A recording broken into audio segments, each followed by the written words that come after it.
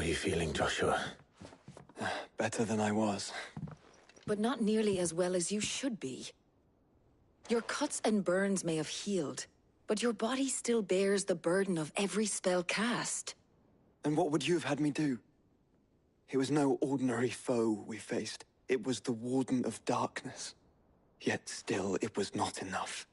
The king could have ended me at any moment, but instead chose to toy with me like a curl does a mouse.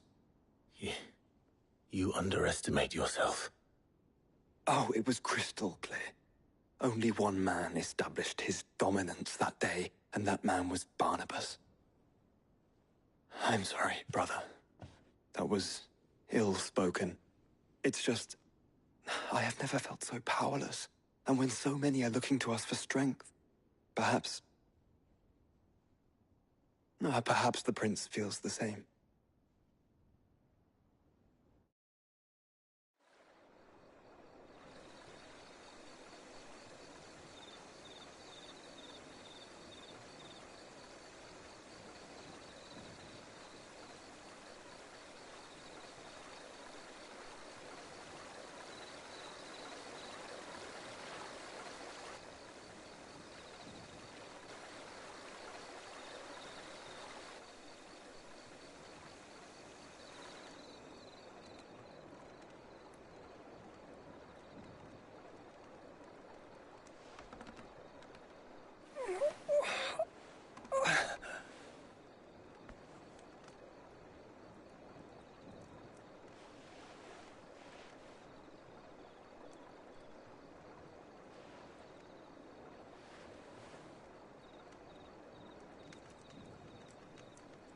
What is this place?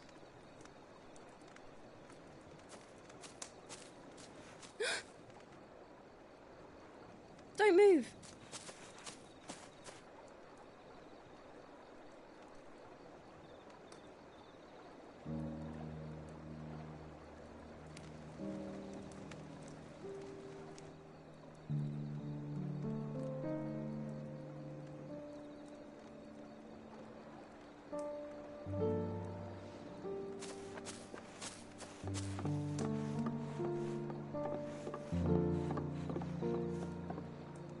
Here, it's fresh from the well.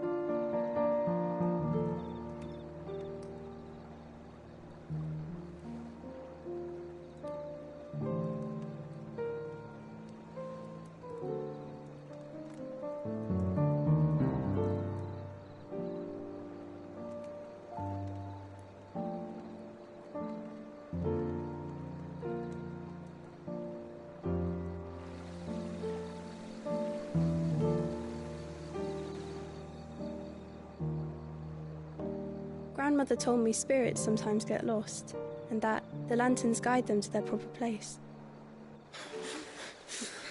I set one on the river for her when she passed away.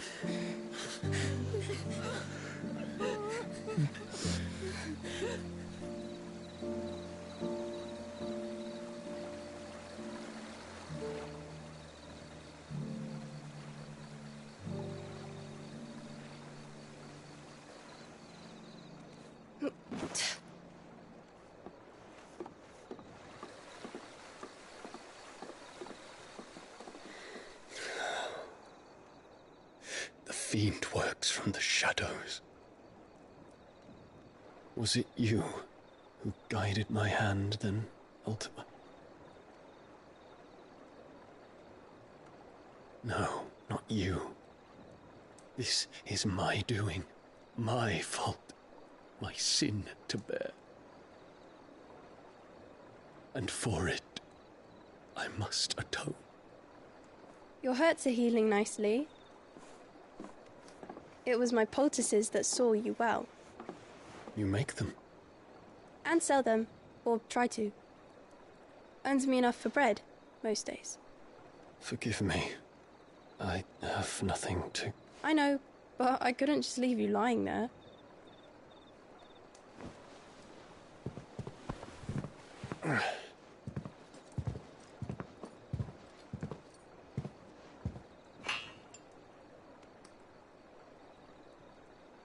You're going then? Of course. I'm healed. Thanks to you and your poultices. Will you promise to come back and visit?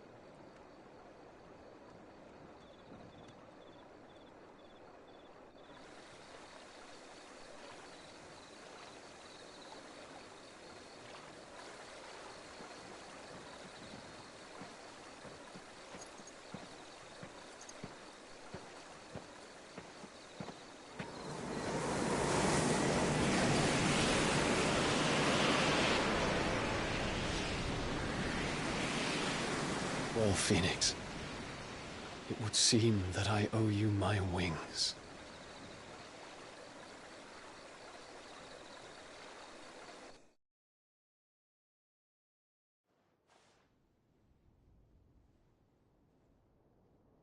Perhaps he can find an answer. You will be returning to Waloed soon, I gather. I see no reason to wait. Then neither do I. I can think of a few, but I doubt they'll stop you. You will take your medicine. Of course, Lady Daya. Set on leaving already, are you? How long will it take us to get back to Ash? Dunno, about the same amount of time it took us to get here. Maybe less, if your uncle can find someone trustworthy to patch up the Enterprise. All depends on where we're putting into port, mind. Yes. It's not as if we can put ashore wherever we choose. We have to assume that the whole of Ash is hostile, and that we'll be attacked on sight. Then we must find a place they won't think to look. And I have an idea who might know of one. The Professor! I'll go and tell you coming! While you're plotting our course, I'll be in the shelves with your lawsman. I wish to pick his brains about Ultima. Then I'll talk to Karen about supplies for the journey. They may not be easy to come by in Ash.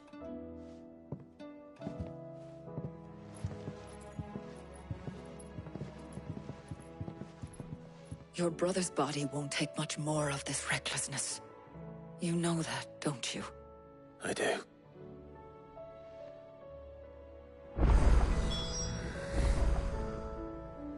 You've seen more of the world these past 5 years than most do in a lifetime. It's a shame you never had a moment to enjoy it.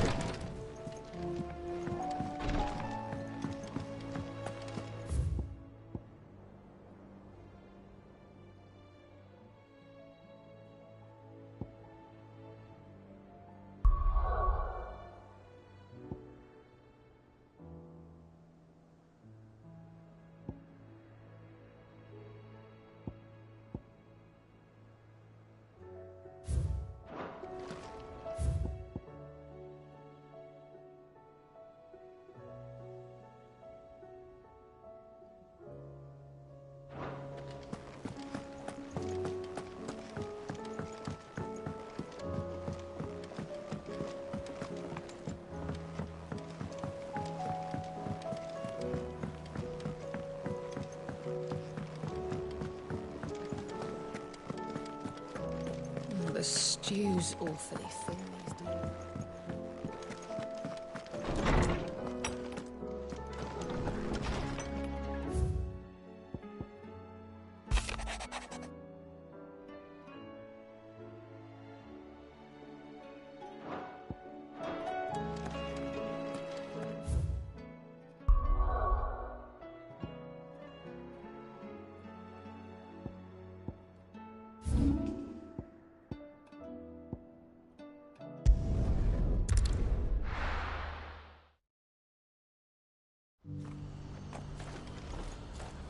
What's happened? Guards at the gate. Ah, Clive. You'll be pleased to know that the negotiations are progressing well. That is good news.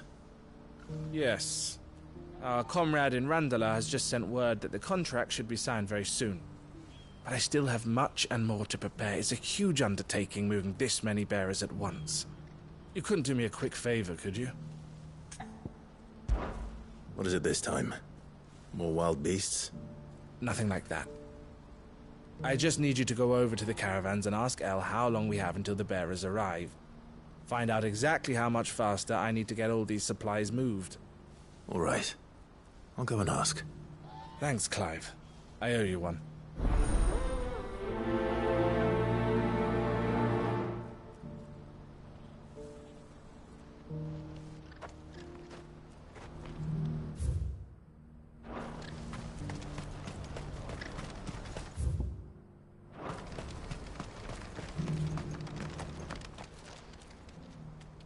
Don't blame yourself, El. This is their fault, not yours. I know, but... No buts about it, all right?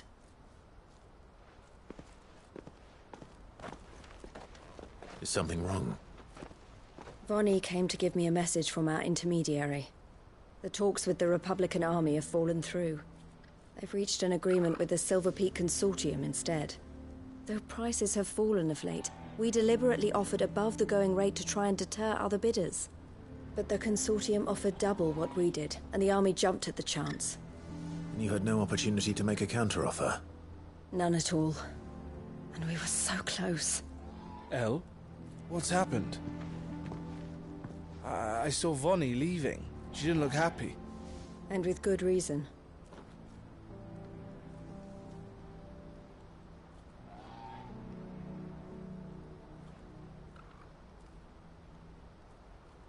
But I thought we were the only ones the Fist were speaking to about the bearers.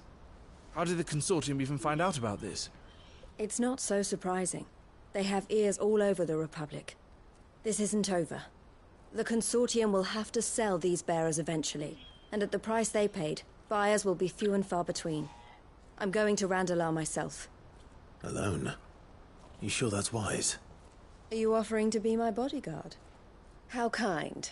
Meet me at the checkpoint near the capital gates. I'll send an owl ahead and request a meeting. You go to Cashlock, Theo, and get everything ready. We've waited far too long as it is. Even if I fail to free these bearers, there will be others. Someone needs to prepare the place and keep any prowling beasts at bay. Oh, and that's me, is it? Well, it looks like I'm following orders till she gets back from meeting the Silver Peak Consortium, who've been doing their best to undermine our scheme. She'll never join them after this, surely. No, she said it herself. She still has plans for Cashlock, even if this one falls through. She means to stay with us, then. I can't say I'm not happy to hear it, but... is this what she really wants?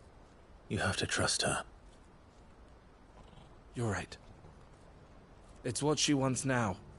And if El's off fighting for the cause, I should do my part too. So I bid you farewell and safe travels, my friend. I'll gather my men and leave for Cashlock. We'll make sure the place is well stocked and defended. You go to Randalar and see if you can stop my sister biting the Consortium's heads off. If she won't consider her prospects, someone has to. I'll do my best.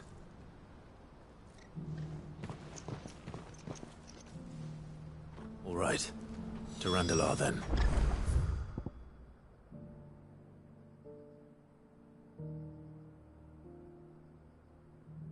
I'd better not keep Eloise waiting.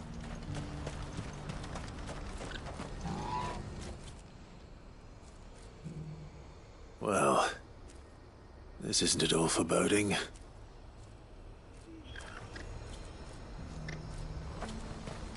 What's happened?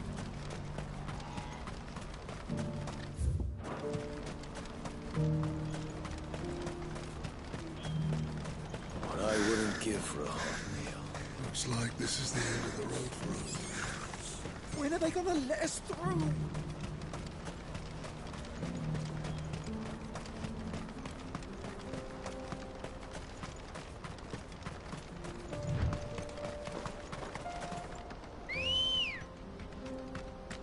Ready, go? Yeah!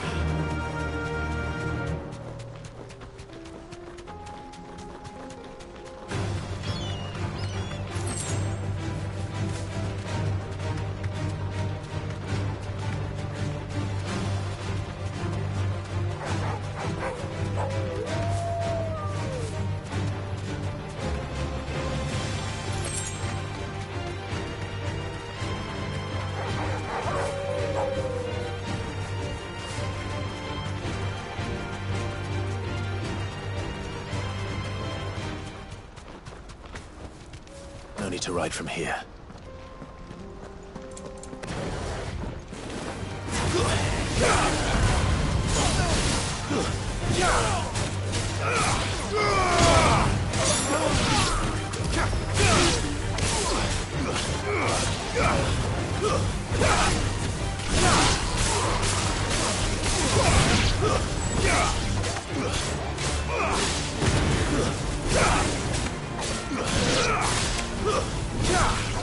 It's over!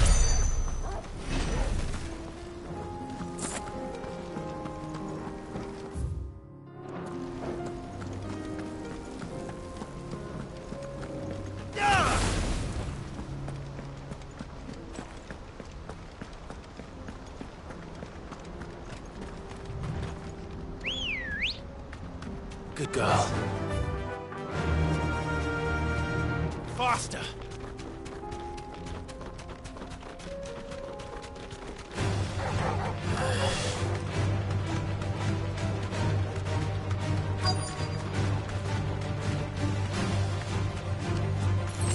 Be safe.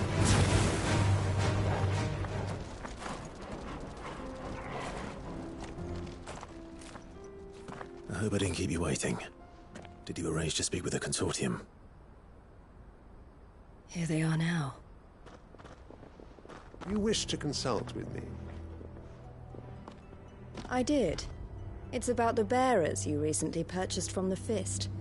We had all but finished making arrangements to buy them ourselves, and then you stepped into the fray.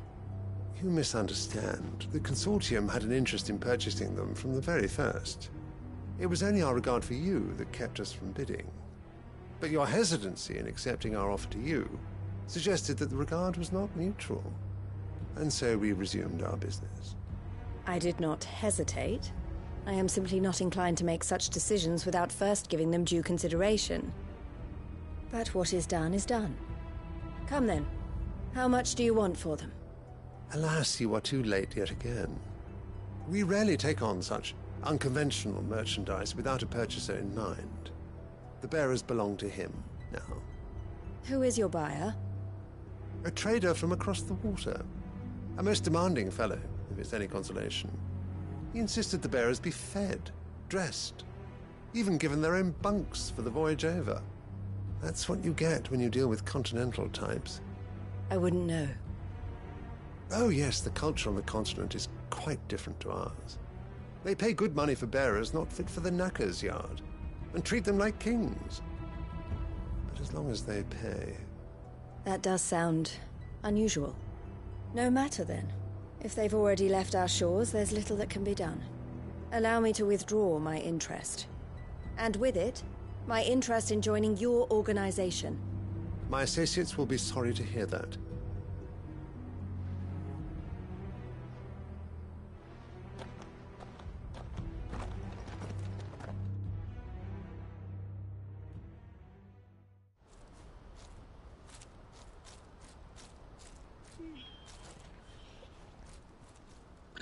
I'm sorry you weren't able to save them. As am I. But I only have myself to blame. He was right, you see. The Silver Peak Consortium did intend to buy those bearers before I did. Their representative hinted at a possible purchase when he came to recruit me. I feigned interest in joining them in the hope he might be encouraged to tell me more. And he did just that. As soon as he left, I sent my own offer to Randalar. So you never... No. I entertained the Consortium's proposal solely so I could learn more about those bearers. But I was a fool to think they wouldn't find out. I knew exactly who I was dealing with. You tried. I did. And if what he said was true, the bearers are to be well treated. Which is something, at least. But they deserved more. I wanted so badly to see them freed. Eloise! Eloise! Word from Cashlock.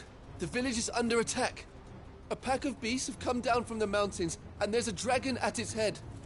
Theo and the others are trying to hold them off as best they can, but the odds are against them. They need help, and fast. Theo! I'll go on ahead. Thank you, Clive.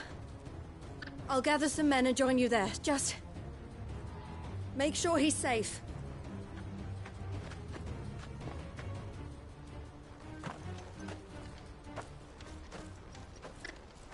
Hold on, Theo. I'm coming.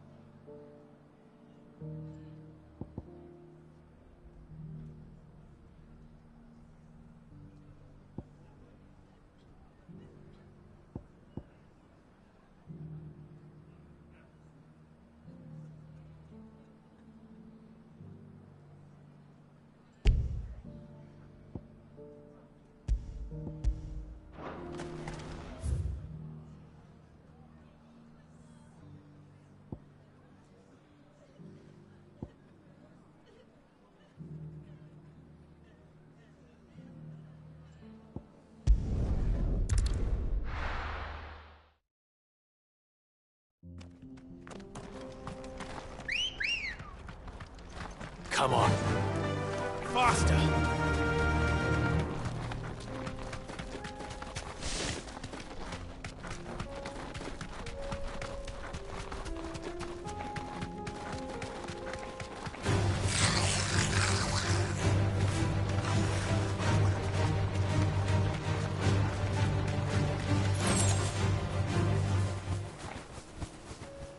Back to the stables, Carl.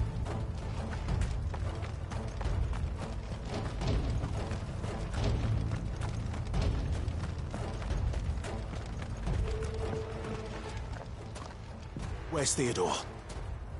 Upriver! He led the dragon that way to keep it from the village, but the whole area's flooded with ether. We just have to pray he makes it out in one piece. I can do better than that. Torgal, with me.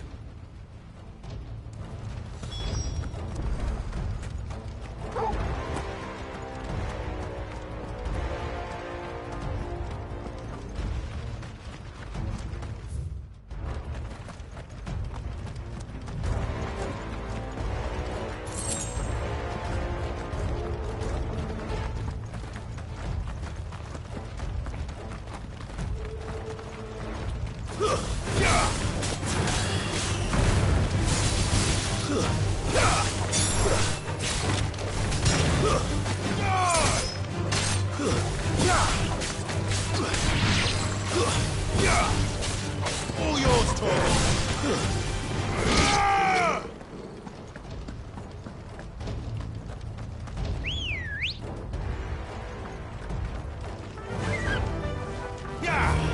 Where are you, Theo?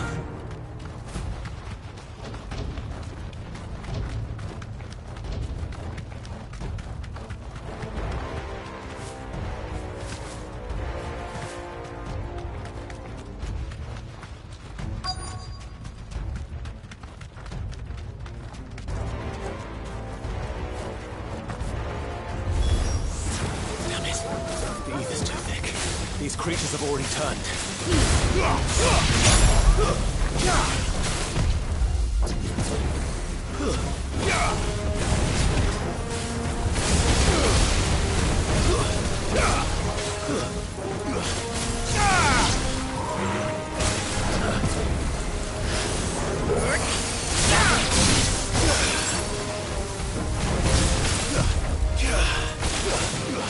It's over.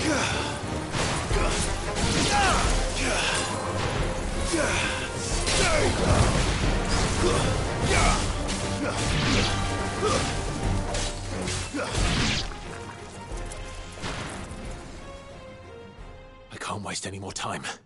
I need to find Theodore before that dragon does.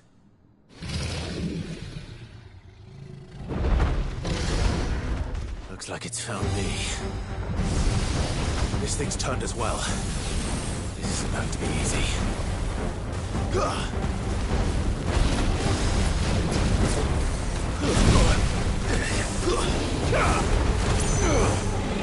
Nice try.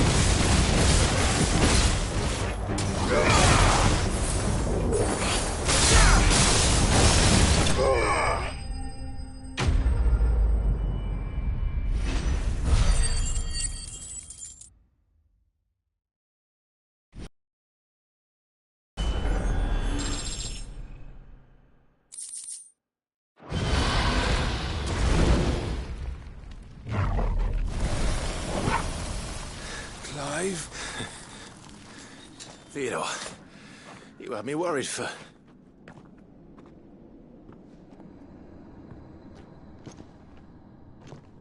We have to get you out of here.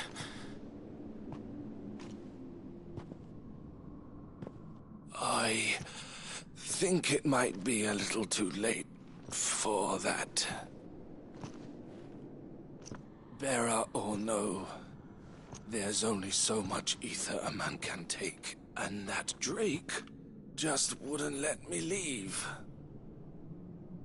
You have my thanks. Sit. For finishing what I could not.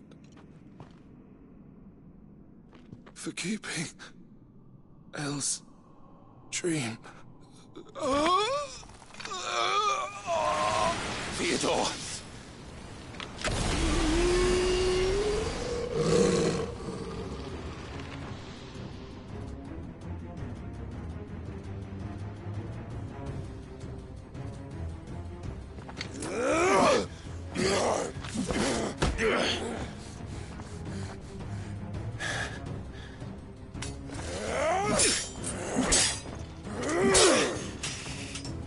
Don't make me do this. Stop it, Theo! Stop! Stay back, Eloise! He's turned. And so will you!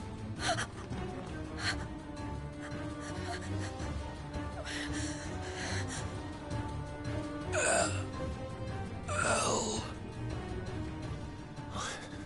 Theodore.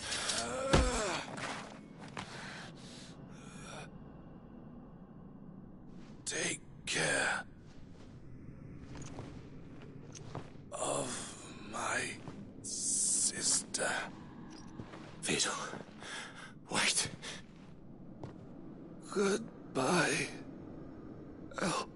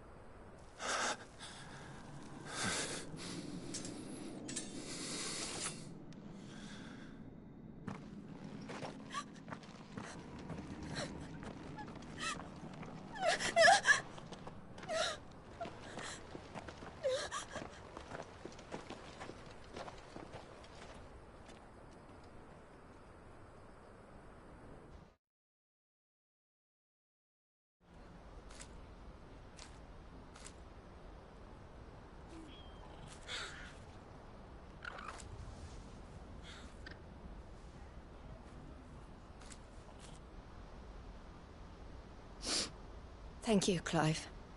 I think I'll be all right now. That was true bravery he showed. Leading the dragon away from the village like that. His first instinct was always to protect people. To put others' well-being before his own. And now he's gone. Because I sent him to that place, against his will. It wasn't against his will. He was ready to do whatever it took to show you he could stand on his own. So that you would finally be free to live your own life. To live my own life? He never could come to terms with the choice I made. What exactly happened? You once told me Theo was the first bearer you ever helped.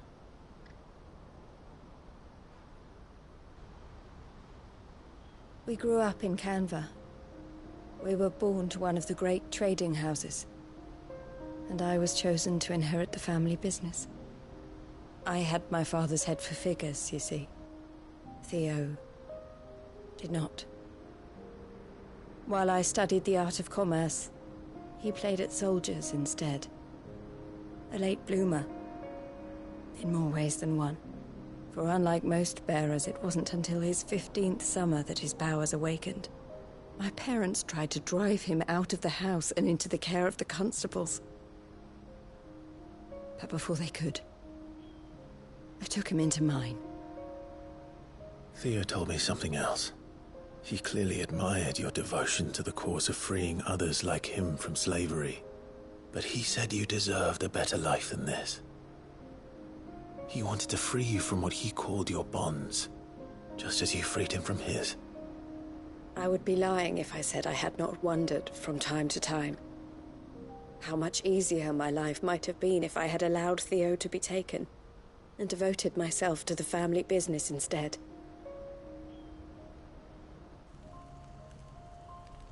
But I have never regretted the decision I made.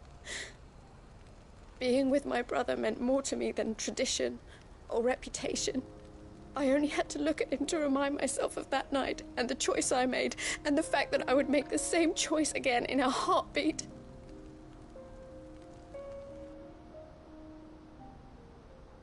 He was never a burden. How could he even think that? If anything, I was the one who weighed him down. You weren't, Eloise. He said it himself, that he had always been grateful to you for saving him, and that he wanted to repay you by letting you live the life you were denied. Neither you nor Theo weighed each other down. You loved one another. You did whatever was necessary to continue living your lives together, and you always would have. You're right. All I ever wanted, all I ever did, it was so we could be together. Oh, Theo, why did you have to...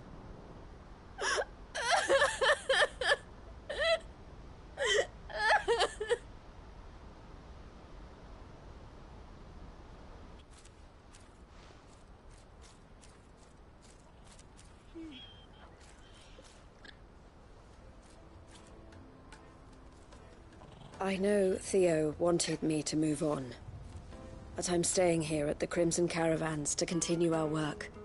We can make a difference here. We can help people, save them. I need nothing more from life than that.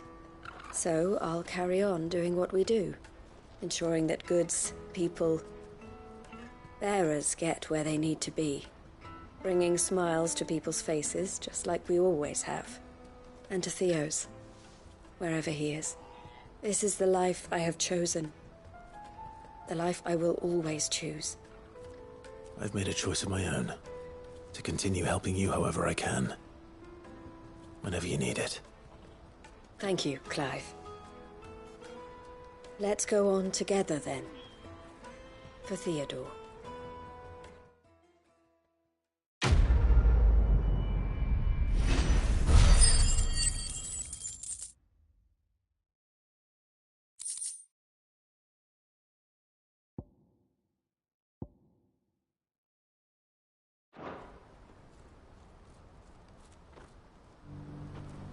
The Crimson Caravans is my family business now, and I would not exchange it for the world. I brought Theo here to be safe, and I have never looked back since.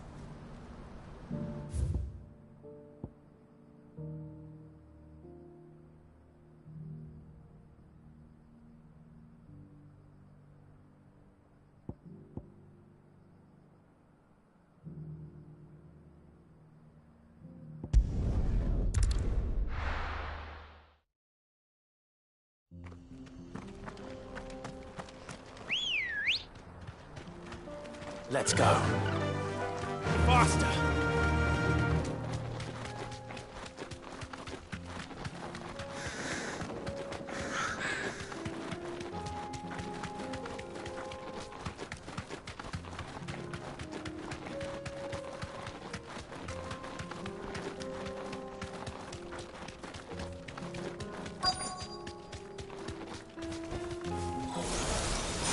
I'll need to deal with these ones first.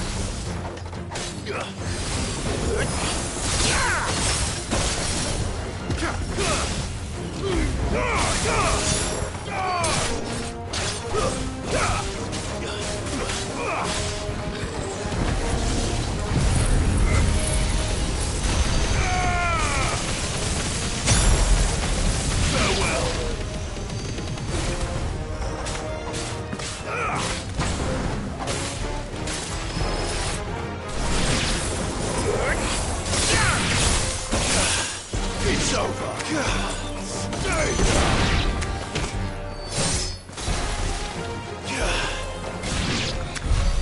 Now to find this spherical echo. This is it. Right then. Just two more to find.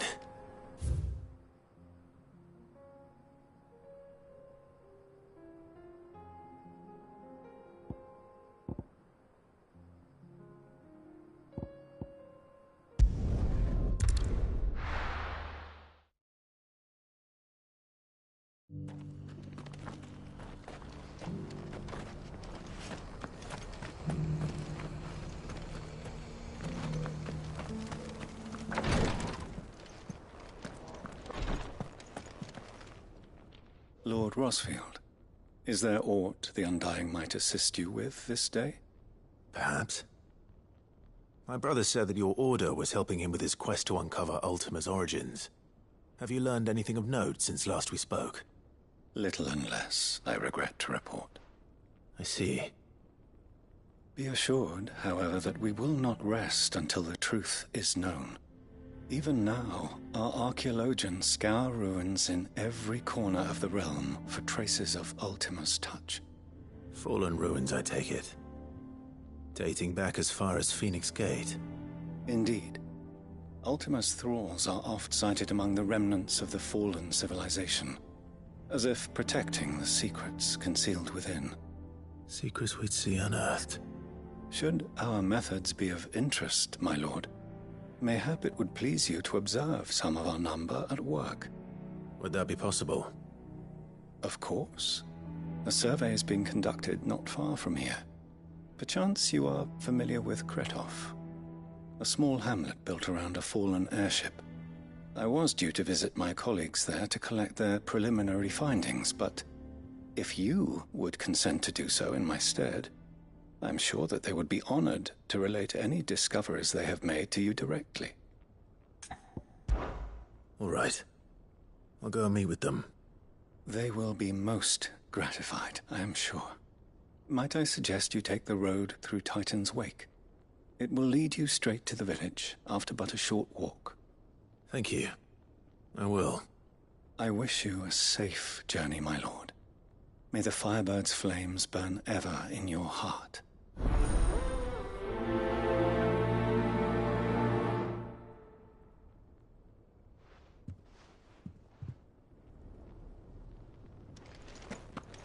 A village built around an airship.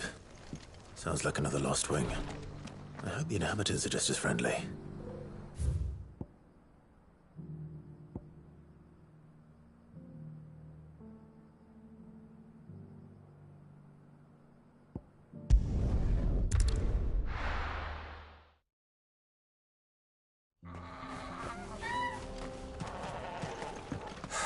So Dravost is still standing. For now, at least. If you can swing a hammer, you can swing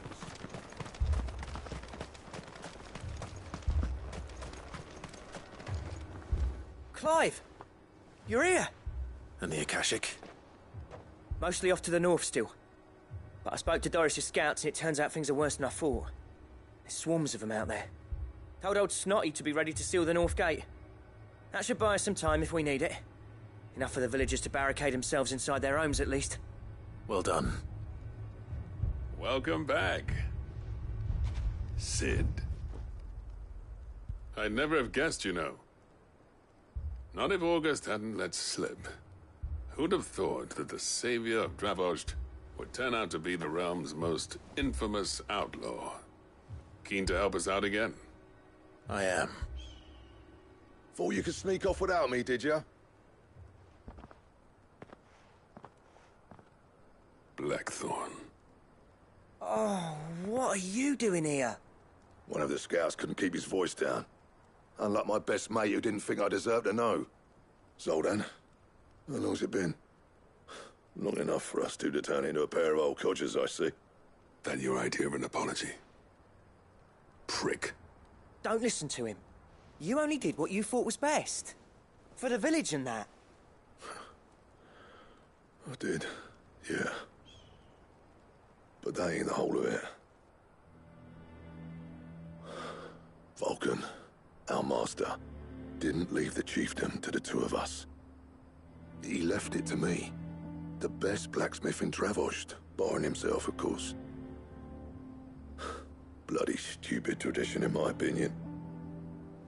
If someone's got talent, you should let them practice their craft, not ask them to settle petty feuds and barter for grain. Our master wasted half his life that way. I wasn't about to let that happen to me. So you wasted half of mine instead? You're what Dravost needed. Under me and my precious ideals, this place wouldn't have lasted a year. So I left to devote myself to the work and spare you lot the consequences. I may be a selfish prick, but I only did what I felt I had to. What you had to do was your duty! Even if it meant we all starved? Enough. This is no time for bickering. You can finish beating each other up once Dravozd is safe. Fine. I've said my piece anyway. Yeah. So have I. Sorry, Clive. I shouldn't have stuck my nose in. We're short enough on time as it is. Still, give us a mo, would you? I need to get my head straight before any of them Akashic try to bite it off.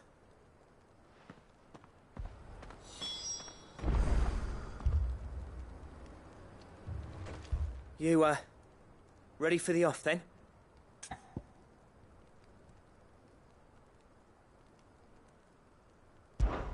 We can't afford to waste any more time. Right you are. Might be worth having one last word with the scouts, though. Don't want any nasty surprises, do we? Oh, and Blackthorn, you and Zoltan might be better off staying inside the... Akashic on the move. How close are they? Within sight of the walls, and there are more coming up from the mines. What was I saying about nasty surprises? They'll wash right over us if we stay out in the open. We're pulling back behind the gates. Good idea. Get yourselves inside, but keep your weapons handy. Understood.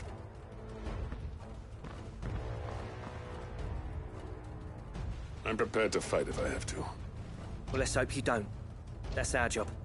Once the scouts are inside, order your men to barricade the gates. No heroic last stands, you hear me? No fighting at all if you can help it. August's right. I've seen what Akashic beasts can do to armor. The people here are tough and willing, but they ain't equipped to face what's coming. I'm going out there.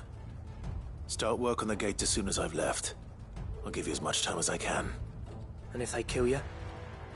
You evacuate. But it won't come to that. I promise. You'd better be right. Take good care of Dravozd till I get back. Leave it to me. And give those things what for, yeah?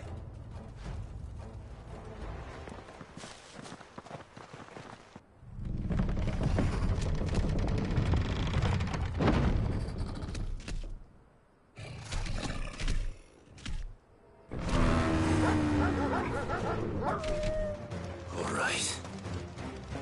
Which one of you's first?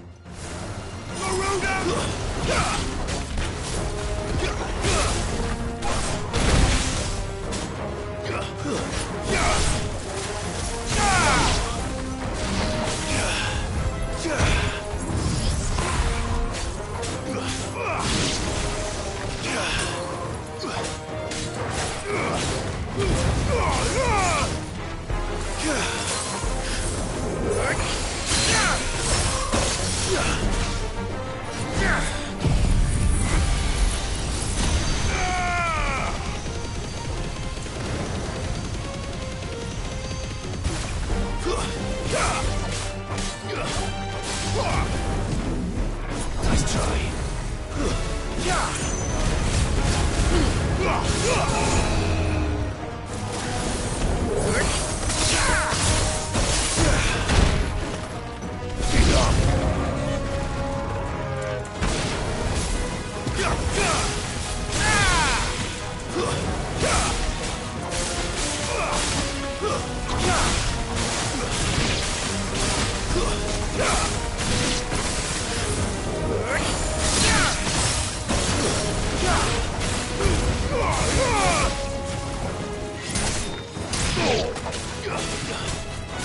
It's over.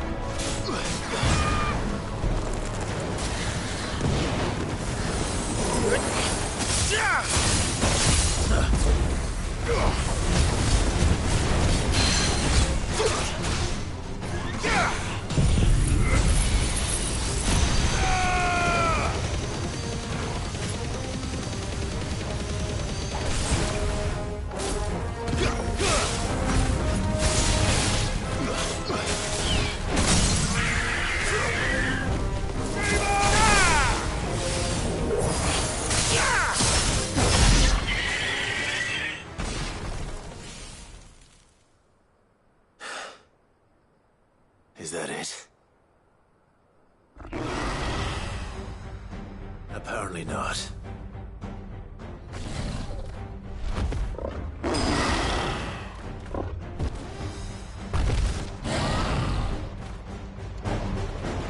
You're not getting past me.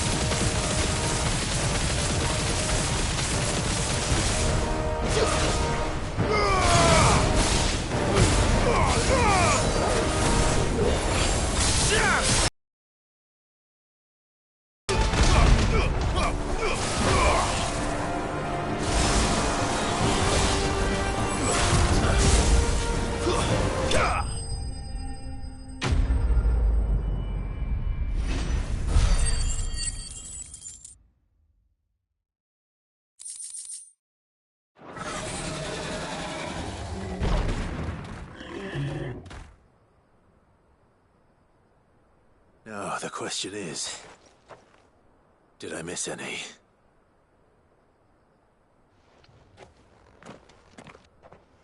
Man alive! You're still in one piece! I slew as many as I could. As many as I could, he says. The old bleeding lot, more like it. Well, almost. Only almost. Yeah, one or two did try to sneak over the wall. But we got the bastards, don't you worry. Good. Though you do know, more will come in time. In time, yeah. But we can think about them later. Let's get you back inside.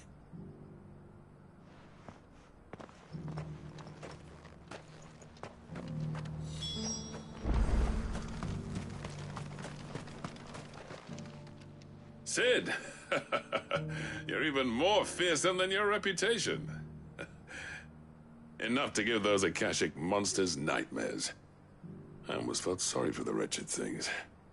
But mostly, I felt grateful. Dravojst won't forget what you did today. I'm afraid I've only delayed the inevitable. There's no getting rid of that ether flood. Meaning that any living thing which stumbles into those mines will end up clawing at your walls again. And that's if the flood don't spread. If it does, well, I hate to say it, but the village's days are numbered. That may be, but we're staying just the same. With ether floods springing up all over, It's no less safe than anywhere, and more importantly, it's our home. We'll fortify the gates to the north, and I'll see that they're guarded day and night. All right. Then we'll give you a hand shoring up those defenses.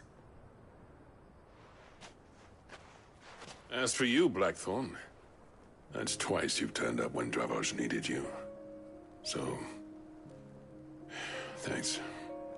I shouldn't have stayed away so long. And I shouldn't have left without talking it over with you first. Too bloody right you shouldn't. Though I doubt I'd have listened. I always envied you. How you made everything look so easy when, for me, it was anything but. You leaving gave me the perfect excuse to hate you. And from that day on, I never once stopped to wonder what it would have been like if you'd stayed. But what you said earlier, it was true. You'd have been the death of this place. Finally, something we can agree on. I hope you see the sense of it eventually. You kept this place alive. Alive, perhaps. Wealthy even, but Dravos isn't what it once was. Our work used to be the pride of Dhalmekia. Now, we churn out the same rubbish day after day because it's easy and turns a profit. It's not about the craft anymore. I wouldn't send my sons to war wearing the shit most of our smiths are making. I've kept working, honing my skills, trying to lead by example, but no one sees the point. The average castle apprentice has as much passion for the craft as our current lot. Come back to us, Blackthorn. Remind Dravos what a true master blacksmith looks like.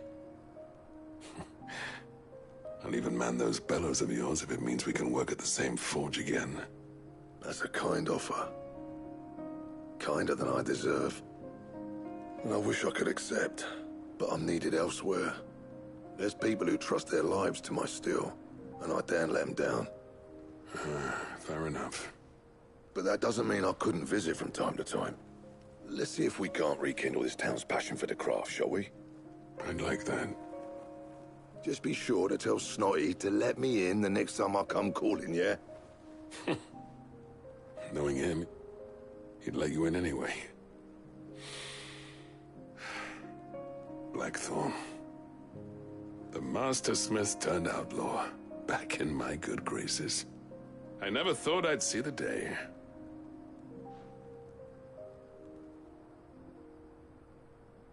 I'd say that went pretty well, wouldn't you? Even better than I'd hoped. Sid, I've got something for you.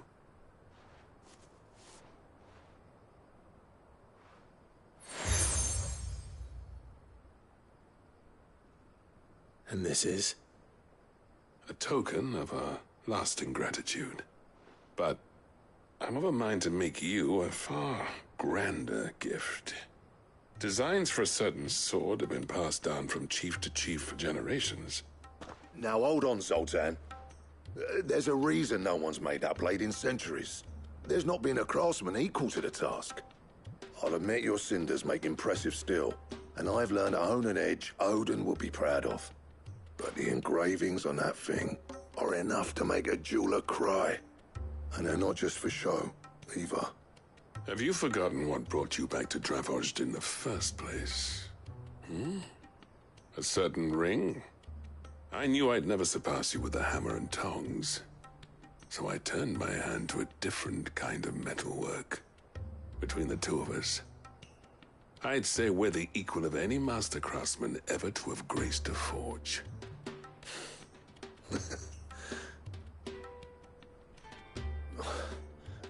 You know what? I think you might be right. Clive, you wouldn't mind if Zoltan came back to the Hideaway, would you? He's more than welcome. As long as he can keep our secret. Right. Zoltan, get your tools. We've got a legend to forge.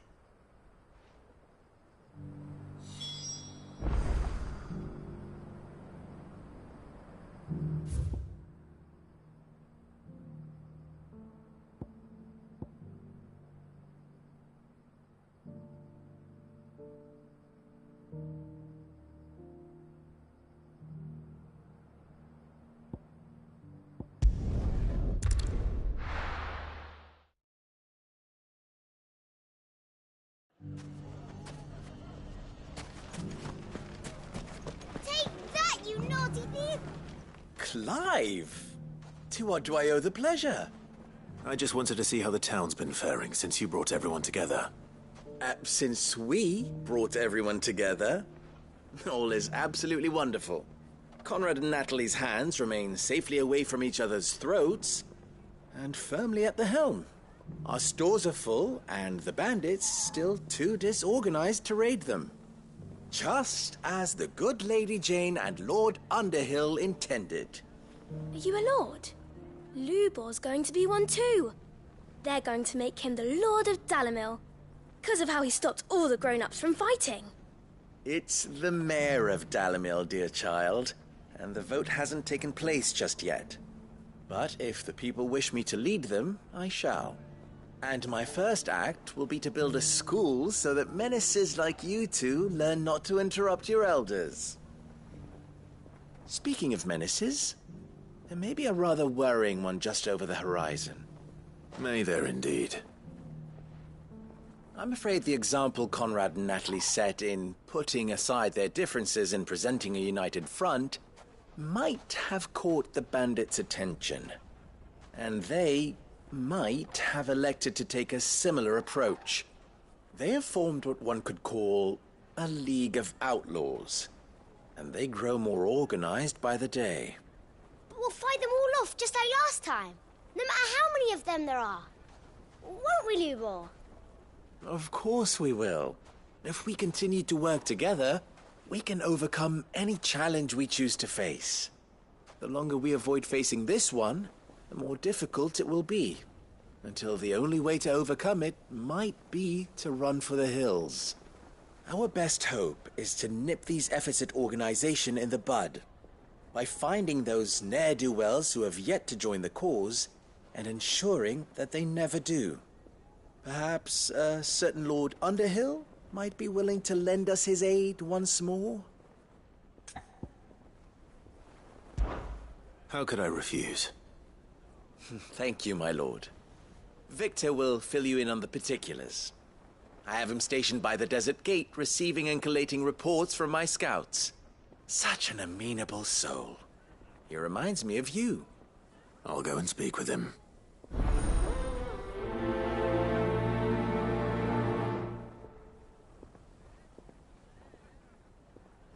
What's the difference between a lord and a mayor? That's easy. One of them swings a sword, the other forges them. A League of Outlaws. Sounds like we have some competition.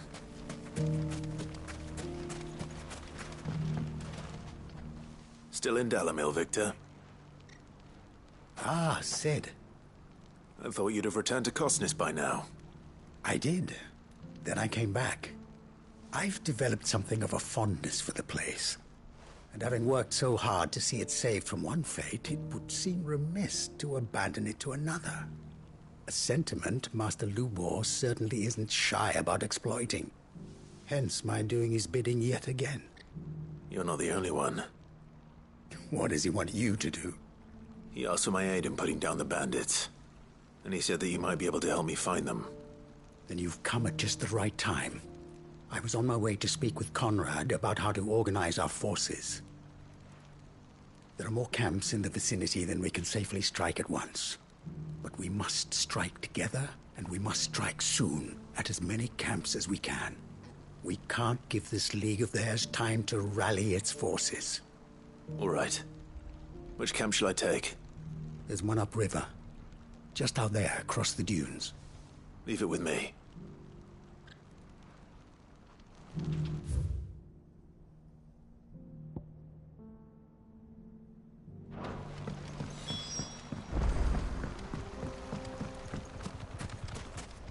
Those ne'er-do-wells want to band together.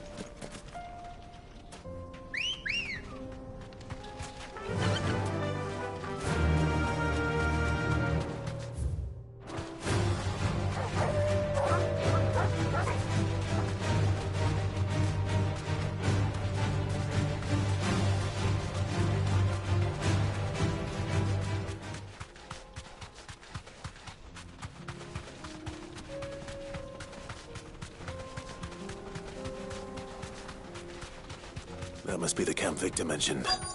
Come on then, Torgal. That's him! The one who kills Lot and Finger! Take his head off!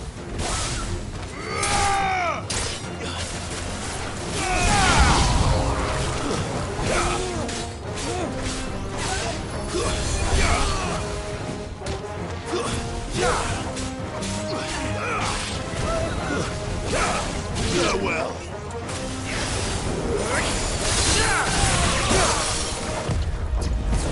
To me!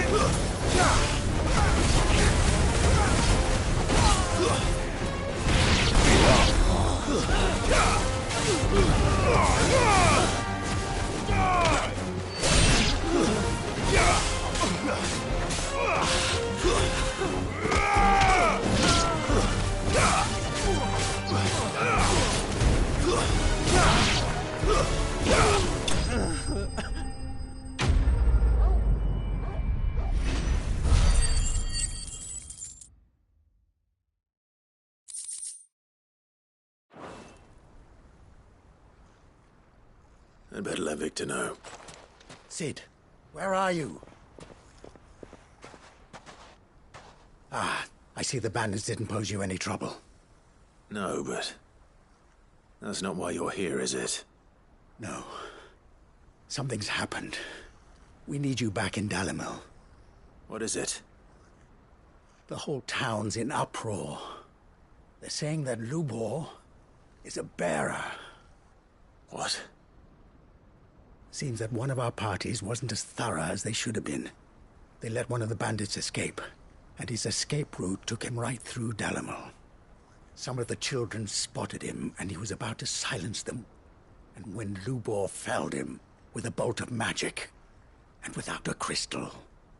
But that's not possible. It is, if he's a bearer and has been hiding it all these years, which is what people are saying.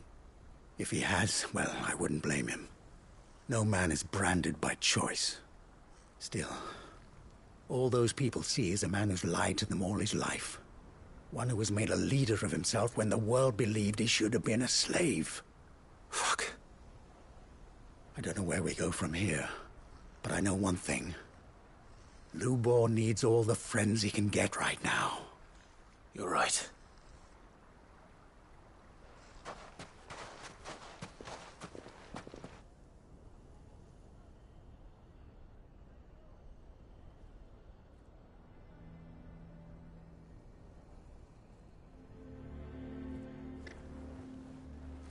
And now everyone knows. I made it a habit to keep a crystal close at hand for just such an occasion. And when that occasion arose, I forgot to reach for it. Well, it was bound to come out sooner or later. We're sorry, Lubor. We tried to keep running, but we just couldn't anymore. There's nothing to be sorry for. I rather enjoyed playing the hero for once. All that matters to me is that you two are safe. Look at him talking to his betters like it's nothing. All lies, I'll wager. Just like the ones he fed us all these years. Once people make up their minds, it's hard to change them. We need to do something, and quickly. Convince the people not to let their prejudices blind them. Convince them that nothing has changed. That their enemy lies outside these walls, not within them. You're right. We should speak to everyone. I'm glad you agree. I'll handle the townsfolk. I'm a Dalmec born and bred. They listen to me. You head to the tavern. Make Conrad and Natalie remember who Lubor really is. They know that Lubor and I are friends. I might not make for the most impartial of interlocutors. Lord Underhill of Randalar's League of Merchants, however, is a trusted and impartial mediator of note. I'll do what I can.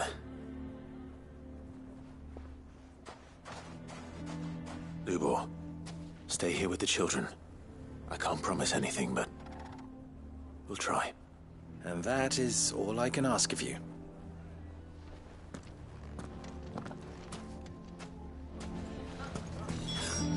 Why are you taking the bearer's side, Victor? Are you one too? You know I'm not. Just listen. Why do they always have to make such a fuss outside? It's driving away. You all along that he was playing us for fools. And we Forgive me for disturbing you, but could I have a moment of your time? I've seen your face before. As have I. Lord Underhill, wasn't it? Of the League of Merchants. That's right. I wanted to speak to you about Lubor. The rumors that he's a bearer. All true, I'm afraid. He'll never be mayor now. Not if I have anything to do with it. But what of his wares? Bearer or no, his steel is highly valued throughout the Republic. In this at least he's done the town a service. Might that not earn him a little leniency? Leniency? He pretended to be one of us when he was laughing behind our backs all the while. I'm sorry, my lord, but he lied to us. He lied to you. He cannot be trusted. So what do you propose? Will you drive him from his home? Close his forge? Perhaps. That is a question for the people of Dalimil, and they will thank you not to get involved.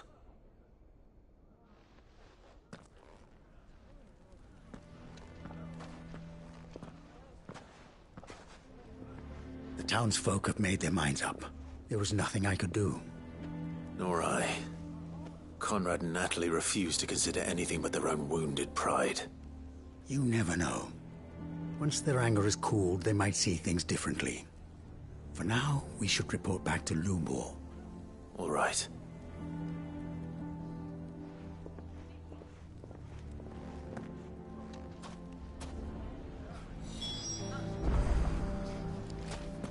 Why the hell would Victor take the bearer's side? I assume the situation is hopeless? There's still hope. But...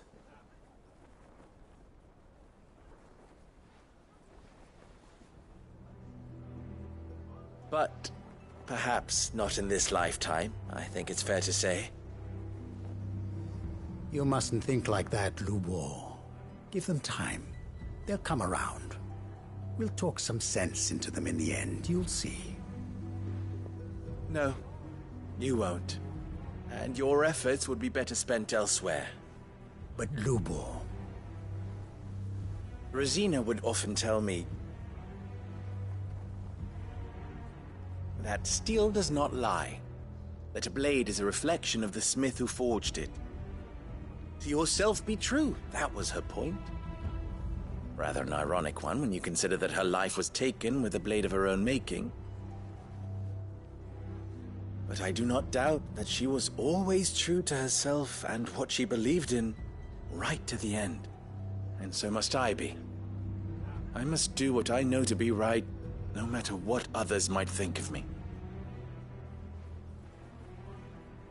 And now, I know what that is. I must embrace my new role of villain so that the people of Dalimil have something to unite against. For only united can they hope to stand against the threat that awaits them. I'll need to make a suitably dramatic exit, of course. Don't go, Lubor. You're the only one who was ever kind to us. We'll be all alone. Again. Trust me, little ones. It is for the best that I go. Not only for the town, but for you, too. How could it possibly be for the best? These children need you. The least you can do is give the townspeople a chance to change their minds. They would not take it, Victor. It's over. Over, you say? And so just like that, you're going to throw this town and these children to the wolves? I thought you were better than this. But it seems you had me fooled as well. Victor. Forget it. Do what you will. You sure you're making the right choice, Lubor? Of those available to me, I believe it's the best one. Yes. Ah, but where are my manners? Here. A reward for clearing out that bandit camp. Right then. I have packing to do. If there's anything I can do. Anything. I'll bear it in mind. Thank you.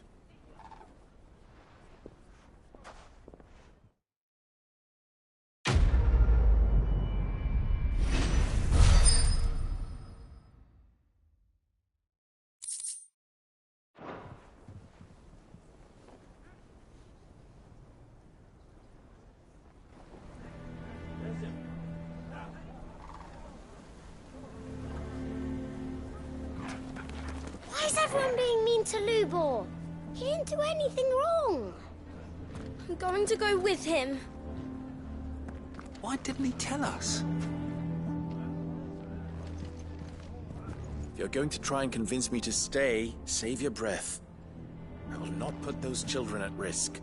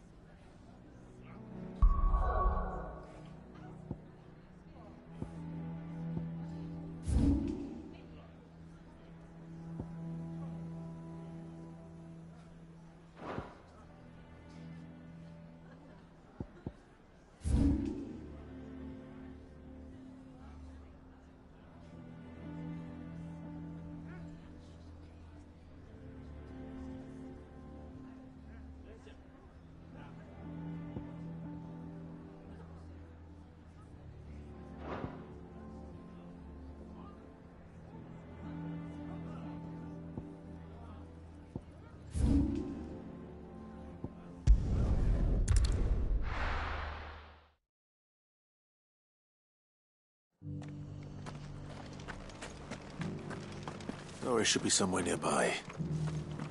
Assuming she's still here.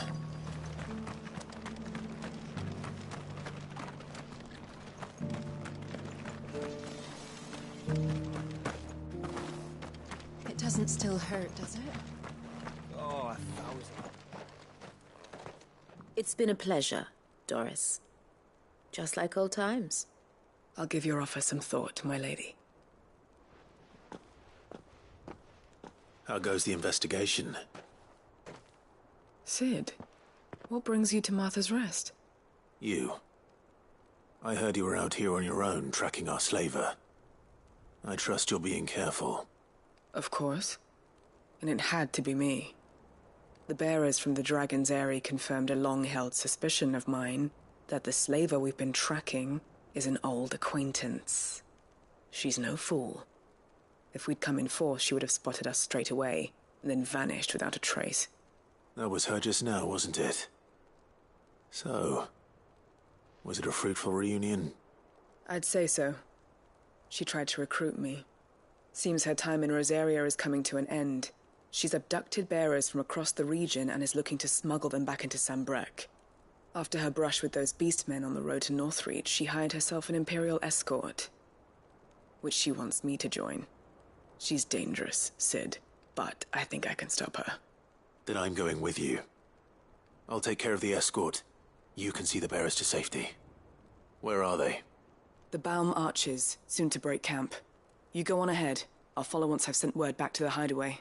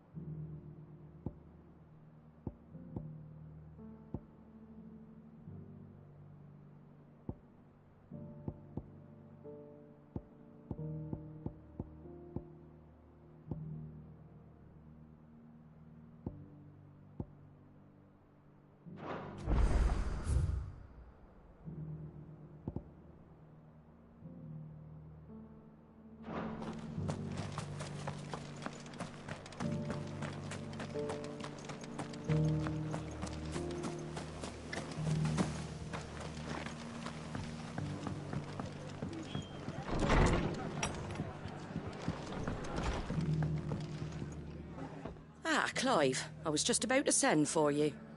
I'd like you to take something to Sir Wade up in Eastpool. Seeds for planting. Thought it was about time they started growing their own food. I'll keep providing them with whatever they need in the meantime, of course. But if Eastpool's going to survive, it's got to be able to fend for itself. As of those poor bearers.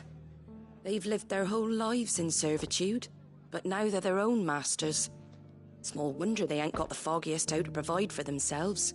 So it's up to us to teach them. And if you're wondering why you, well, the Wagoneers taking supplies up that way have been coming back with more and more reports of Akashic around the village of late. Sir Wade's putting a brave face on it, but I think even he's starting to worry.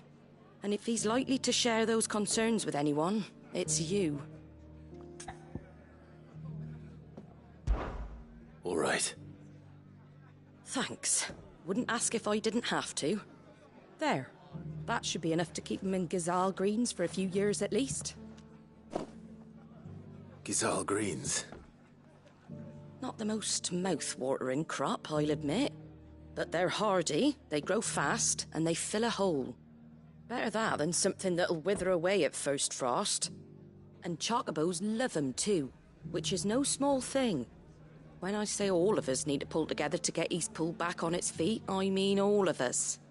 They ain't exactly succulent, but cook 'em right and they're just about bearable. I'll take your word for it. Anyway, Sir Wade'll know what to do with them. And if he don't, well, I'll go up there and show him myself. I'm sure you will.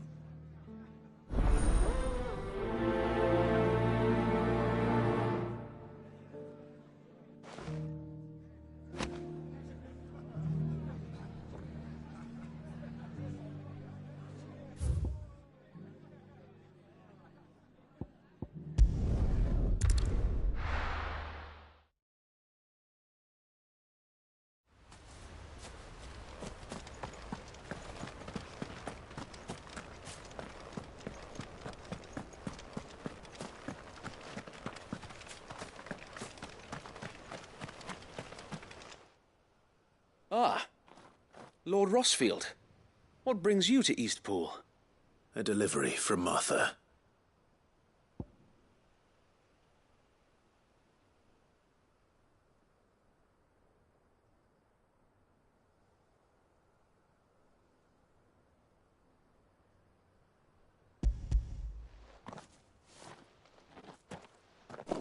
These are Ghazal green seeds. Martha's keen to cut the apron strings, then, is she? I jest, of course. You see, I had thought we might be able to revive the old wheat fields, but they'd long since gone to seed, only without the seeds. Martha was hoping he might be able to show the bearers how to plant and tend these, so that they'll be able to fend for themselves. That's not a bad idea. These bearers had only recently escaped their bonds before we brought them here. They know little of freedom, of providing for themselves and their loved ones. Unless we teach them how to live like free men, I fear that all we have achieved in bringing them here is to exchange one master for another. Not that myself and the Guardians have been the best example to them so far, subsisting almost entirely on Martha's charity as we do. It's about time we all started to provide for ourselves, bearers and Guardians alike. Unfortunately, we've been a little too busy of late to focus on much besides bolstering our defenses. There have been alarming reports of... The Horde is closing in. They're coming, so wait, all of them. Damn it all, I thought we'd have more time. Gather the men in the square. Send to the rest for reinforcements. Yes, Sir Wade. The Horde. Akashic, a veritable legion of them. They've been seen prowling around the northern reaches for a while now. We don't have the numbers to hold back a swarm that size. I had hoped to build a perimeter wall so that myself and the Guardians might be able to defend the village, but... Now you're out of time. Precisely. If reinforcements from the rest arrive before they do, we may just scrape through, but I fear that's rather an enormous if. What if you could call on reinforcements from Eastpool? You mean the bearers? We brought them here so they might live, not die, fighting for their lives. So wait. You said you lack men to defend the village. Are the bearers not men? Do they not wish to see Eastpool saved? Though they may not be trained soldiers like your guardians, what help they are able to offer could still prove the difference between victory and defeat. You're right, my lord. I will appeal to them.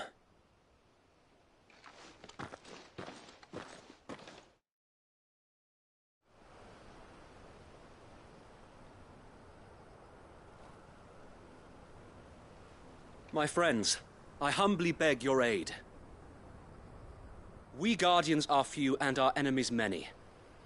But I swear we can defeat them with you at our side. You would send us to the slaughter, to serve as bait for those fiends so that you and your men might be spared. And to think we trusted you. Say what you will. A home is not worth dying for. But it is worth fighting for. Sir Wade fights to give you lot a chance. Just like I do. Just like Sid does. We all wanted to give you a home where you could be free. And you got one, didn't you? This place, Eastpool. This is your village. Your home. And if you don't fight to protect what's yours, you'll lose it. You know I'm right.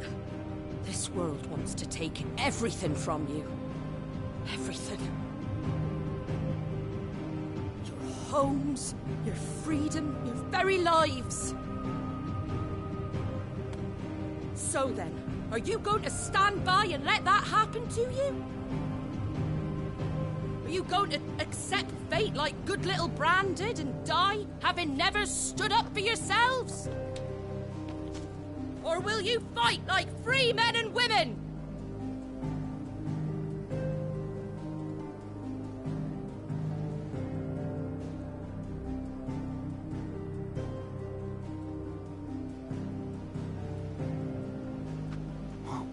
What are you doing? All right. I never dreamt I'd have a home of my own. And now that I have, I don't want to lose it. I will protect what's mine, or die trying. We all will. Free men and women, fighting together.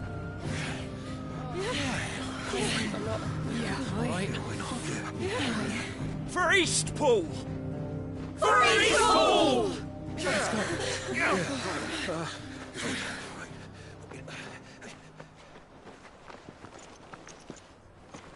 Thank you, Martha.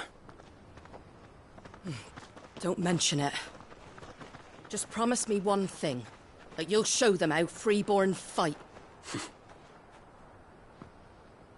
Gladly.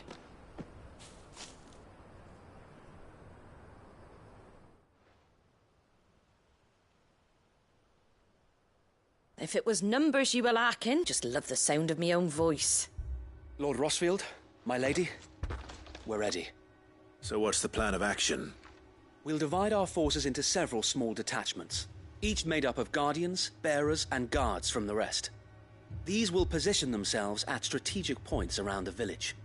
Upon engaging with the Akashik, each detachment will keep the creatures occupied as best they can, steadily retreating all the while. You're going to lure them into the village? I am. We will have neither the time nor the resources to treat the wounded, so injuries must be avoided at all costs. Instead, we will focus purely on defense at first. By coordinating our withdrawal through the use of messengers drawn from among the bearers, we will aim to have the swarm converge at a point of our choosing. With luck, that point will be the village square, the perfect place for our most able warriors to surround them and fall upon them, and for you and I to finish them off. A sound plan. but one that'll require a leader with a cool head and strong nerves to coordinate the retreat. I'd say you have both in abundance, Sir Wade, but you'll be needed.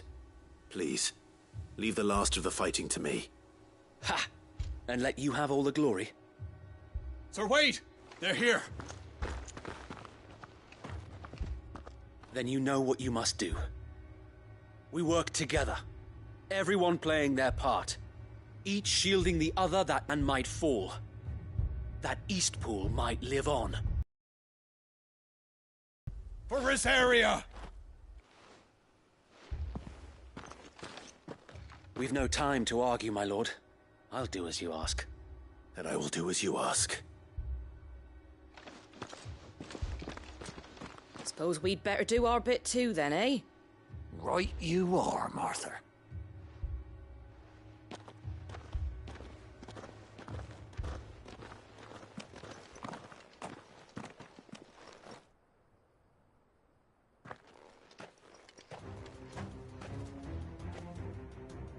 The calm before the storm.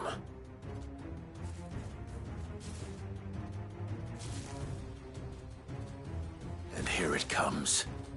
I will not let this village fall. Stay down! Die!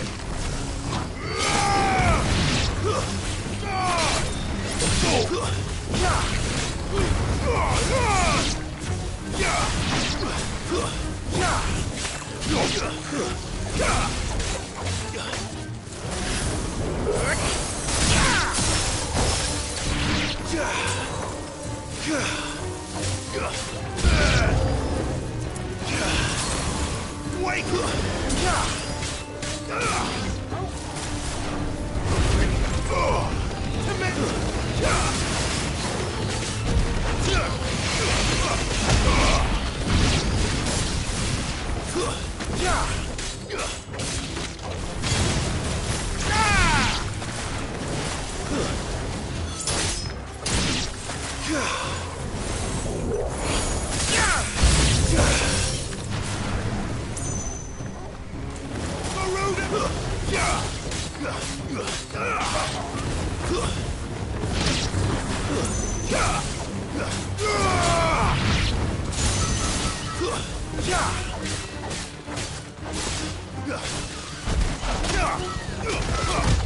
Too slow.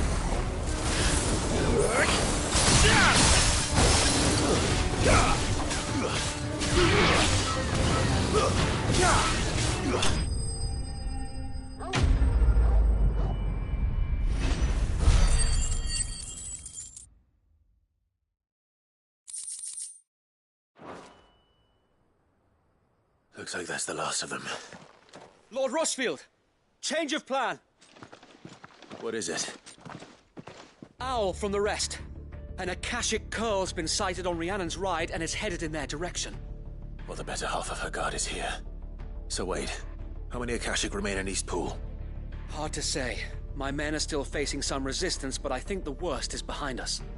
I could order a detachment or two to fall back and... No. Let them finish the job. You stay here too, Sir Wade. Your men need you. I'll go after the Curl. Join me only when Eastpool is won. If you're sure, my lord. May the Founder protect you.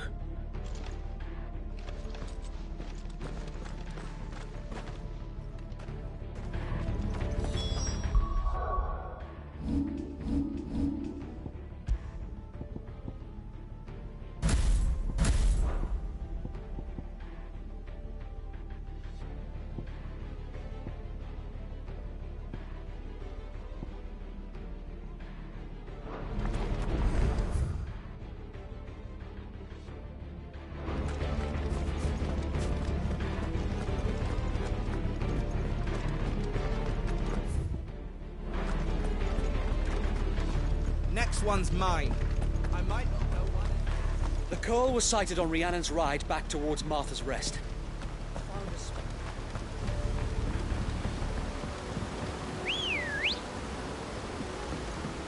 Let's go.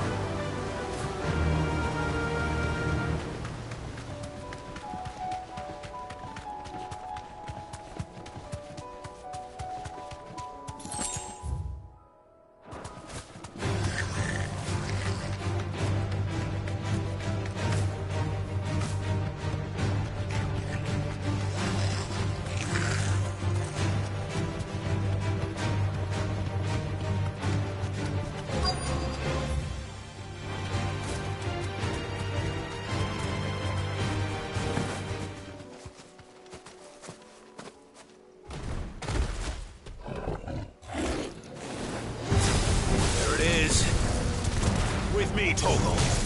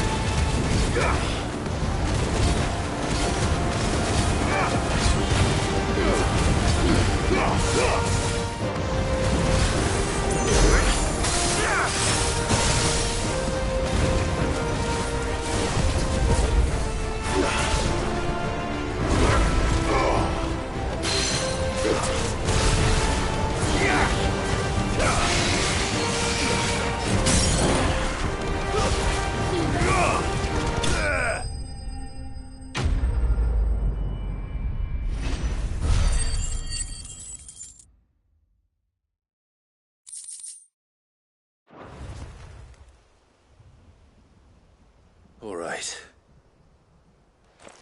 Back to Eastpool.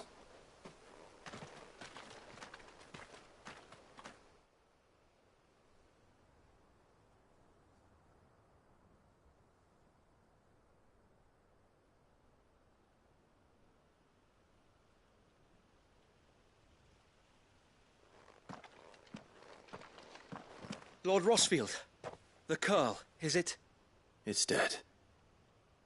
Thank the Founder for that. And for you, my lord. We were able to eradicate the rest of the Horde. I have guardians posted around the village to keep watch for further attacks, but all seems quiet for now. I hesitate to say it, but I think it might be over. I think it might.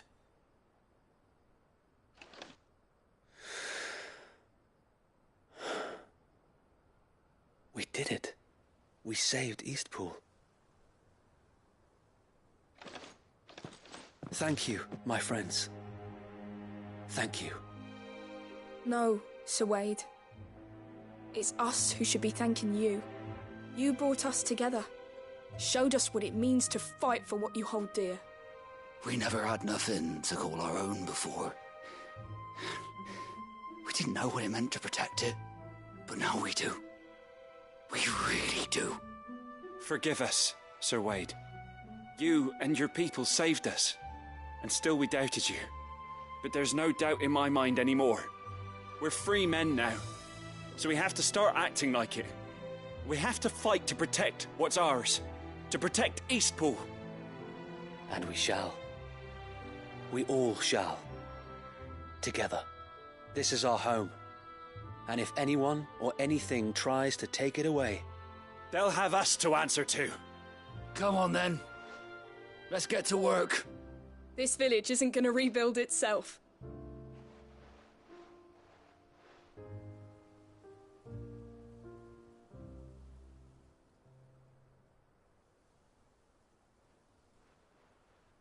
They're not slaves anymore. No. They're Rosarians. Your father took pity on the bearer's plight, and I believe if he were still with us today, this is what he would have wanted. I believe you might be right. I shall remain here, my lord, and do what I can to help rebuild the village. After all, this is my home now too, and I could hardly call myself an Eastpoolian if I didn't pull my weight. I think you'll find it's Eastpudlian, Sir Wade. But you should be proud all the same. I'll have to pull my weight too. Can't have the rest getting outclassed. Speaking of which, I ought to be getting back. Can we continue to count on your support, Martha? Of course, and I'd be counting on yours too. Us Rosarians have got to stick together, haven't we? Indeed we have. And Clive, come by the Golden Stables when you get the chance. I ain't paid you for delivering them seeds yet. All right. I will.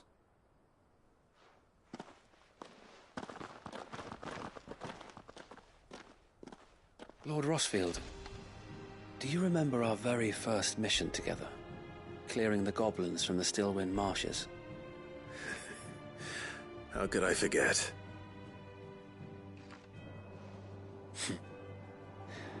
There's one sight that I shall never forget.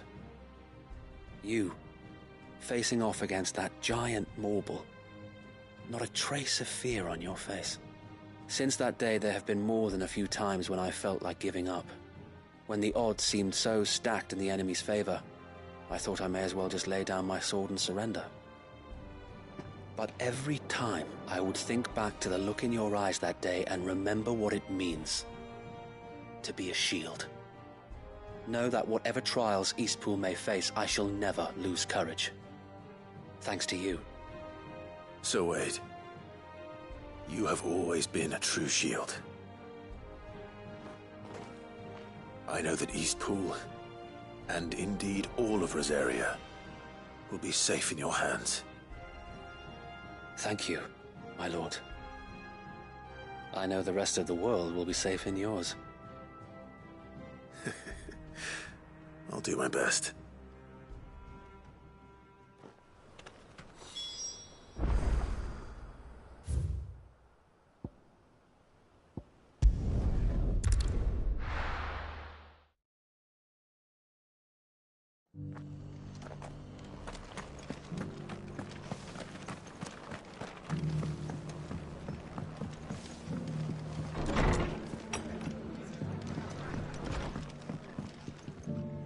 The hero returns. It's lucky you came by when you did, eh? Not only did my seeds get delivered, but you went and saved Eastpool and all. I just did what I could. And it's only right that you get rewarded for it. Take it before I change my mind. Thank you, Martha. So, Eastpool's finally back on its feet again. And a home to free bearers. Who'd have thought we'd see the day, eh? Well, it was your idea. I know that, but I never stopped to think what it would mean. Bearers in charge of themselves, thinking for themselves, working for themselves. Like your hideaway, but not even hidden away. Though I suppose the rest ain't much different nowadays.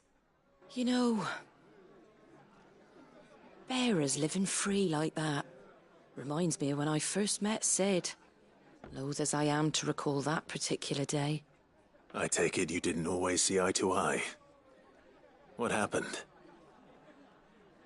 Well, if you really want to know, I started doing what I do long before I met Sid.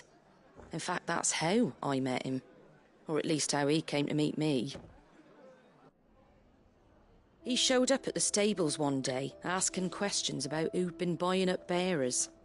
Founder knows what he thought I was doing with them. Running a hunt, poking around in their innards. Something awful, anyway. Me, I thought he was a new constable. Thought the game was up. But somehow we both managed to work out what each other was about. And before I knew it, the cheeky arse was rattling on at me about how I was doing it all wrong. After all my hard work. Told me I was giving them relief, but not freedom. That my bearers were still dying as slaves. Got right under my skin, it did. Told him if he didn't like it, he could bugger off and report me to the garrison. And do you know what he did? He smiled. And then he laughed. And then I did the same. We made a pact that day. That whenever one of us was in need, the other would always be there for him. And you were? Well, we both wanted the same thing. To make life better for bearers. Do you know I was born right around the... He certainly didn't lack for ambition, that one. Indeed. But the loftier one's ambitions, the harder they are to achieve. Which is why those of us who follow in their footsteps need to finish what people like Sid and my father started. Suppose you're right, aye. And if we don't manage it, there's always them who come after us. Good thing we've got a few half-decent sorts waiting in the wings, eh? It's almost enough to give you a little bit of hope. Just a little. Anyway, enough nattering. Better get back to work. Let's see about making everyone some dinner, shall we? The least the folks who saved Eastpool deserve is a hot meal. And you and me ain't gonna save the world on an empty stomach neither. That sounds like a wonderful idea.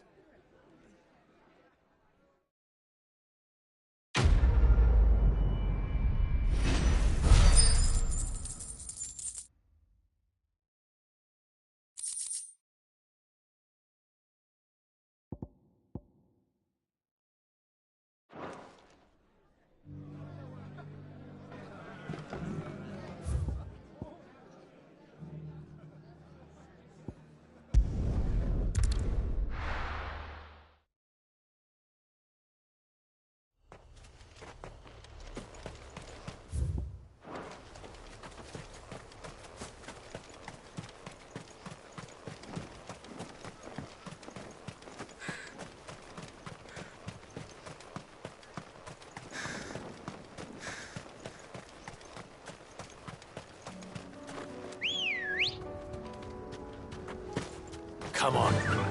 Run like the wind.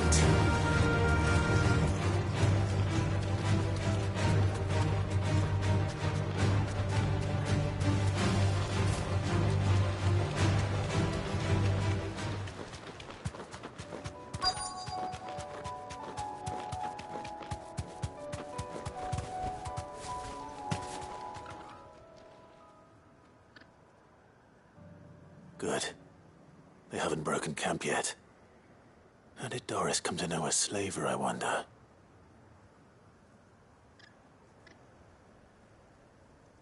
We've waited long enough. She's not coming. Ready the bearers. We're leaving.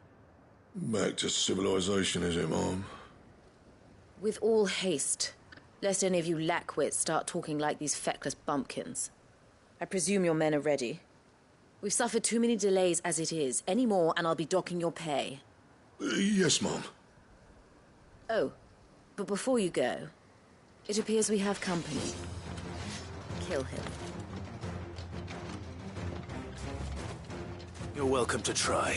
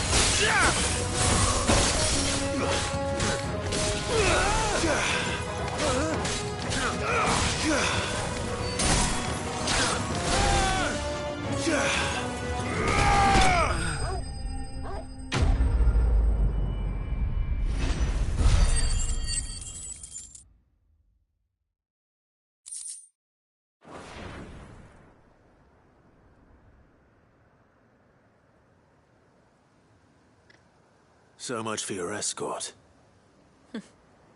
You'll forgive me for not avenging my men. I'm not the swordswoman I used to be. I surrender. Do with me as you wish, Cid the Outlaw. Cid!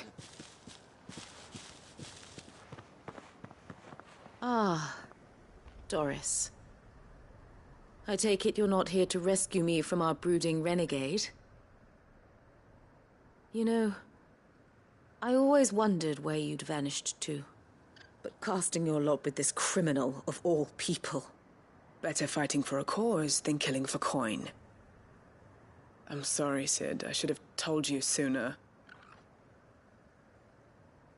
This woman, my former master, once trained bearer children to be weapons in service of the highest bidder.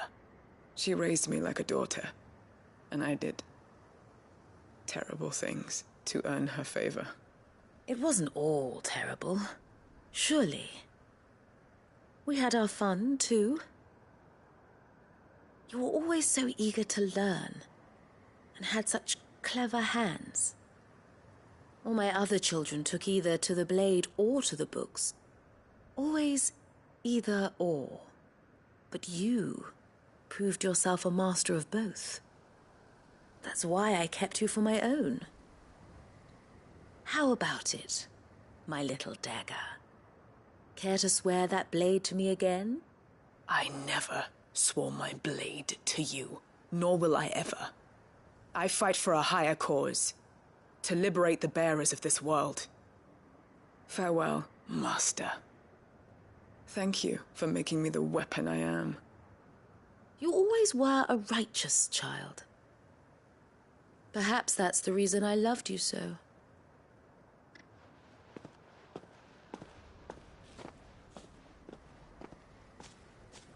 What do you want to do with her? I am not the killer she wanted me to be.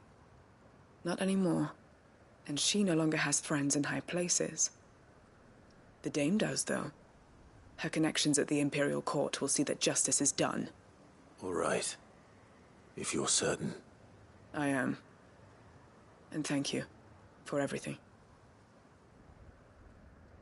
Now, I better let these bearers know that they're safe.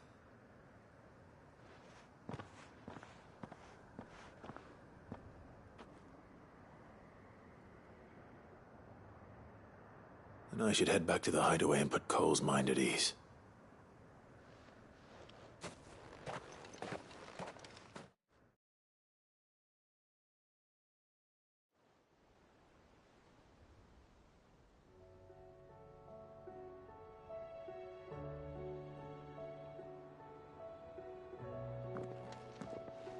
Welcome back, Cid. Doris's message just arrived. I hear you saved more bearers from being smuggled across the border. With any luck, they'll be joining us in the hideaway shortly. Oh, and your letter. You don't need to worry about Doris anymore. I'd been hoping as much. She mentioned one or two things in her report. So the slaver we'd been chasing all these months was her former master. Wish I'd known. She's been arrested, by the way, over in Sanbreque. Went quietly, or so we're told. And she won't be getting off lightly. The Empire may have no love for bearers, but it's none too fond of black market traders either. Can't have been easy for Doris. I'm sure it wasn't. But don't worry. She'll be all right. I hope so. Suppose you should know, eh? You had quite the past yourself before you came here, or so I understand. Anyway, thanks again, Cid. The Cursebreakers would be lost without Doris. And you, of course. Keep up the good work, Cole.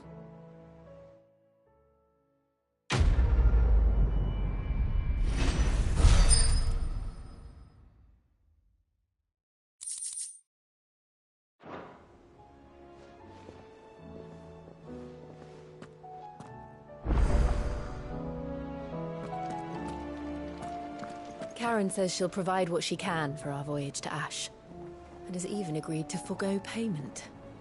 Until our return, that is. Come back.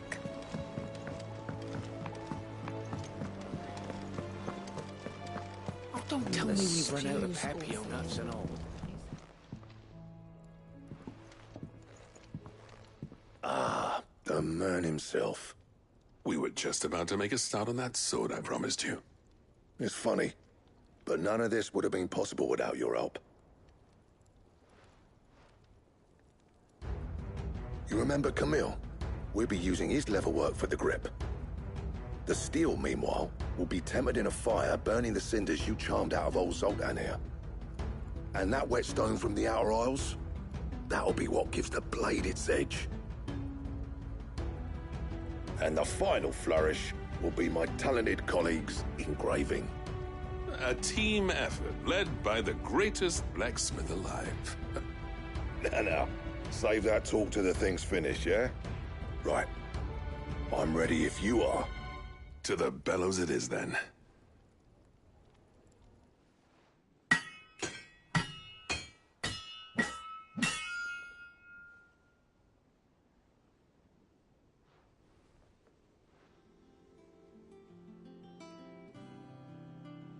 Well, bugger me. We actually did it.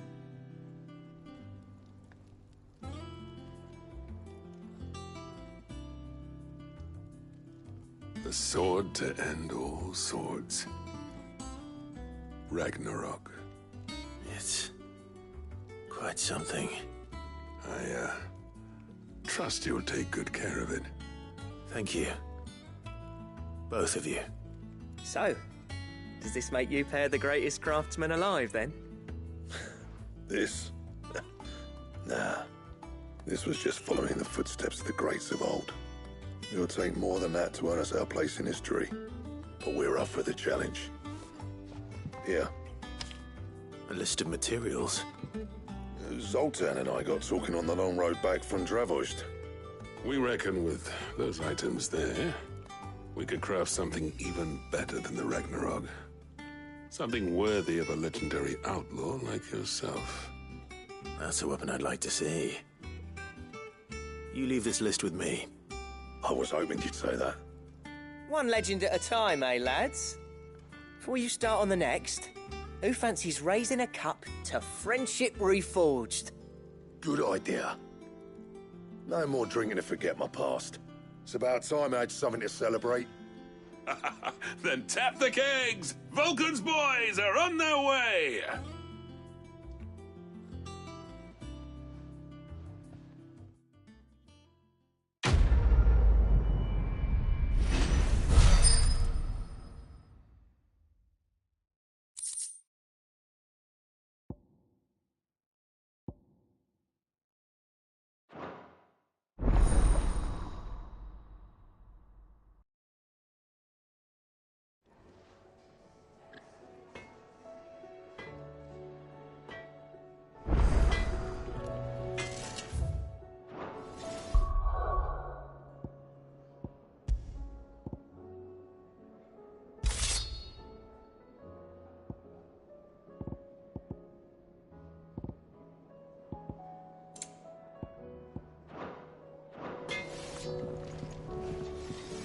What do I owe the honor?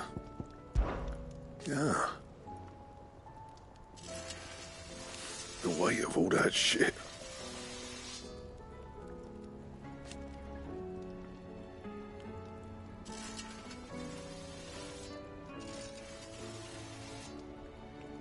Clever girl, that one.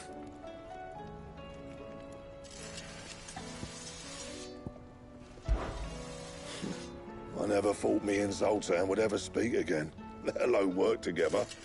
And if it hadn't been for you, we wouldn't. You've been a good friend to me, Clive. The best. What do you want?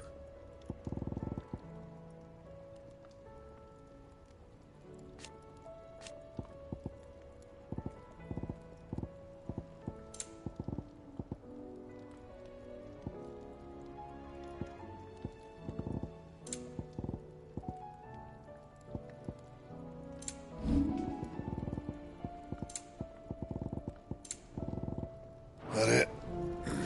Fine.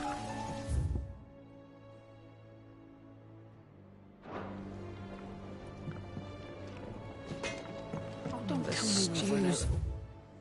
Pretty thin these days.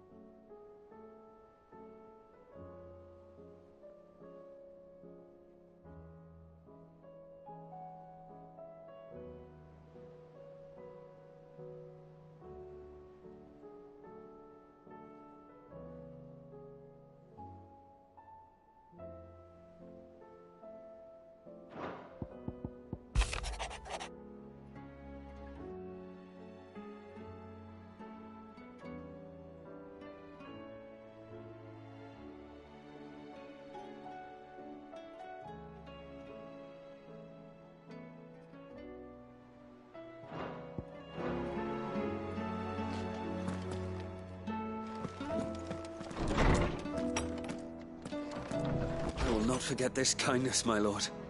I shall go to Eastport, but as soon as the rebuilding work is complete, I promise to return.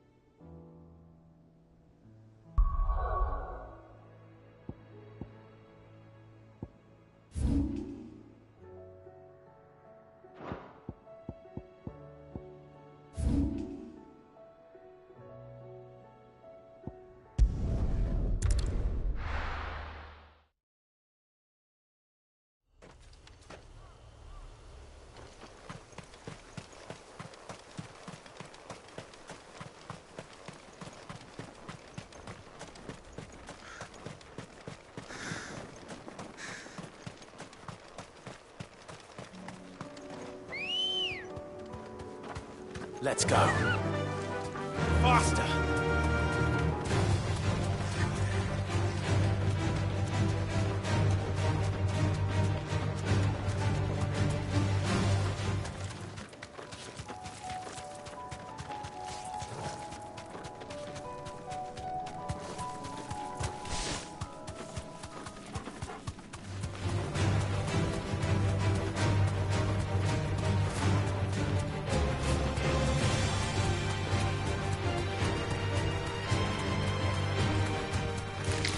Time to fight.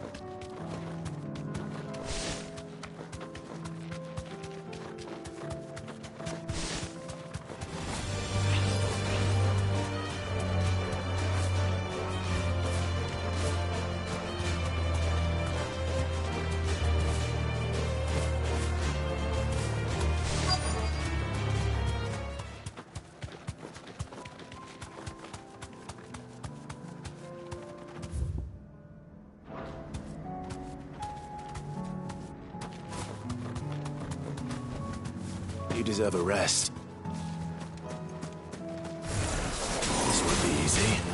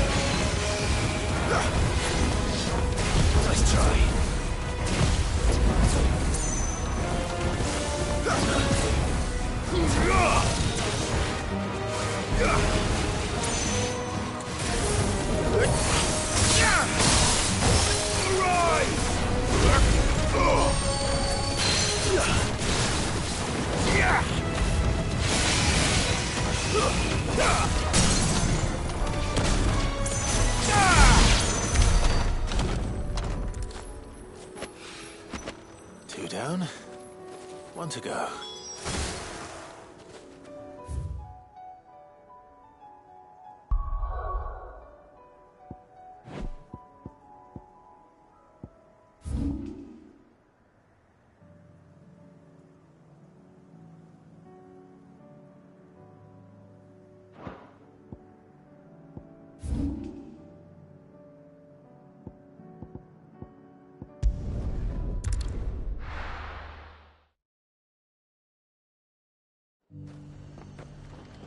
The High Cardinal. The Dominion's all but done for. Was that shouting I heard from the barracks?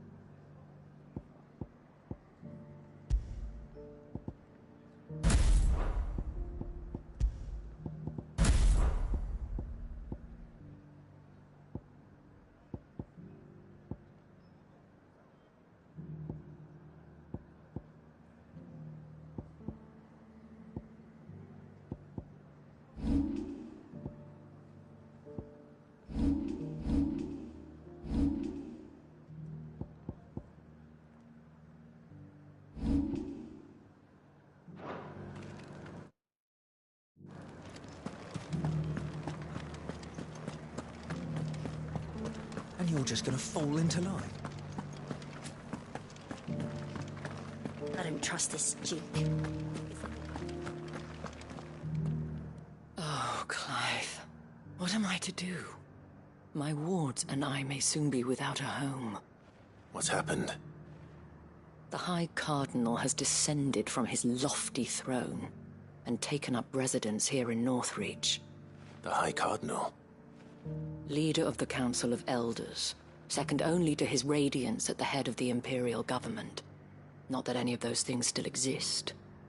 Now he goes by his noble title, the Duke of Oriflamme. And what does he want with Northreach? He wants to transform it into a military stronghold, a foundation upon which to build a new Sambrec. He's already secured the support of the various army remnants, with promises that they shall be afforded the respect they deserve in his empire. One built on the confiscated property of the people.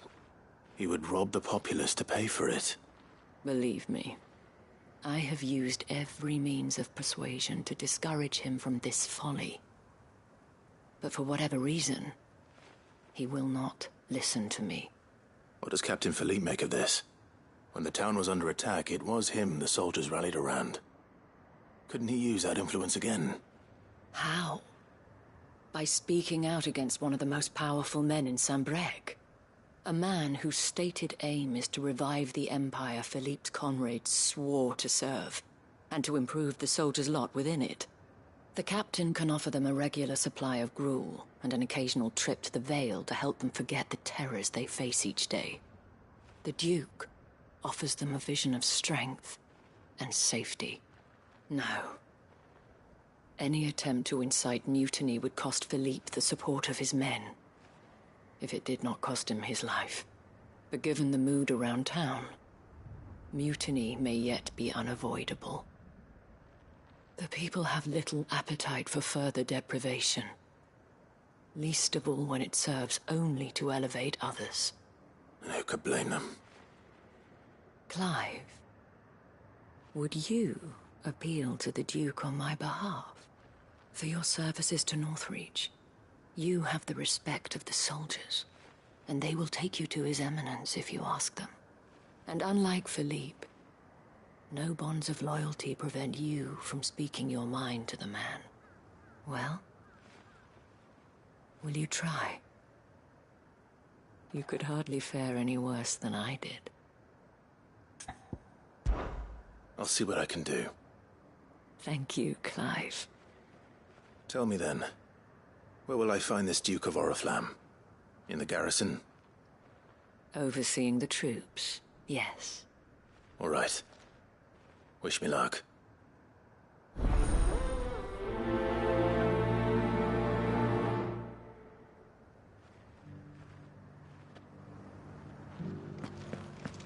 I may have met this Duke before, at the Remembrance Ceremony. Let's hope I didn't make a strong impression. It's not only control of the garrison. We already have a leader in the Dane.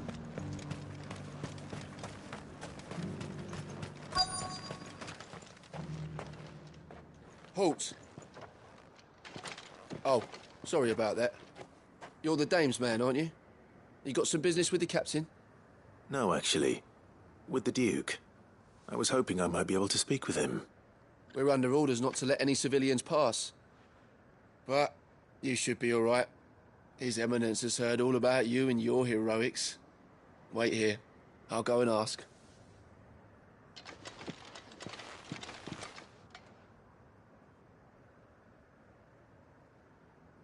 So, you are the sellsword who lent his aid to the garrison. The Empire owes you a debt, and I shall see it repaid. But tell me, is it wealth that you seek, or favor? Neither, Your Eminence. I thought only to inquire about your plan to turn Northreach into a stronghold. Ah, I see. You are worried the expanded garrison will render your services redundant. Yet you needn't be. A proud fighting man like yourself shall always have a place here. Pride of place, in fact. For too long has the contribution of the noble soldier been under-reckoned. But no more. For it is they who shall see the Holy Empire rebuilt, beginning right here in Northreach. Why here, Your Eminence? The town has been fortunate enough to escape largely unscathed from the recent troubles. Her defenses are sound, and her garrison well prepared. Which is more than can be said for Oriflamme or Twinside. The Empire wants for a capital, and I believe Northreach to be the perfect place. With Caer Norvent as her citadel. Once we have seen to the refortification of both the town and the castle, we need only build a wall around both to create a city that would be the envy of the twins. Plans are already underway for the construction. Soon enough, these thralls shall learn that they are no match for the might of Sanbreque. I fear you underestimate how dangerous these creatures are, Your Eminence. Should they return in force, you will need all the people of Northreach to come together in defense of the town. Something they may be loath to do if they've been deprived of their worldly goods. The people will do as their leaders command. If Sanbreque is to be rebuilt, she will require a functioning government. One whose authority is beyond question. That is why this levy is necessary. So that any man who wishes to join the army might do so and be fed, outfitted, and paid as befits a defender of the Empire. And yet there are those who persist in peddling the treasonous lie that I seek to steal from the people and drive them from their homes. I suspect they're afraid of losing what little they have left. Precisely. The common folk have little and less, and you mean to deprive them of even that. You would sow the seeds of your new empire in your own salted earth. Sabine, we have discussed this. Yes, and I told you then how putting the empire before her citizens would lead only to revolt. Without an empire, there are no citizens. And in yours, there will be only beggars. Is that what Griga wills for her people? Do not take her name in vain, Sabine. I'll come back later. A citizens' revolt. I wonder what the people really think of the Duke's plan. It wouldn't hurt to ask them, I suppose. Let's begin with those on the other side of the wall.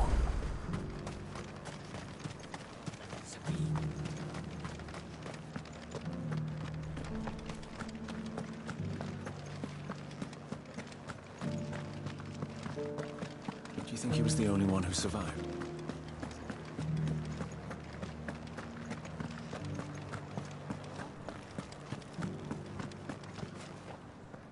All right there. What is it you're after, sir? Just your opinion, actually. I wondered what you thought of the Duke of Oriflamme. Oh, him. Not much. None of us traders do.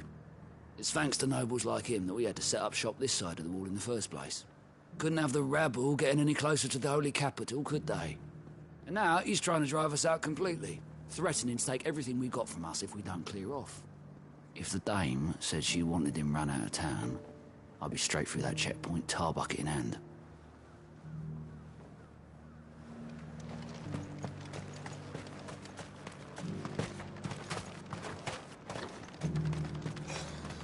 What do you think? A question, if you don't mind. What do you think of the Duke of Oriflamme? Don't get me started. You build a life for yourself somewhere, only for some noble to turn up and tell you got to hand it all over to him. If he thinks his name and his chains give him the right to empty our purses, he's in for a rude awakening. We'll do whatever it takes to keep what's ours. Whatever it takes. The garrison salvaged what they could from the Sell anything today? I've been hearing a lot of talk about a certain Duke. Nothing good, I'll wager. Going around acting like he owns the place. And with hardly a word to the dame. This is her town, not his. I take it you'd rather she was in charge. As far as I'm concerned, she still is. Just need his eminence to sod off back to Oriflamme. Well, the people seem united enough. What about the soldiers? Was that shouting I heard from the barracks? Do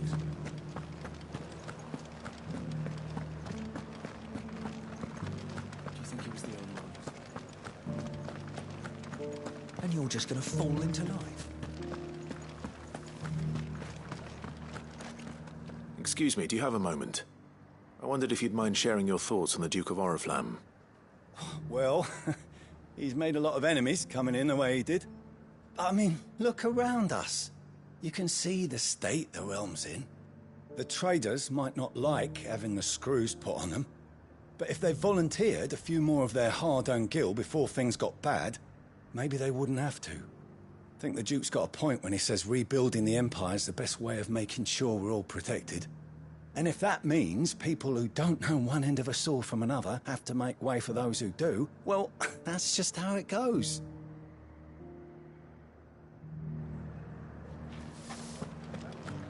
It's not only control of the garrison he wants, it's the... We already have a leader in the Dame. One at a time now. There's enough. You're the one who's talking to His Eminence. On the Dame's behalf, yes. I was trying to persuade him not to take the people's goodwill for granted, but it seems my words fell on deaf ears. What do you think of his plans? I'm a soldier, mate. He tells me what to do, not the other way round. Listen, I've got nothing but respect for the Dame, but I've got a family to look after. That's where my loyalties lie, not with the town or the Empire, but with my wife and children. If the Duke can get us the men and the equipment we need to fight off those blue-skinned bastards, I don't care how he does it.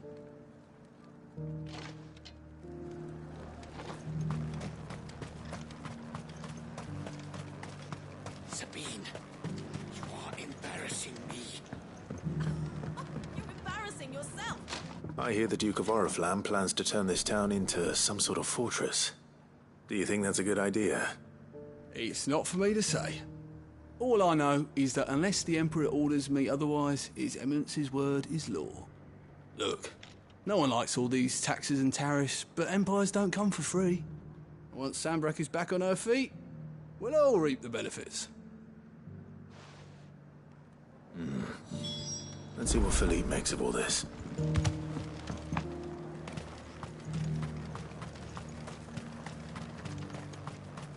A whole day to dry some...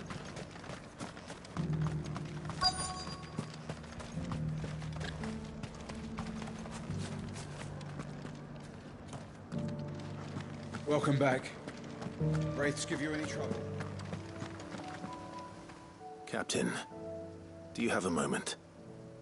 For you? Certainly. Clive, wasn't it? Thank you for last time. How can I help you? I wanted to ask you about the Duke of Oriflamme. Do you intend to go along with his plan?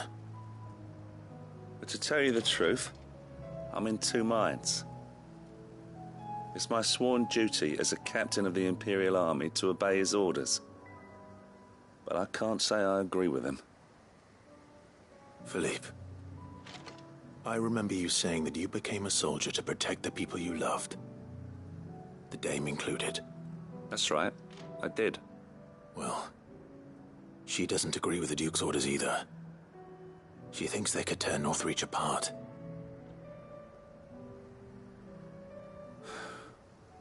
And she's probably right. Thank you, Clive. I know what I need to do now. Protecting the people I love is what matters. Doesn't matter how. Well, duty calls, so I better go. Thanks again.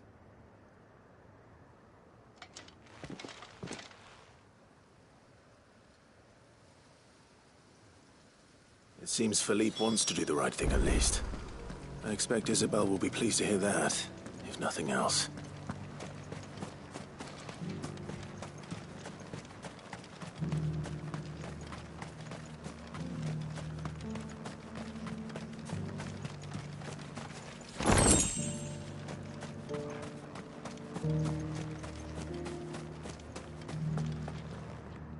Ah, Clive. How did you fare? Were you able to speak with the Duke? I was, but...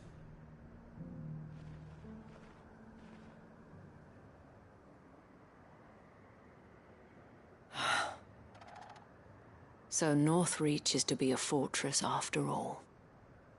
Well, it will certainly help to hold back the thralls. There's no denying that. Though I doubt it will come as much consolation to the townspeople whose worldly goods are confiscated to pay for it. They deserve to be heard, Clive. To have a say in this new empire the Duke means to build. Sadly, His Eminence values their obedience more than their opinions, and hopes to reassert the authority of the state. I fear he sees the people as mere pawns on his chessboard to be sacrificed for the greater good. Needless to say, they themselves are of a different opinion, and would rather their destinies were in your hands. The soldiers, meanwhile, are content to follow their orders. And not just because of the Duke's rank, but because of his vision. I thought as much. Had I sworn to protect Sanbreque, I dare say I too would want nothing more than to see it rise from the ashes. Thank you for trying. But the battle is lost. I don't know about that. What happened to your uniform? I handed it in, along with my resignation. Told the lads I wished them well, but that I owe it to those I love to call it a day. But why? Because I realize what really matters to me. Not following some nobleman's orders for the sake of it, but protecting what I care about. Protecting Northreach. I honestly don't know when those monsters will return, but I'm certain they're not finished with us yet. And when they do come back, we need to be ready for them. We need to stand together, all of us. And with you to lead us, milady, I reckon we can do it. It was you who finally convinced me, Clive. There's no point following orders if they go against everything you believe. Indeed. All of us, standing together. That has always been Northreach's best hope, and one which still lies within our grasp. We have only to turn our attentions to the true enemy. Thank you, Philippe, for showing me what I must do. Anything for you, milady. Speaking of standing together, would you mind if I borrowed a few of the lads from the Vale to help keep watch around the town? I fear His Eminence has loftier tasks in mind for the guard. Not at all. Be my guest. Wouldn't be the first time.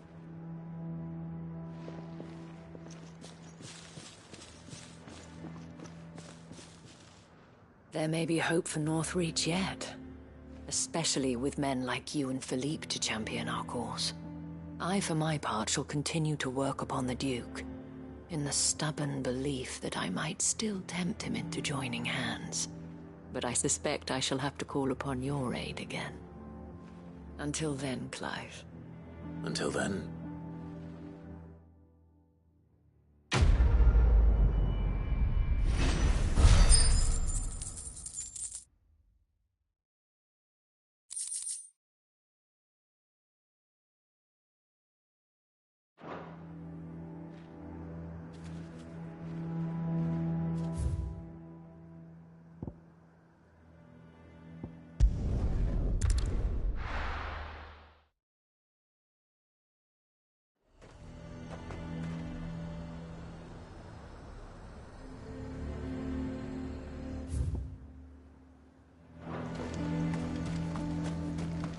He'd have our coin, our stock, and our store.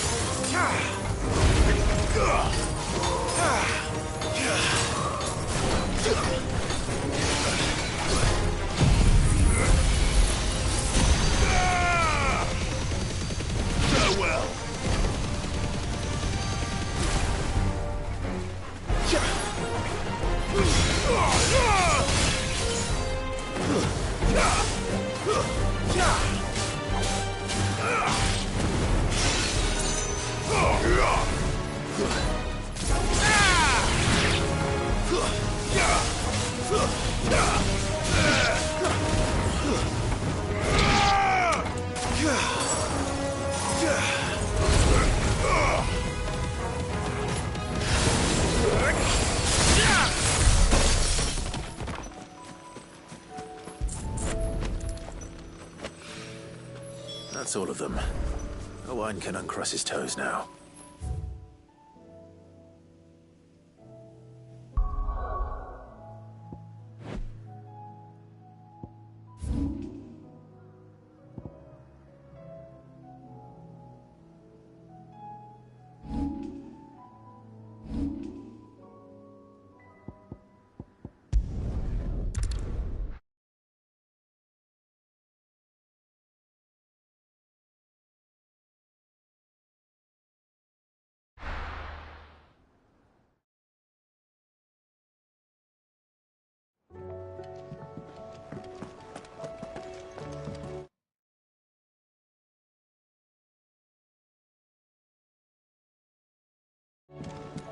come back.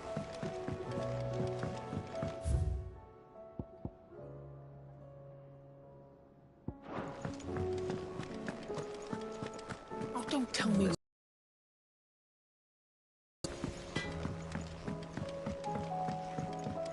Have you tried Molly's lemon tarts?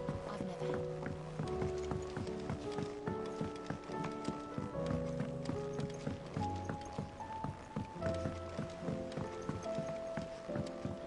Canva lost. Miss, can we read Miss Editor's story for our lesson?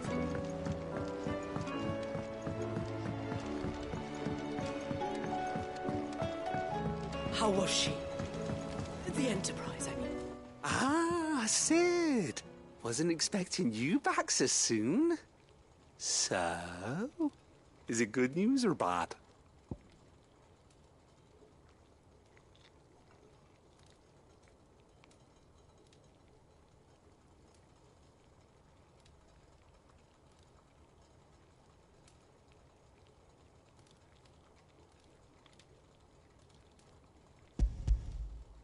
Good, thankfully. Here. That's brilliant! Thanks a blimmin' million! I'll fit 'em to the smelter right away!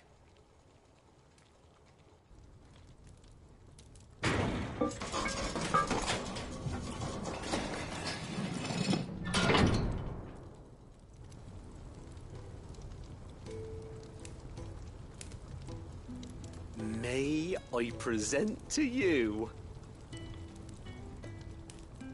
the Telemon Furnace! Ain't bad, is she? She's a beauty. You saved my bacon again, Sid, and I ain't about to let your good deed go unrewarded. It's fine, really. My bag's flexible enough already. Oh, don't say that. I'm sure I can make a few improvements to it yet. You could just buy me a bigger... How about that clasp? Looks a bit stiff. Reckon you could loosen it up and make some more room? And I reckon I know how. With a new alloy we've been working on. The Telemon Furnace was just what we needed to perfect it. It's a metal, see? So it's lovely and strong, but it's also, well, stretchy, if you can believe it. Stretchy metal. Well, if you insist. That is the spirit.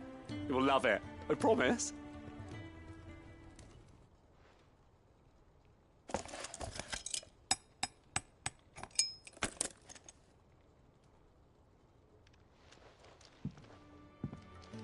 So, what do you reckon? It's actually quite ingenious. Thank you, Owain. Shh, don't mention it. You earned it. And I wanted to get some practice in using that metal anyway. Reckon we'll have all kinds of uses for it around the hideaway. Can't think of any right now, but that's our job, innit? Dreaming up new ways to make life easier around here. Maybe even out there, too.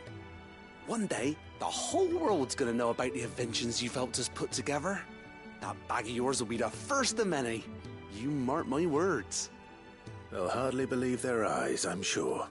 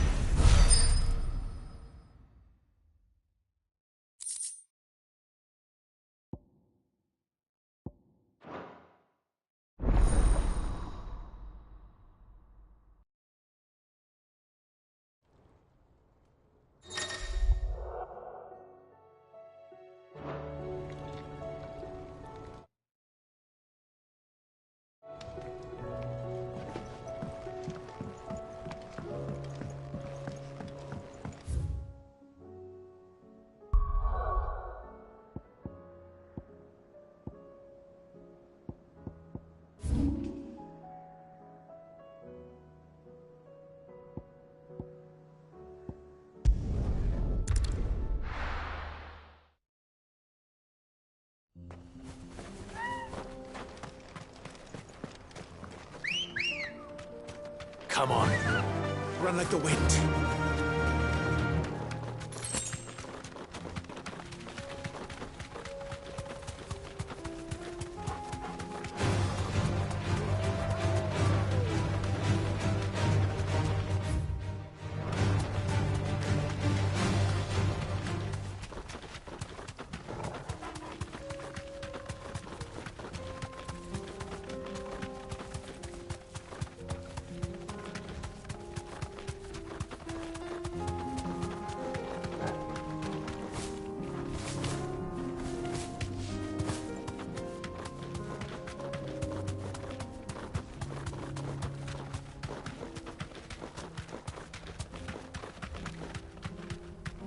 Be safe.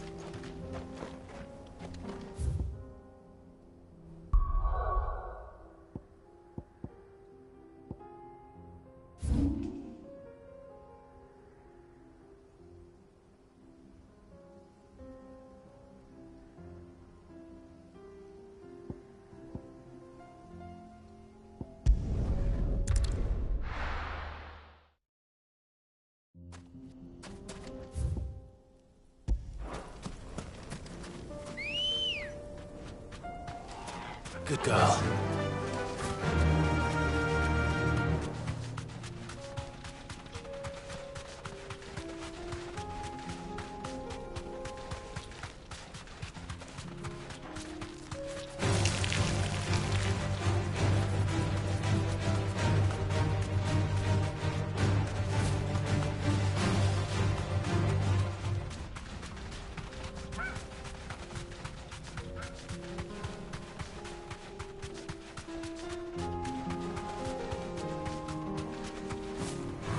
All right.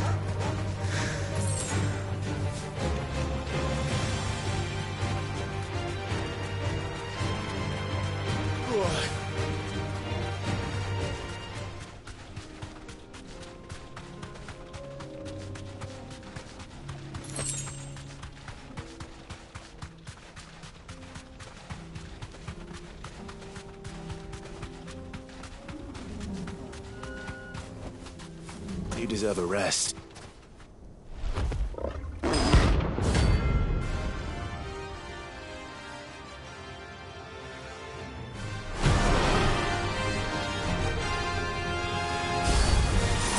We're not gonna outrun this one. Stay close, Torgal.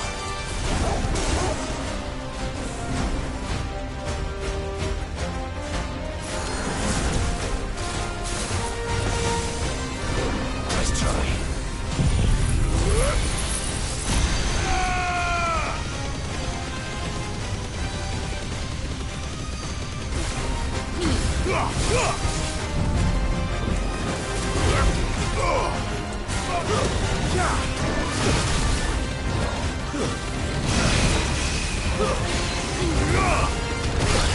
There's a good boy.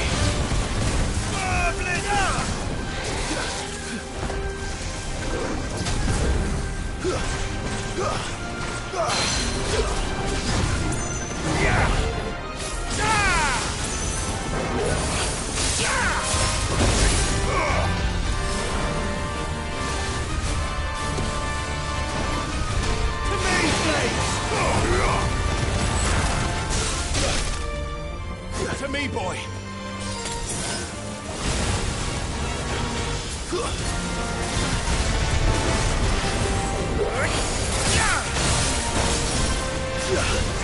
Thanks, boy.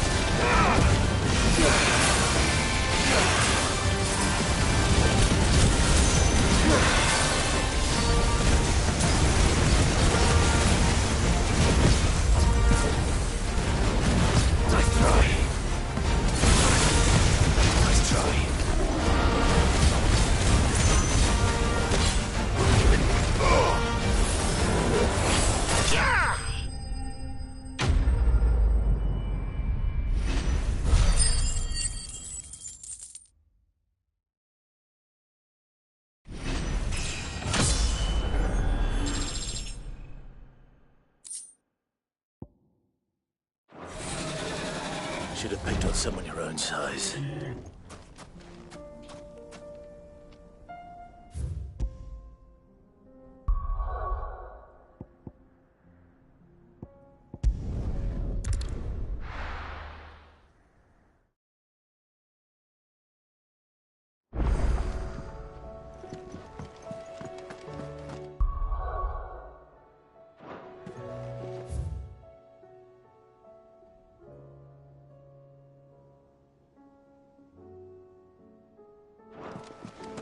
Covered in nicks and lumps.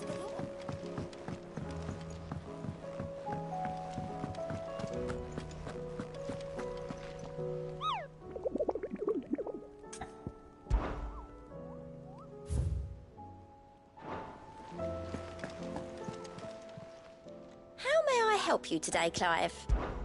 Come to claim your just desserts?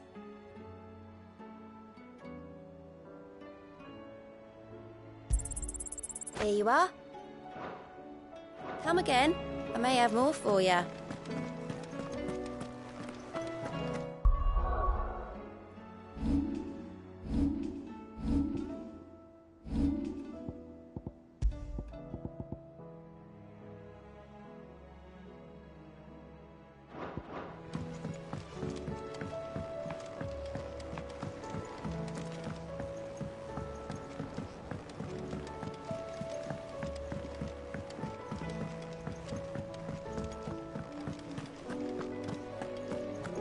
The stew's awfully thin these days. Trouble with your gear, or the sound of ringing still?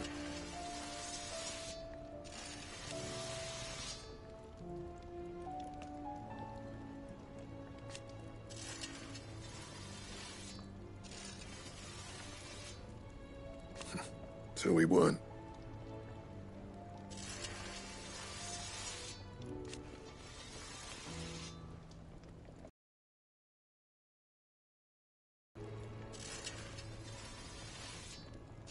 Who knows?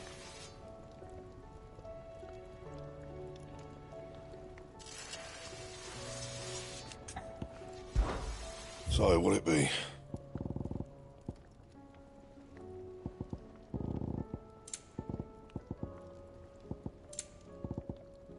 Anything else?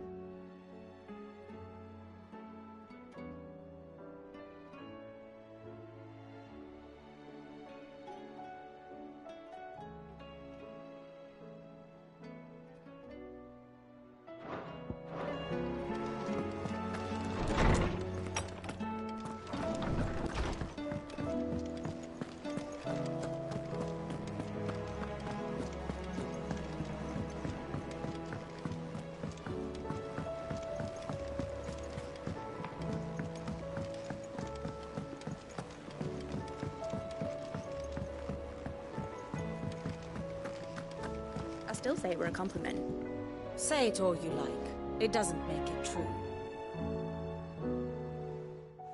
Ah, Clive. I was wondering when you'd arrive.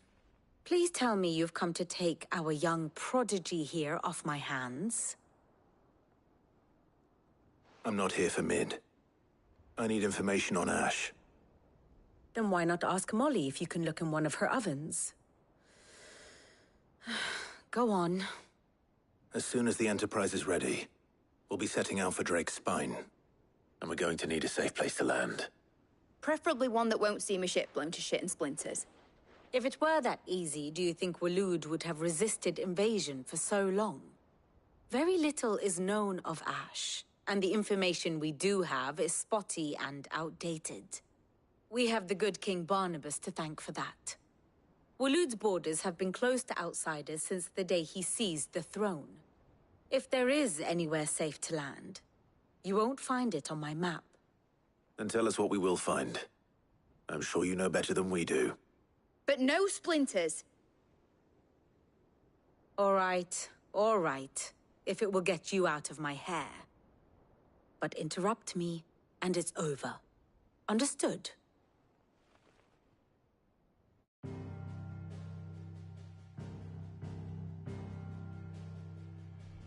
Barnabas Tham. The one they call the Last King. Understand him, and you will understand the kingdom of Waloed. Barnabas was only a boy when he arrived from beyond the southern seas, and barely a man before he united the ragged tribes of Ash. And having unleashed them upon the formidable Veldamark, he set his throne upon the ancient kingdom's ruins. The victory sent shockwaves around Valisthea, tales of Odin's might spreading through every court, parlor, and drinking hole in the realm. Note that this was in the year 843, and that the king still sits upon his throne some 40 years later, quite untouched by time. Waloed's recent inaction left many wondering if Odin had lost his appetite for war. And yet here we are. The Einherjar was committed to the fray, a bold declaration of intent. Orcs swarm around Drake's Fang, and throngs of Akashic haunt Canvas streets. Though how precisely the havoc they wreak serves Waloed remains unclear. Regardless, if the order to attack truly came from King Barnabas, then one thing is certain. Waloed has achieved the impossible, and made bedfellows of beastmen and the ether-addled alike. All of which is a roundabout way of saying that you will be in unknown territory when you set foot on Ash. Much of the continent has already been lost to the Blight, and what few ports remain will be fiercely guarded. And that is to say naught of its natural defenses. Offshore currents will cast an ill-equipped ship out to sea one moment, and dash it against the rocks the next. But then the Enterprise is anything but ill-equipped, and Mid has made land there before. Now, if only there were someone with an intimate knowledge of the Shadow Coast, and where a daring gentleman might put ashore.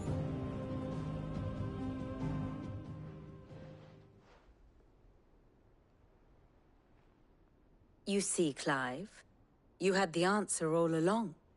Do you think you can get us back to that beach, Mid? Picked you up from it, didn't I? Not that it were easy. The currents were a right bastard. But then, if it wasn't hard, it wouldn't be worth doing, would it? Well said. Thank you, Lady Vivian. If a few morsels of common knowledge and a sprinkling of tavern talk are worthy of your thanks, I wonder what genuine intelligence might earn me. Probably more visits. Mid, I need everyone in the ale hall now. I'll fetch Joshua from the shelves. Aye, aye, Captain.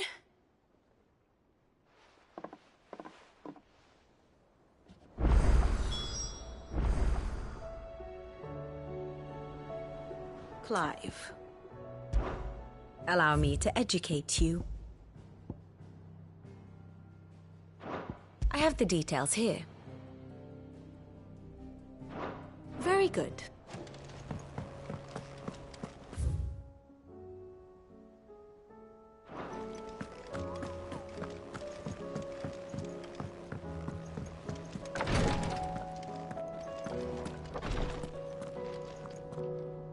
Clive, I wanted to give you something for the kindness you showed my mentor. What's this? A chest of all the medicines you're ever likely to need. Seeing as you're so reluctant to come to the infirmary, I thought you might as well take a part of the infirmary with you. I'm sure it will be very helpful indeed. And Taya, try not to work too hard. And work Rodrigue all the harder, you mean?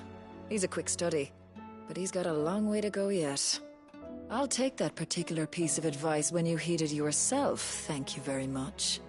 Besides, who else is going to see that your brother takes his medicine? Who indeed?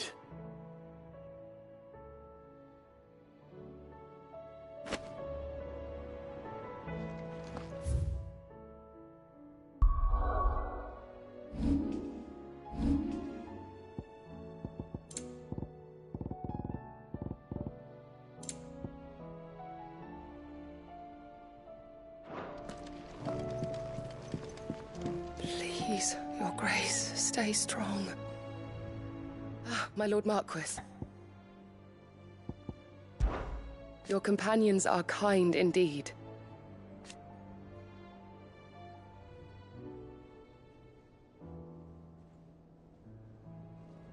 I must admit,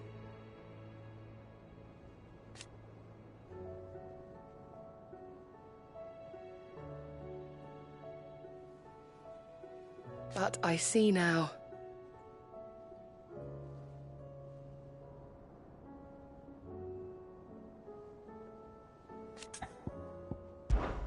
It was the greatest honor of my life.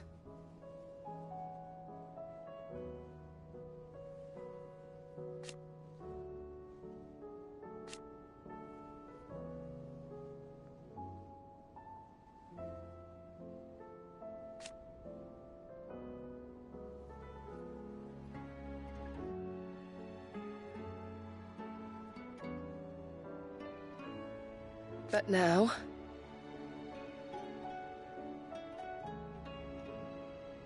so I bid you.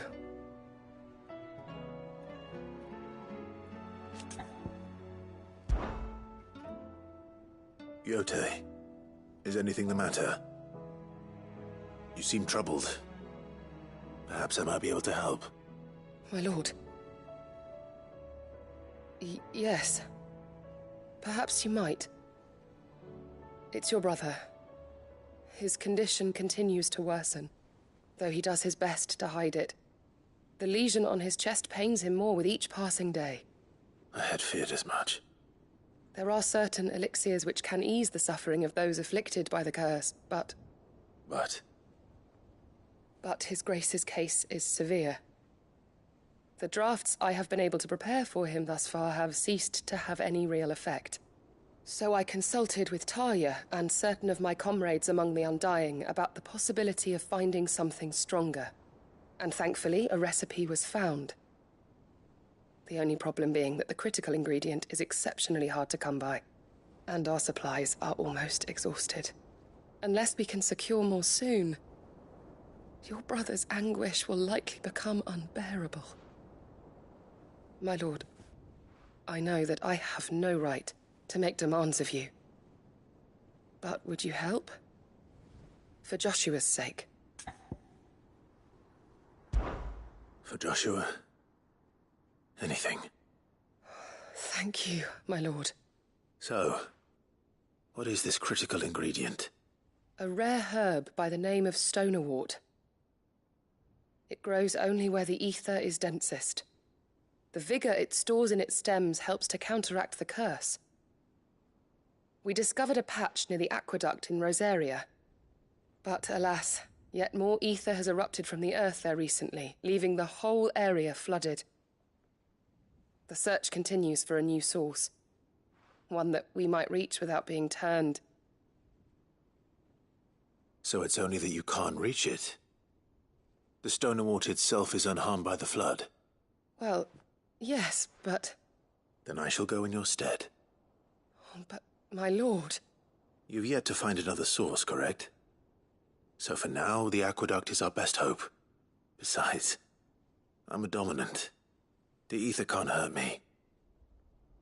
Well, if you're sure, my lord. Stonewort is easily identified by its blood-red blooms. Search around the aqueduct, and you're sure to find some soon enough. I shall remain here and prepare the other ingredients.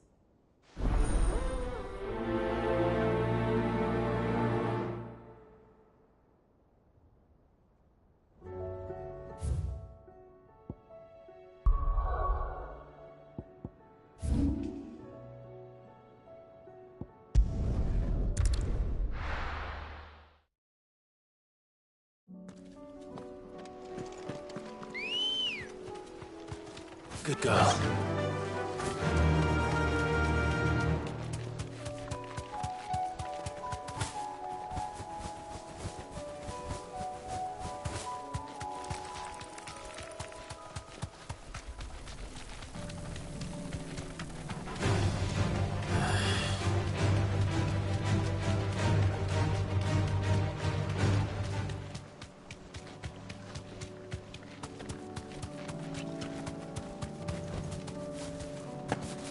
Here's the aqueduct. Now to find our Stonewort. Yotei mentioned...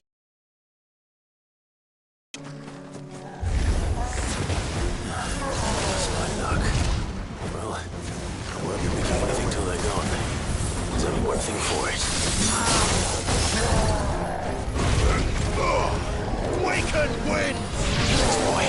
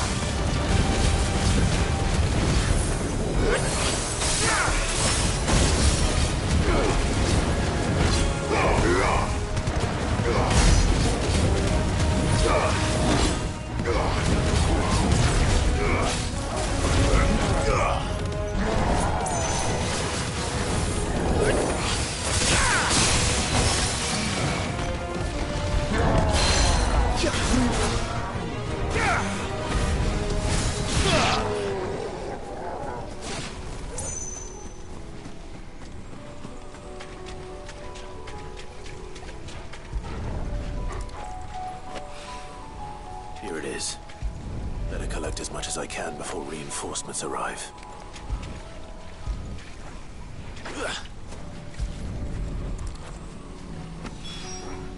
All right. That should do it. Let's get these back to Yotei.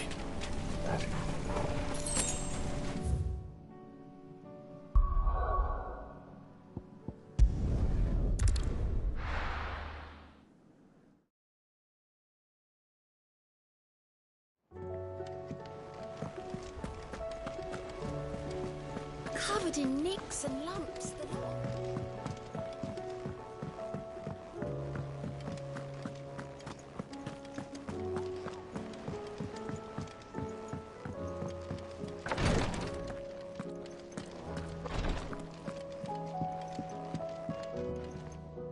Yotei, I brought back all the Stonewort I could find.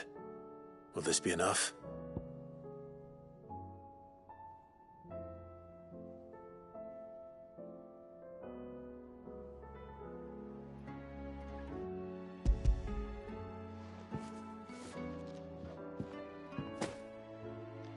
Yes, my lord. Thank you. I'm sure it will serve us until we can find another source. I'm very glad to hear it. You and His Grace are very much alike, you know. You think only of how you might help others, and never of the danger to yourselves.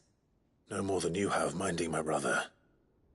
You've risked a lot for him, and I thank you for it. I am honored that you should say so. But I beg you, my lord, do not give too much of yourself for the sake of others. We could not afford to lose you. I'll keep that in mind.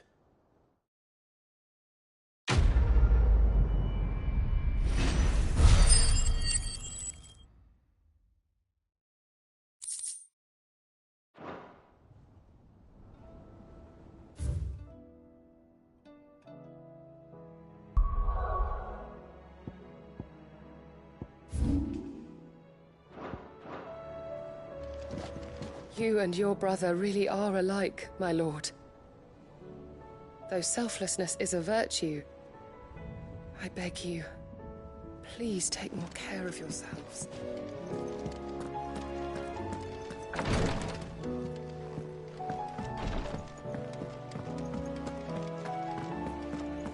How do you split the sea?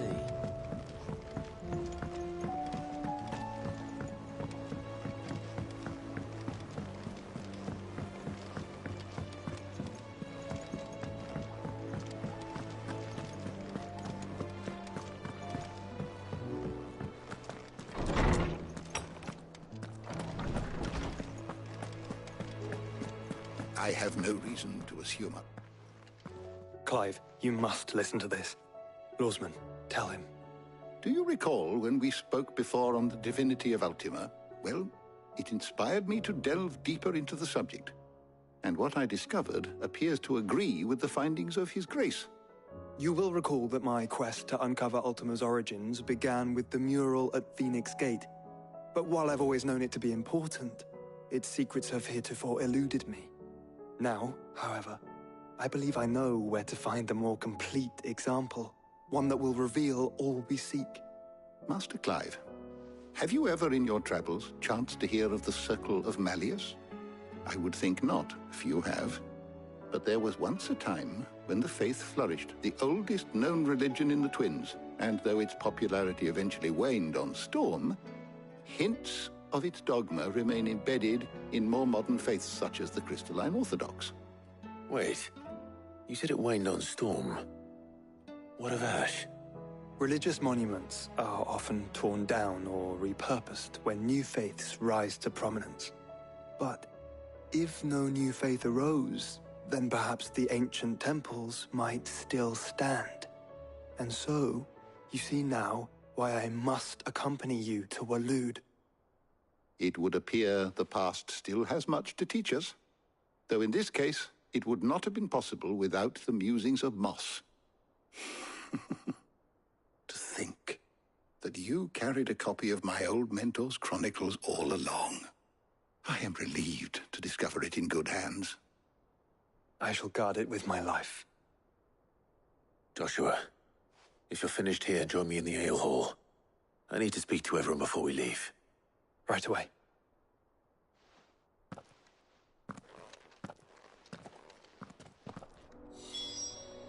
If it please your grace, might I one day borrow the chronicles? For a short while. Of course, Lawsman Hippocrates. You need but ask. Mid said I can ride the Enterprise next.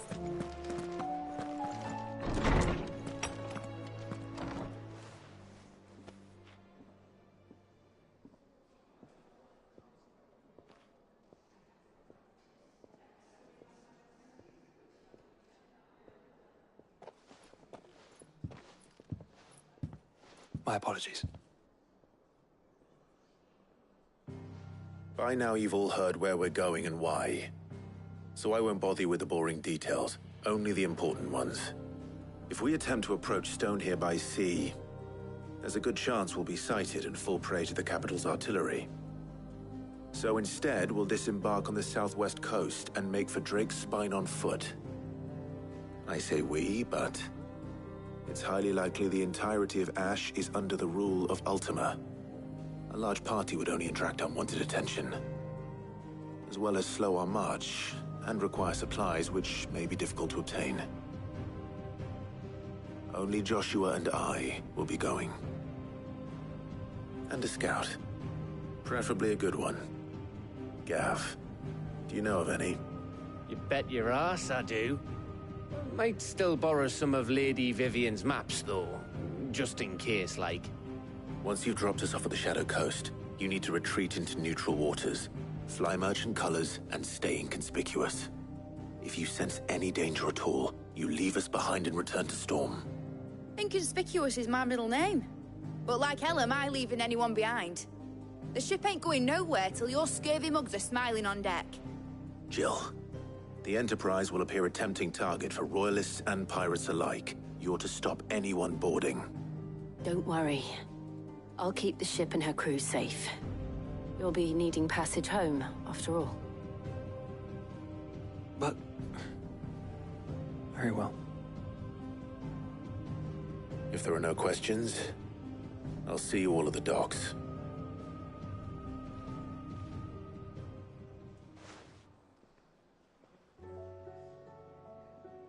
Let me know when you're leaving. I want a word before you go. Of course.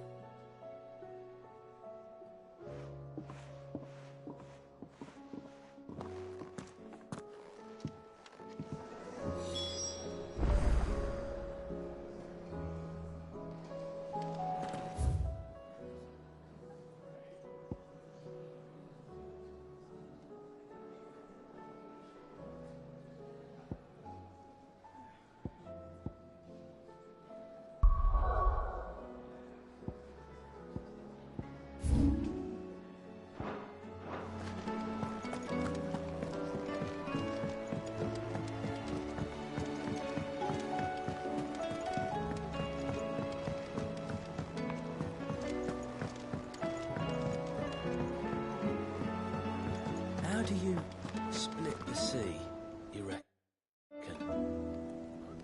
Is something wrong? Not at all.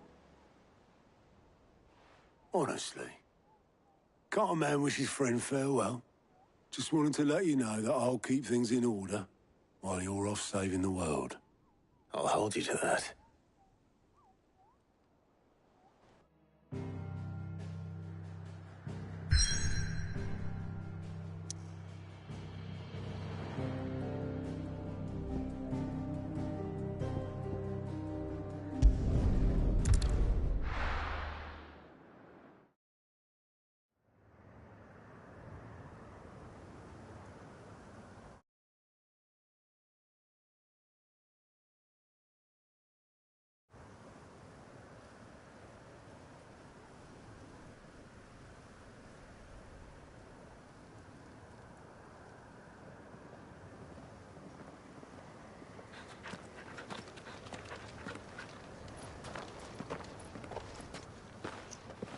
Reckon it'll be a long walk to the capital if we follow the cliffs.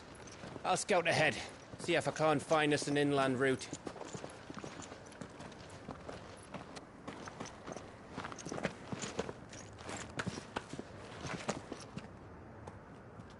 Clive.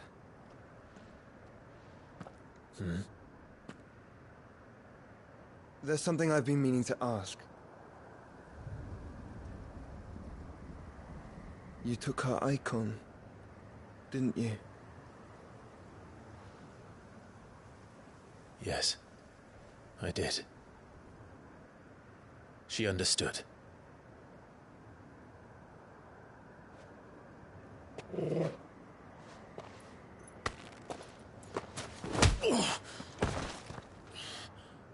Oh, she understood. Understood that you decided to save the world all on your own, and that you'd die without her power. How dare you make her choose? You knew damn well she'd never refuse you. But I will. You can't keep pushing us away, Clive. The world is ours to save, not yours.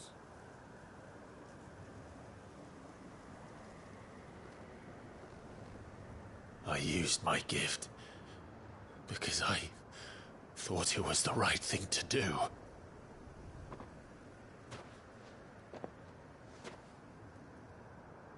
And you truly believe this will save you? Will save us all? I do.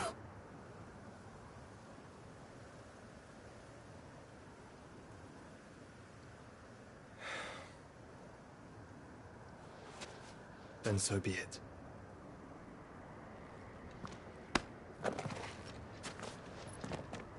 Just don't forget, you're not alone.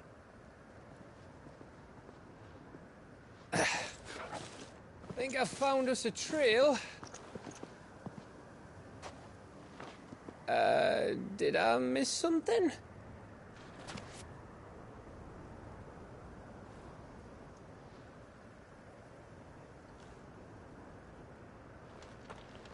Only that Joshua didn't. I don't get it.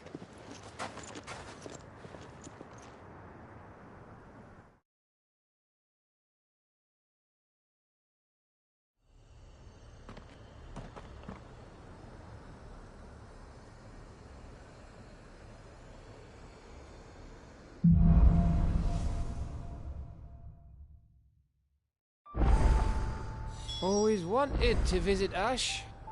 We're in Waluda territory now. Don't expect a warm welcome. Oh, I don't know, Clive. That castle over there looks inviting enough. Shall we sample its inhabitants' hospitality?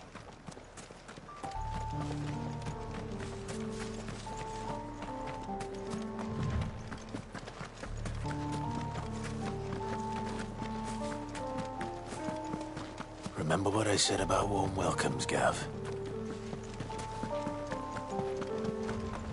Oh, this place is as dead as Greagor's ghost.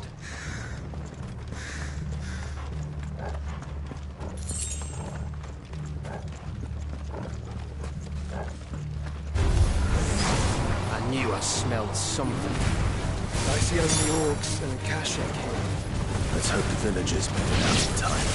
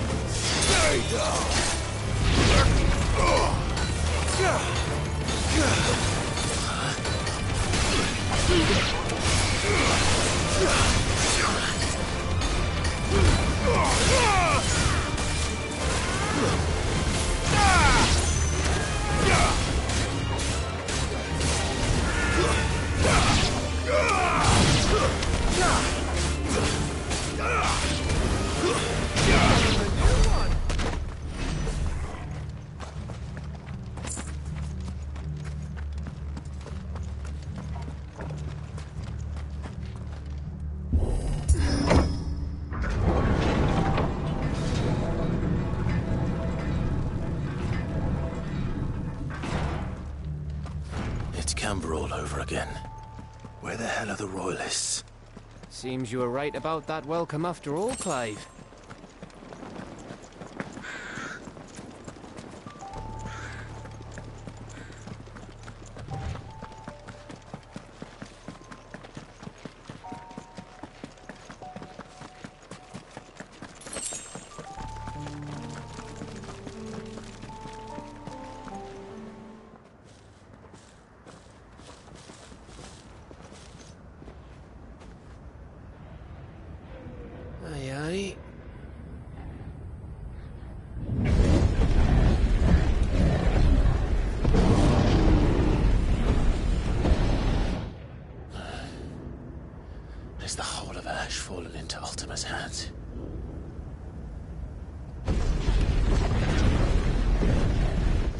Guess no peace delegation. We should send a warning to the others. No. My uncle will have an eye on the coast. I trust he'll find a way to entertain any uninvited guests. Our mark is Drake's Spine, and there's a lot of road between us and it. We press on to Stonehere. Aye, you never know. It might not be a nest of slathering monsters.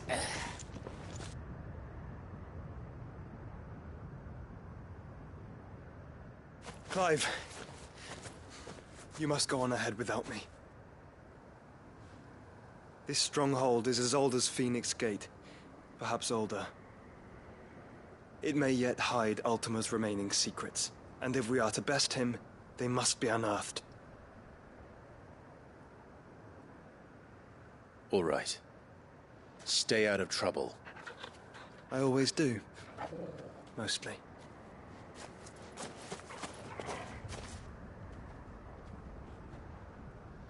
You sure about this? About leaving my brother on his own. Of course. Mostly.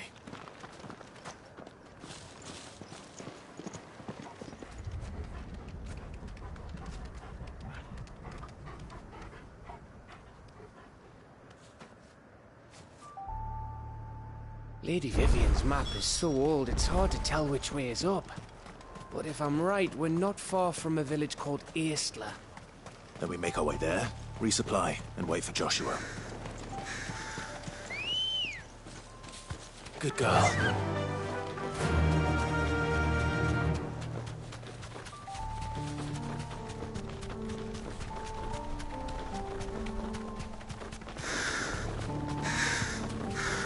Ugh, this place reeks like a mobile's arsehole. Though I'm guessing it's not the smell that'll kill us.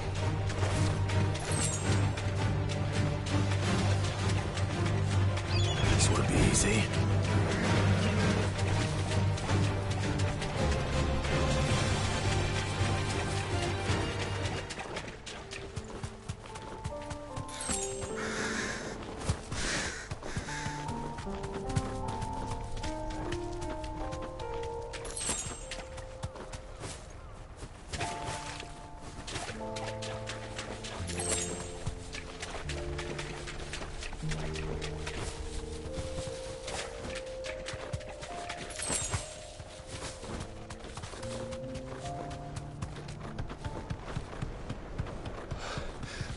Bahamut's breath. Don't look down, Torgal.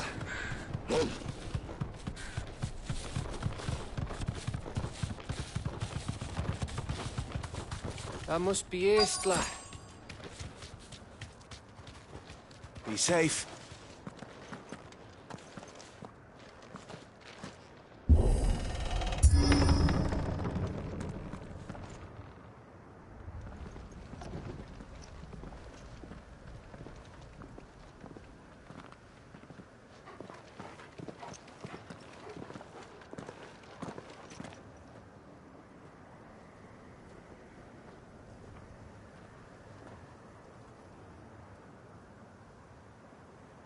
What do you think, Clive? Then we're too late.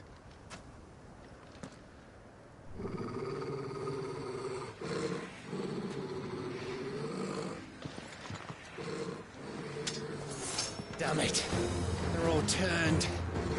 There's nothing we can do. I wouldn't say nothing. No quarter gap! No quarter! Farewell!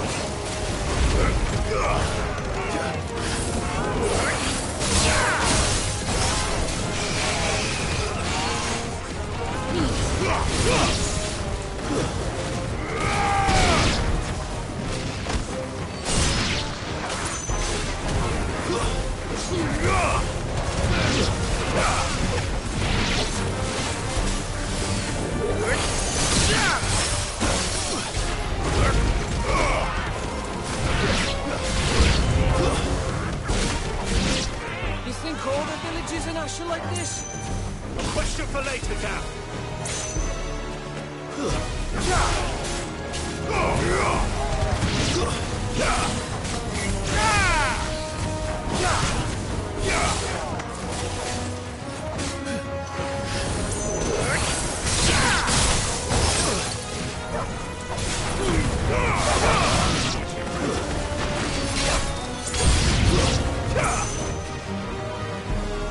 come! And come, and come, and come.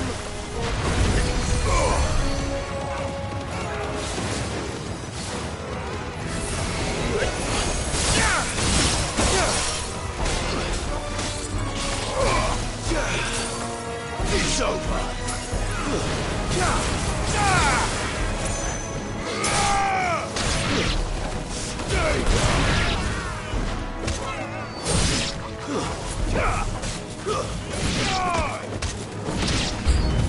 I don't want to die here, Clive. Then don't!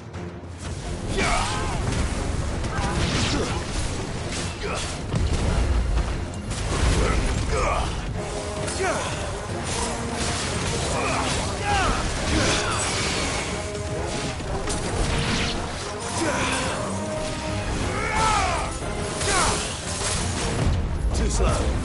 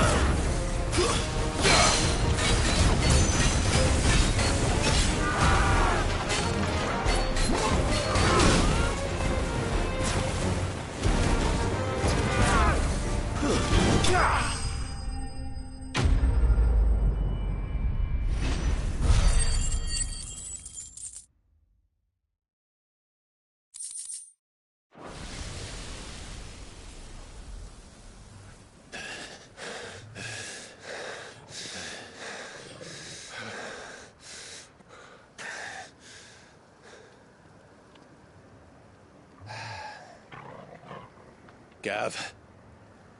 Gav! Don't tell me there's more of the bastards. Oh, fuck.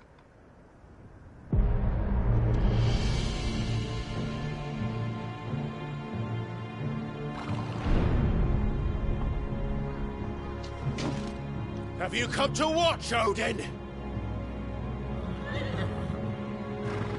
Bound for Stonehill.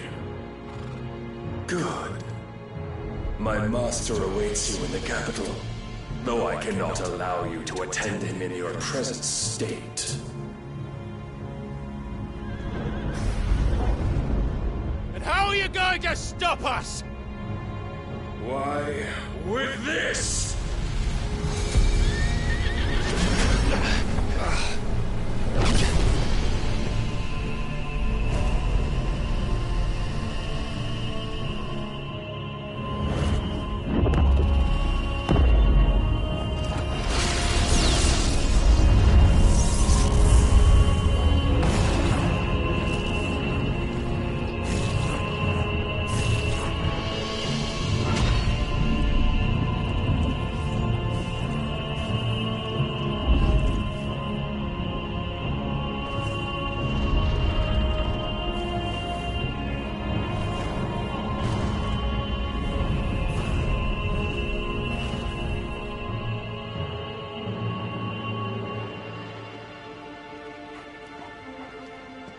What did you do?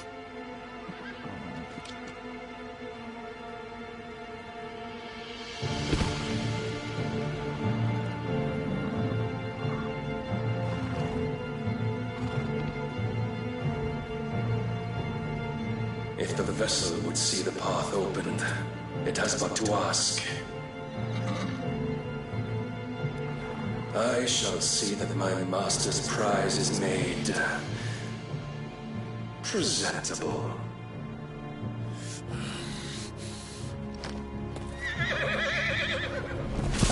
Shit! No!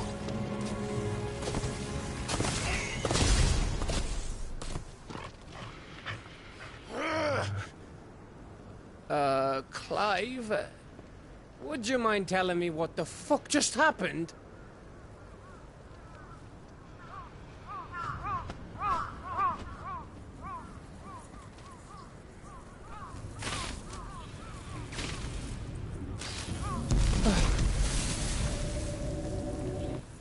Oh, you've got to be. How are we supposed to get through that? We seek an audience with the king. If His Majesty wants me to come and ask him, then that is exactly what I'll do. Before you go practicing your petition, we don't even know where the fucker went. How about we cool our heads and think this through, eh?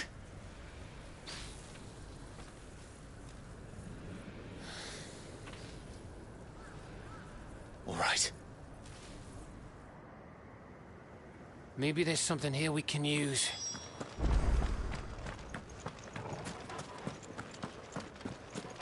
I thought we got them all. So did I.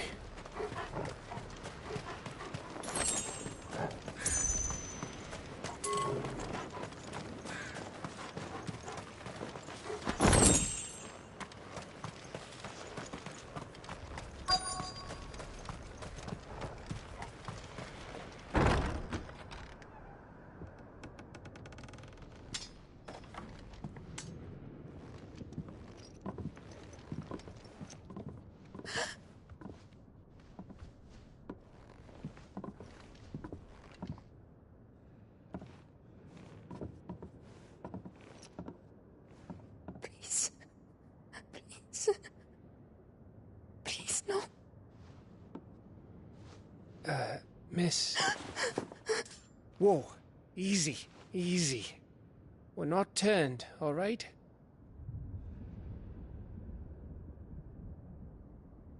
Who?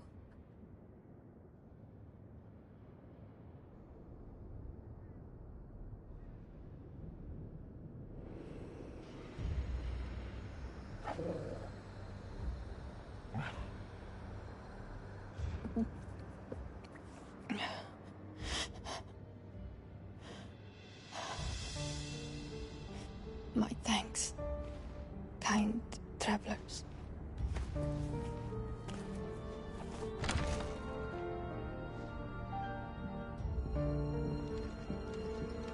Edda, forgive me for asking, but what went on here?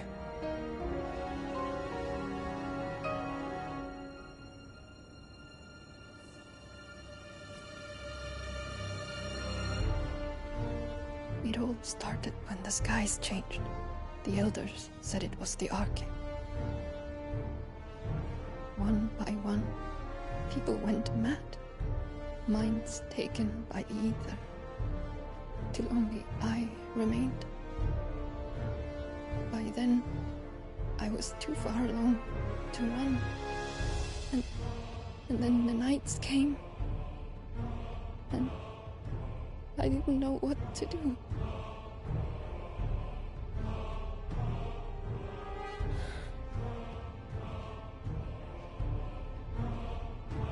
And this, Arche is...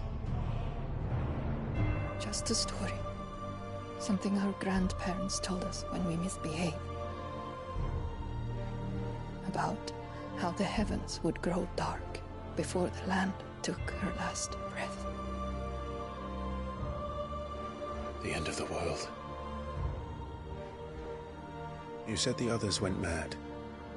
But where did they go?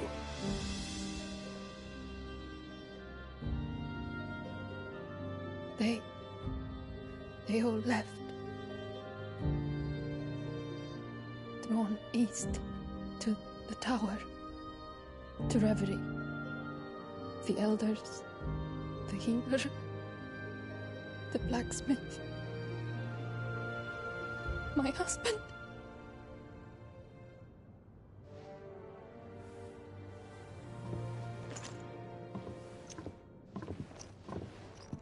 You thinking he did this? Of course. Who else could it be? You saw what he did to the people. But then what about her? How come her nut hasn't cracked? The baby, perhaps? Could be protecting her from the ether. I can't think of any other explanation. You mean... it's a bearer? It won't matter what it is once Ultima's magic takes hold. Time's running out.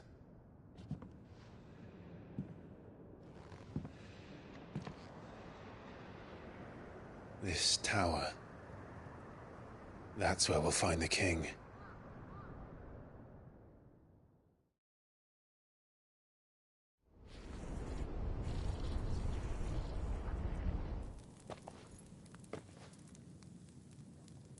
I knew it. It's the same as Phoenix Gate.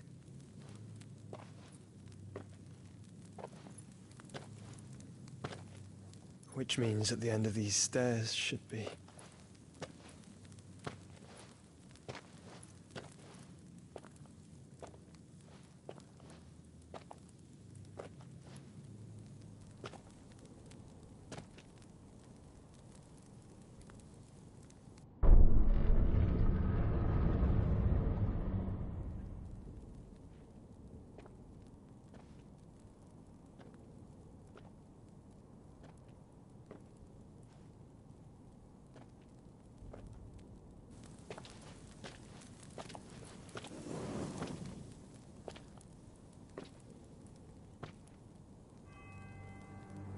The mural is complete.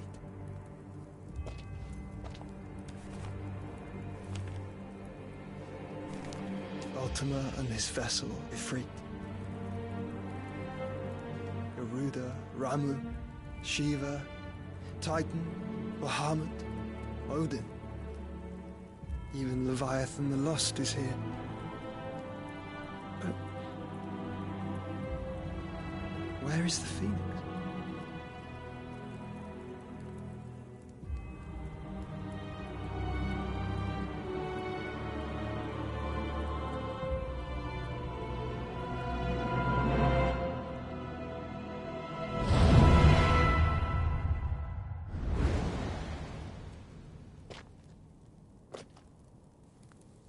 By the Founder.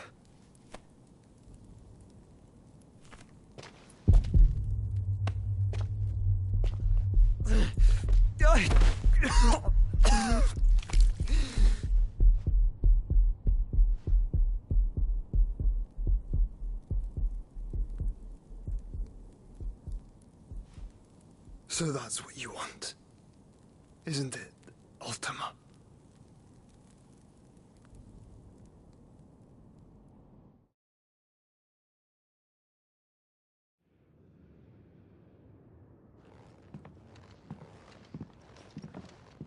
So that's how it's gonna be then? I'm not asking, Gav. I need you to stay with Edda. What? I must do this alone. If I don't return, you're to find Joshua and make for the Enterprise. Understood? Aye.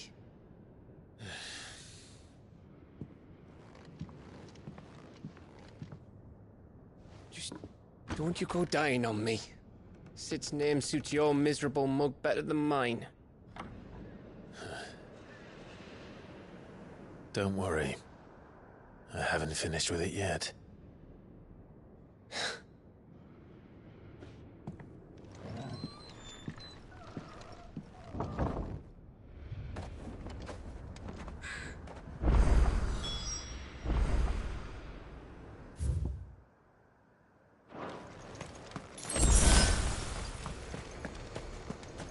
If Barnabas is controlling the Akashic, then wherever he goes, they'll follow. And so will I.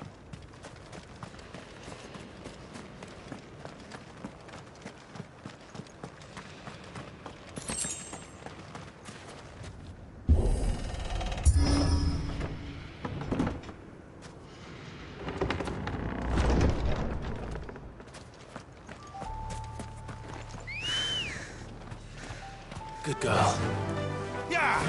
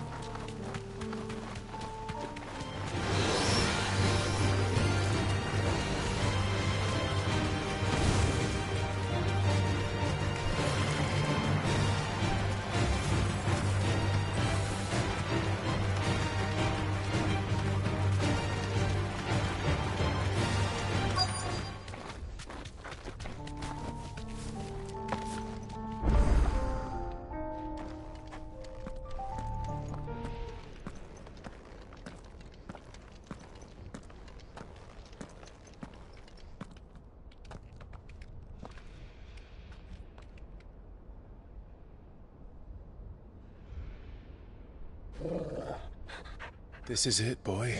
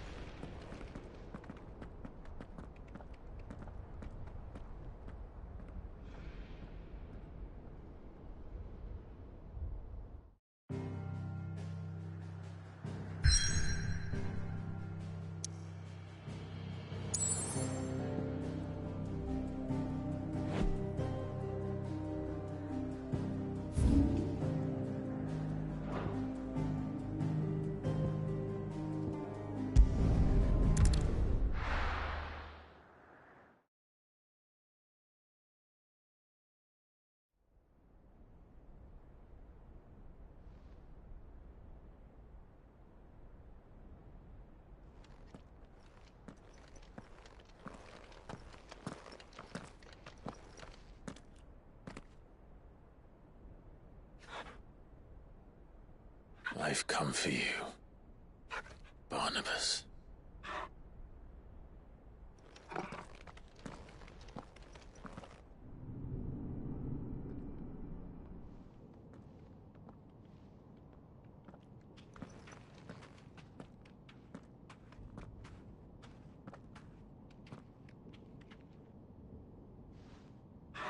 Stay close, Torgal.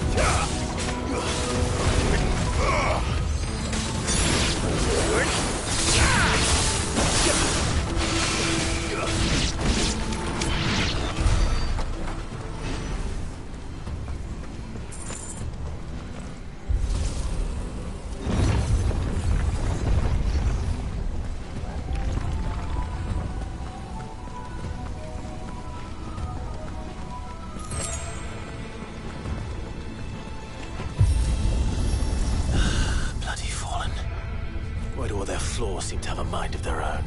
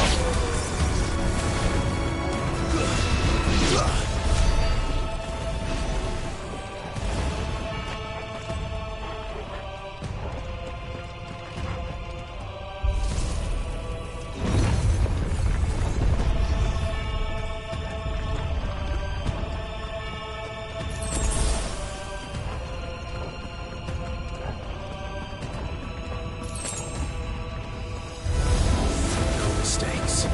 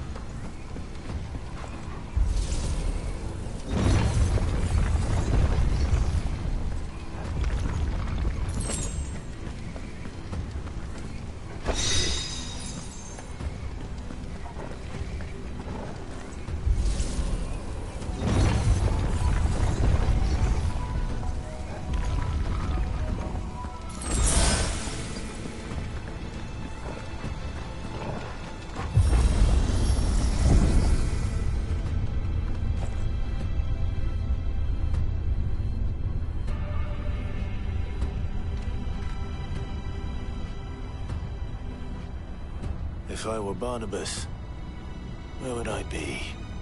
The top. So I could look down on the world.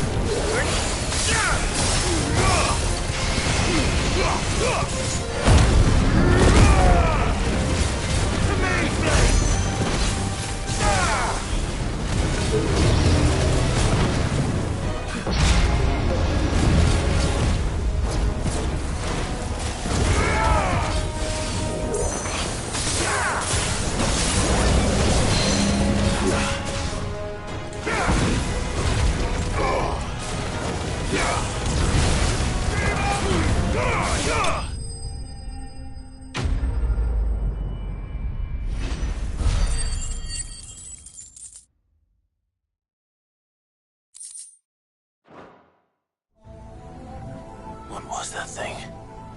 Hopefully there aren't any more.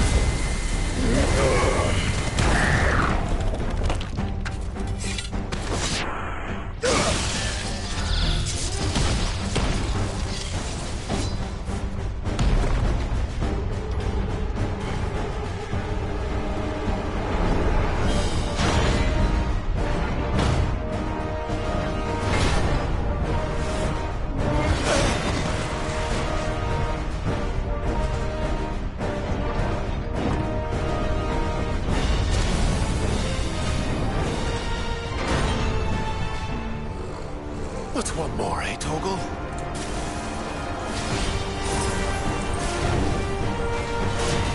Fire it!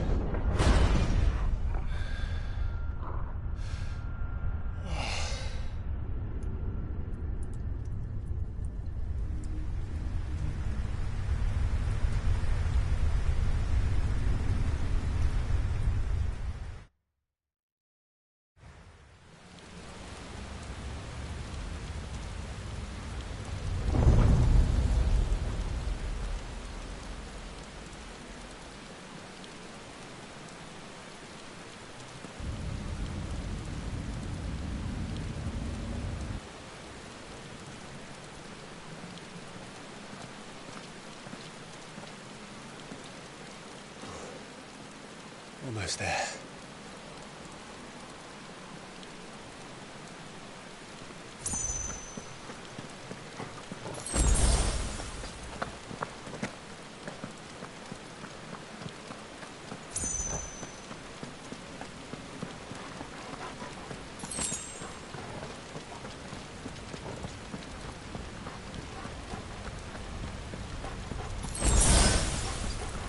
He's here. I can feel him.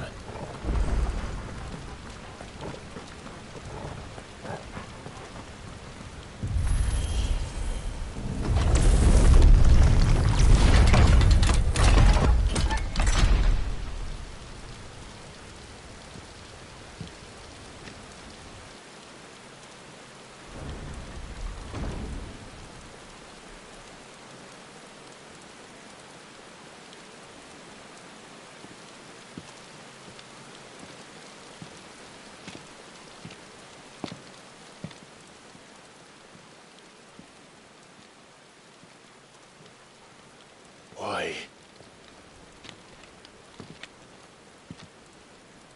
The blade must ever feed if her edge is to remain keen. Butcher. What care you for these worthless creatures? They are nothing. Weak from the moment of their conception, ever longing for power not theirs to command, they turn unfailingly upon themselves. Like sheep, they roam in filthy flocks, eager to trample those few gifted a fleece of gold.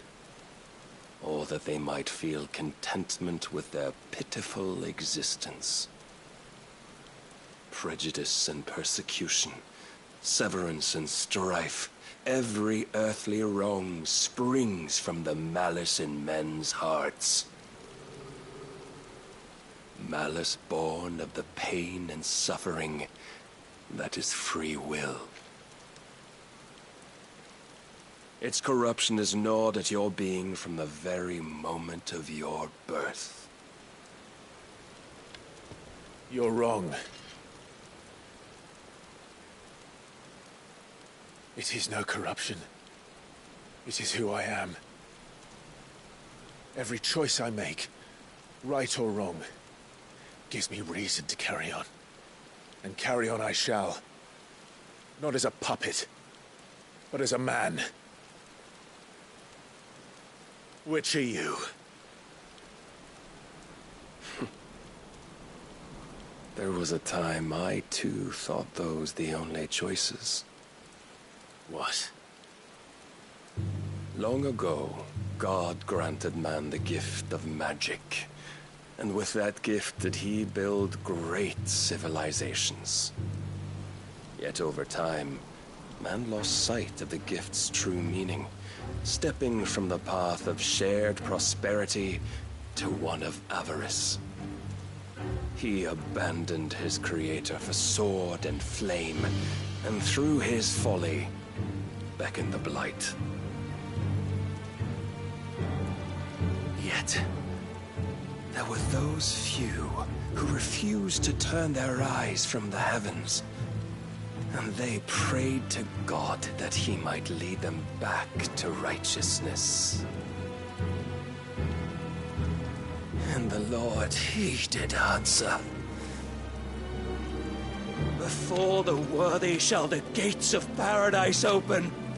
And so did I spread my arms to the ether, and cast my soul upon its gentle waters. I gave myself unto him.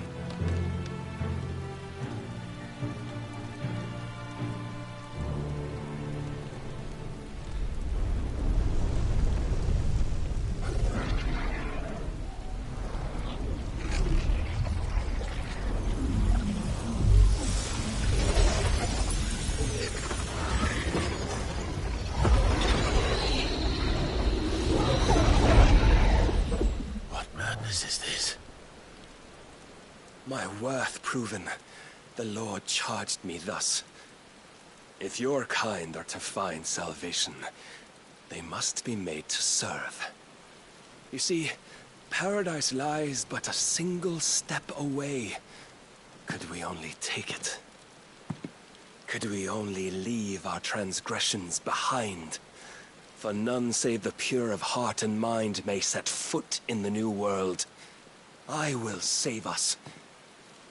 But it all begins and ends with you.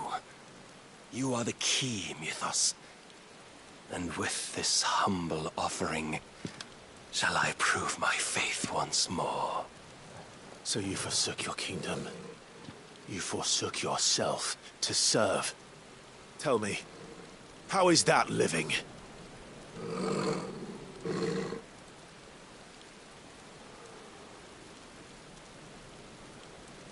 What you seek to provide is not salvation.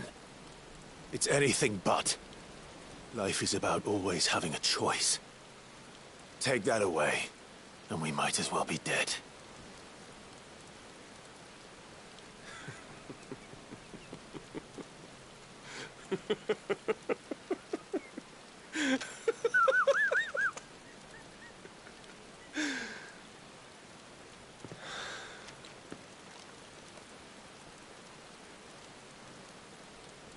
Very well.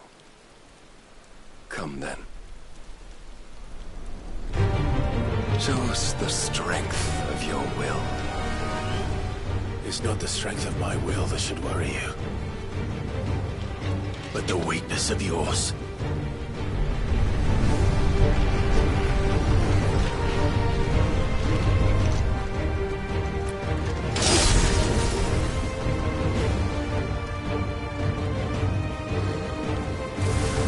If you think the stronger? Prove it. By this day's end, you shall know the truth.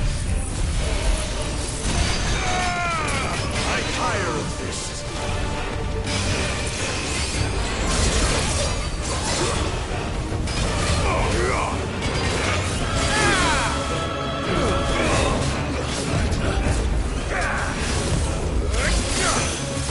Must I show you?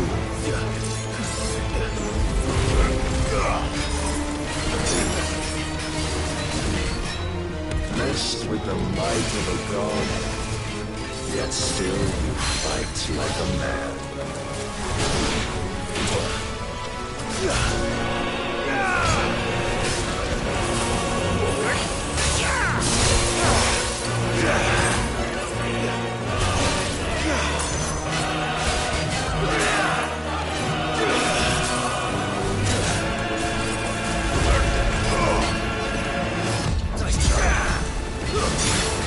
And when you see tis love.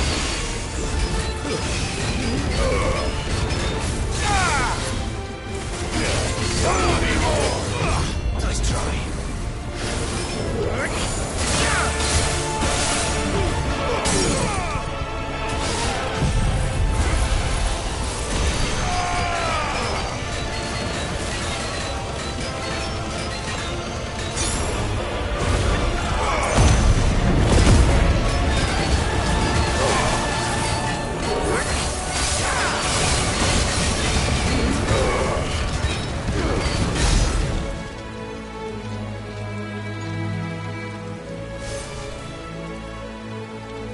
God chose you to serve as his vessel, and you cling to this foolish notion of hope when there is none.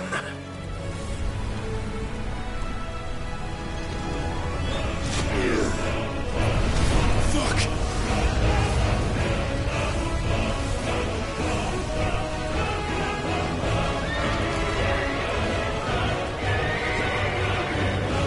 Desperate, are we?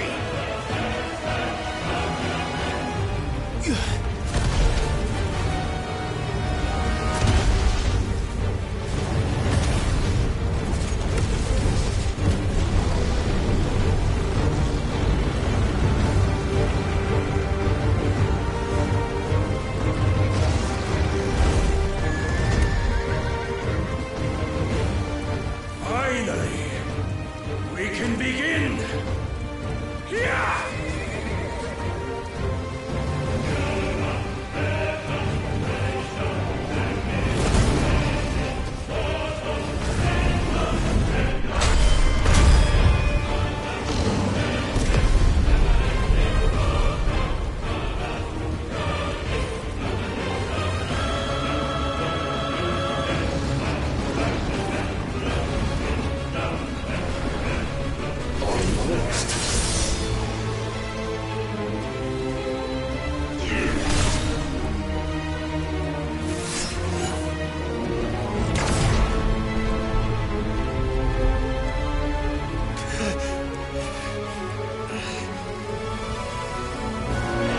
You have been shown the path. Now you must follow it. Free yourself, Mythos. You will not defeat me otherwise. We'll see. Perhaps you still require persuasion.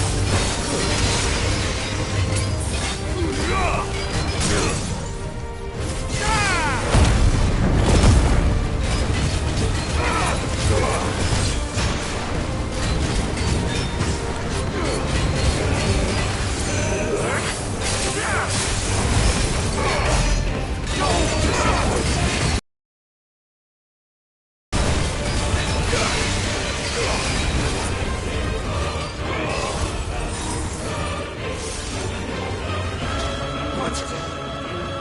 You cannot be... Defeated? You admitted defeat the moment you turned your back on us. When you turned your back on the truth, Barnabas. We are not as weak as your God believes.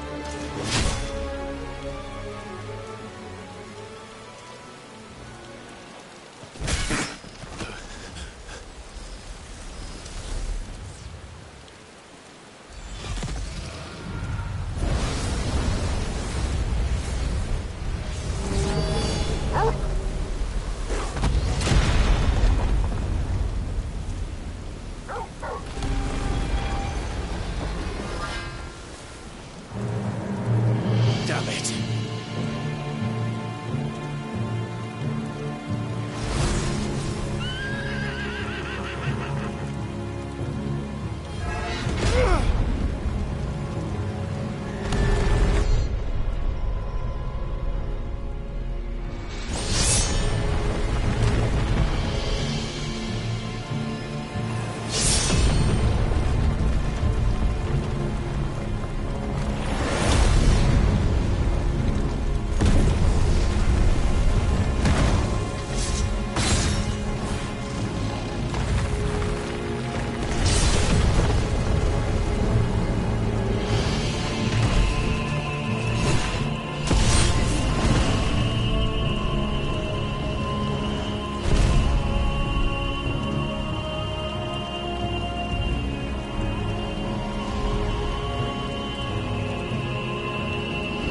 What are you waiting for?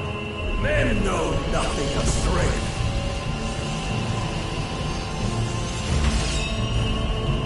But you will.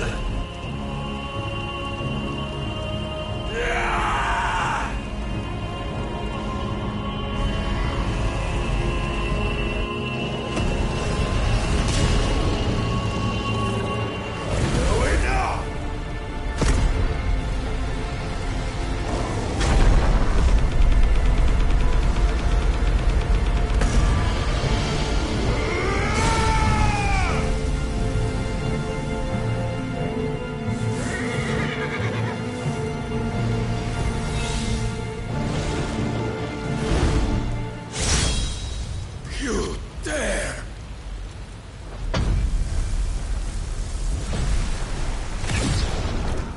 Could it be you have made a weapon of your weakness?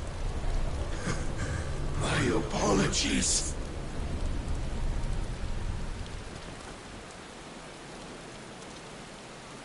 You are not the fool I took you for. And so it ends. No!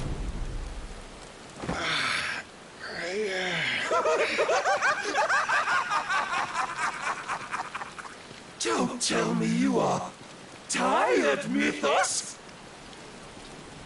Your stubborn defiance has stirred my long-becalmed heart, filling it with a joy that I have not known for generations! I had thought the tantalizing kiss of self-indulgence a dream forever out of reach. And now that its sweet ruin courses through my veins, I shall not be quick to relinquish it. Show me your work, Mythos, that I might revel in it!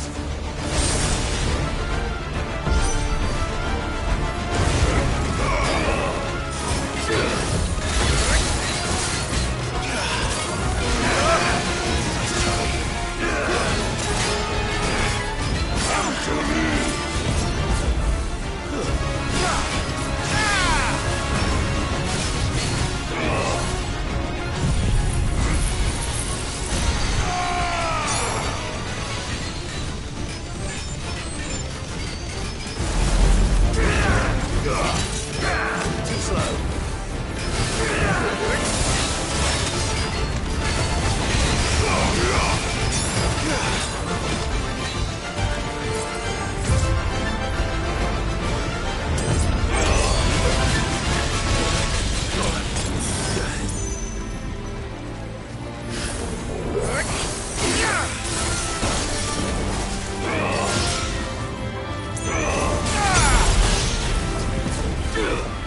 slow.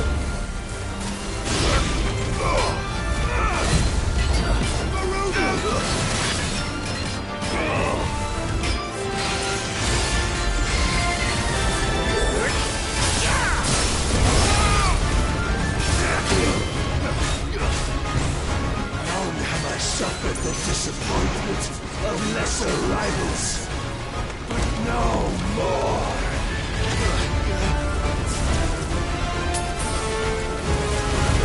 All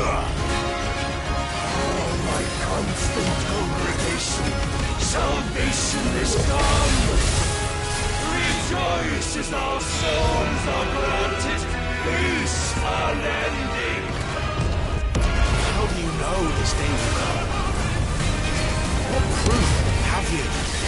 I know your sword.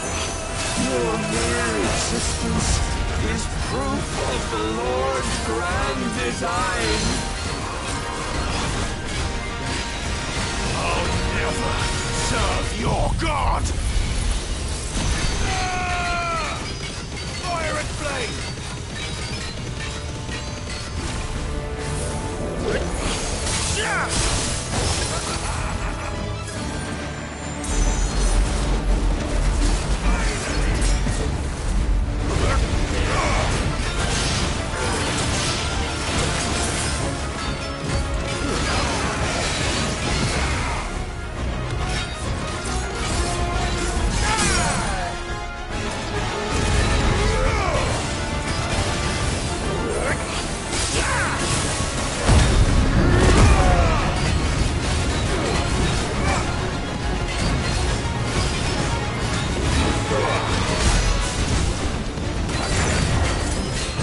Too slow.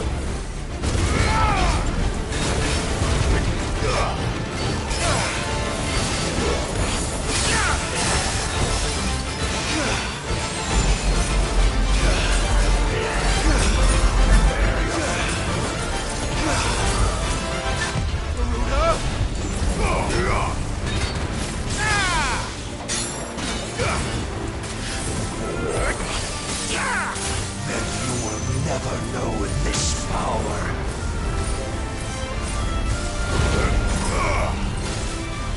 My heart, it soars, as it did the day I won Ash.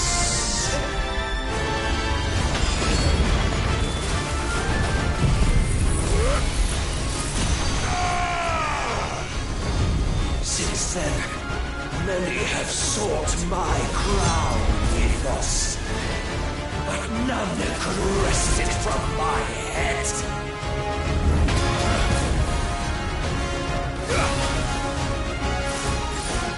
Come! Have you the strength? Have you the will?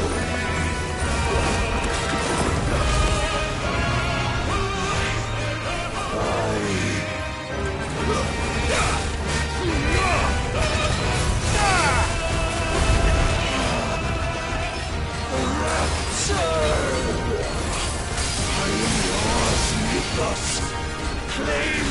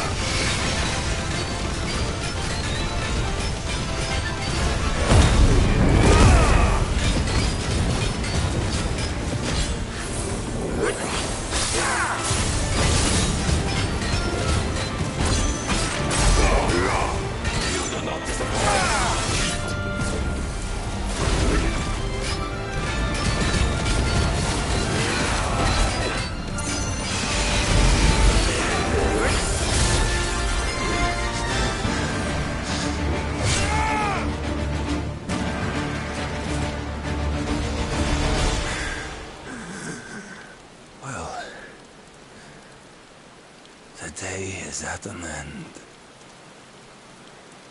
And we both know the truth. It is I who stand victorious. My will that prevailed. Your will? No. It was his. Clive Rossfield.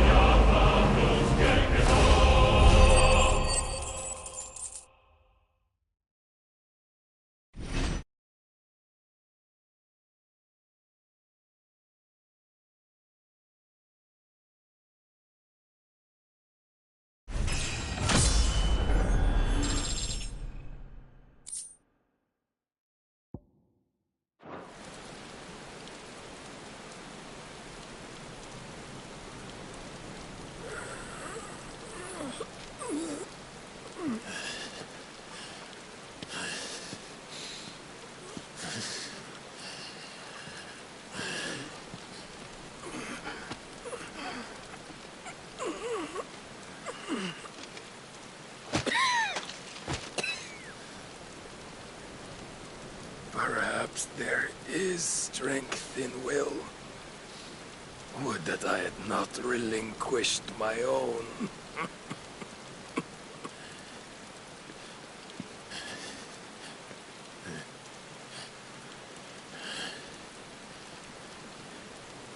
You relinquished nothing. What was it, if not will, that made you strive for a new world? Strive to win your master's approval?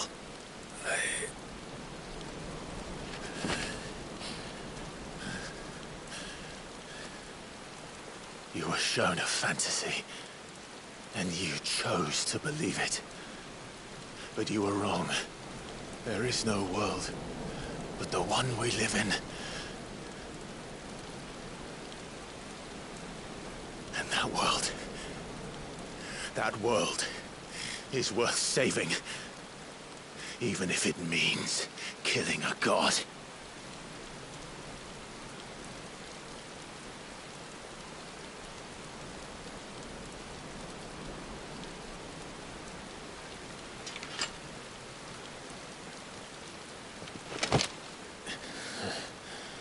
Bold words.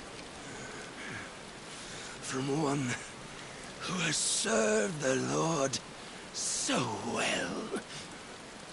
This is pointless.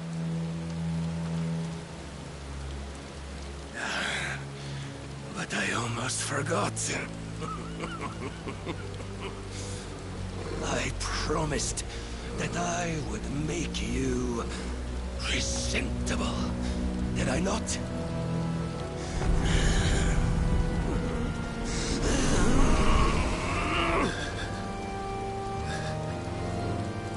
We shall fulfill our destinies, just as the Lord's Mother Crystals have fulfilled theirs. Come, Clive Rossfield. Take what is rightfully yours. Become one with God. No.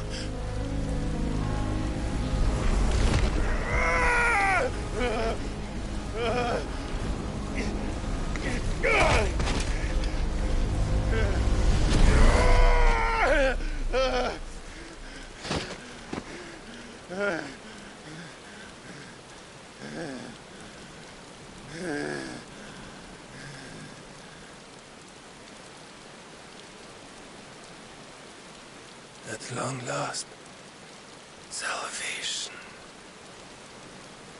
I'm coming home. Mother.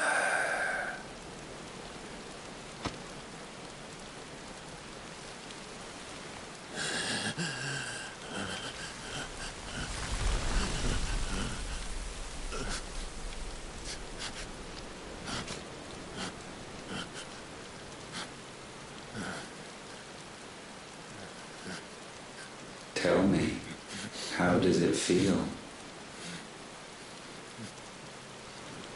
Show yourself! Face me!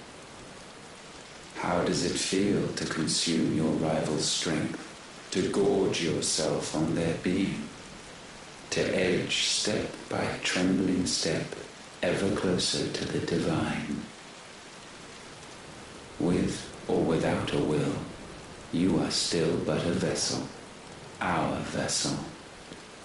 Behold, how your body shudders in anticipation of its fate.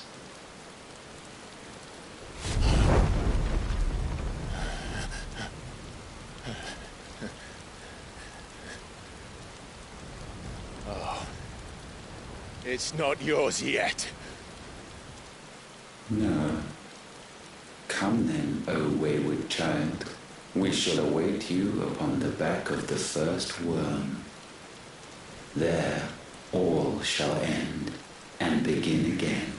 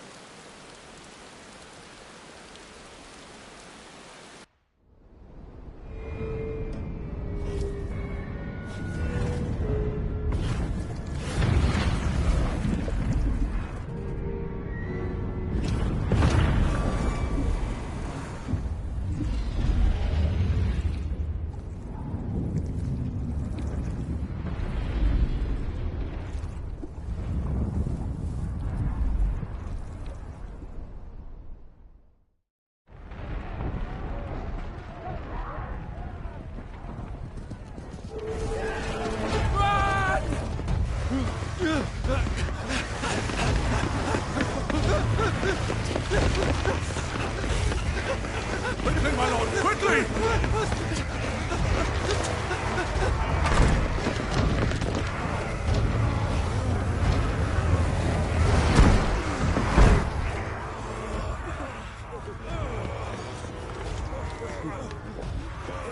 Why the hell is my city crawling with the gashes? Don't ask me, ask them! Since when was Eugen Hamel one to hide when there was a fight to be had? Since they stripped me of my rank and banished me from the battlefield. Now I'm stuck wiping the backsides of this lot while the city burns and my wife tails off with a man half my age! And then you turn up! What the hell are you doing here anyway?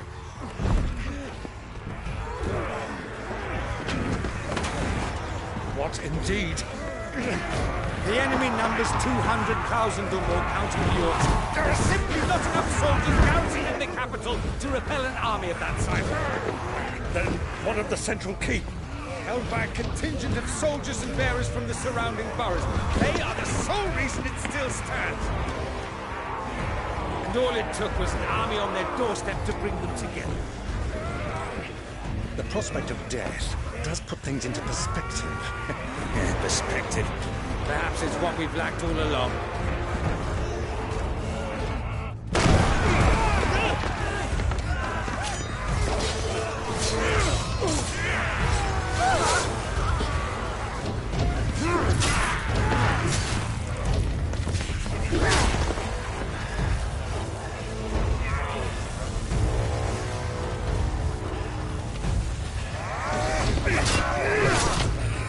Hamel, I need you to lend me some of your best men. Preferably all of them. My best men? Does it look like I'm able? I admit this might not be the most convenient time, but my nephew's in trouble. And I may have already promised him your help. Your nephew, the outlaw? My soldiers have better things to do than die for nothing. Then you and he are of the same mind. I fight for the opposite. He fights for a world for which they shouldn't have to live and die for nothing. And he fights today to give us all a chance of a better tomorrow. Be that as it may, a handful of men cannot stand against a kingdom.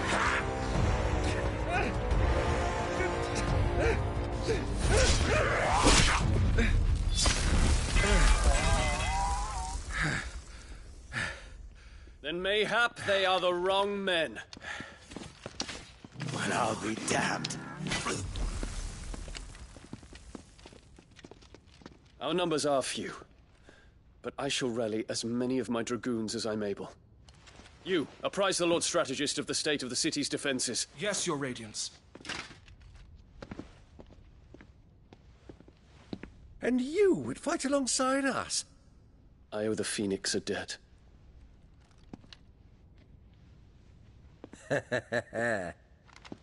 Does this vouch for my nephews? Aye, but I still have my doubts about you. Which we can discuss later. Indeed.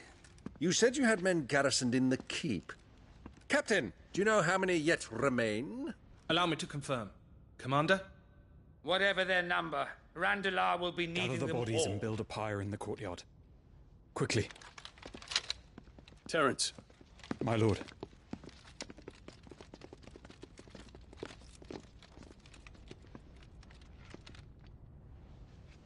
You will find a girl there. A girl? We are in the middle of a war. I owe her my life, and I always pay my debts. You are to see that she is provided for. Dion, I cannot leave. But you shall. If I'm ever to be worthy of the forgiveness of our people, then I must earn it. And I must earn it by my hand, and my hand alone. Know that I do not ask this lightly.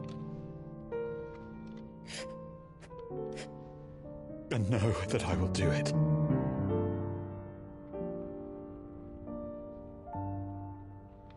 Farewell, Terence.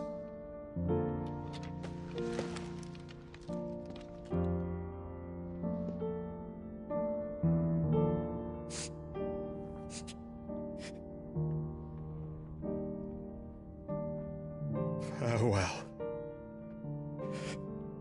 my prince.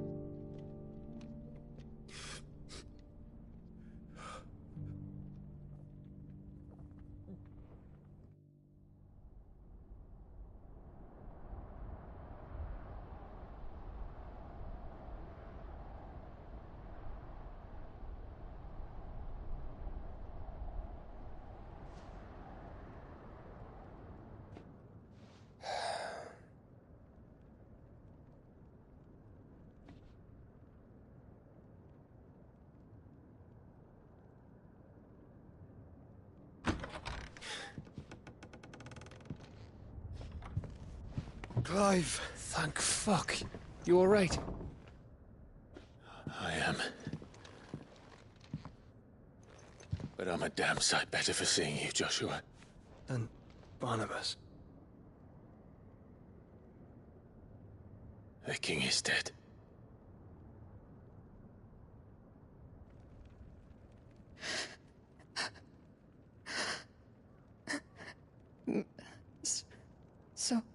So they're all...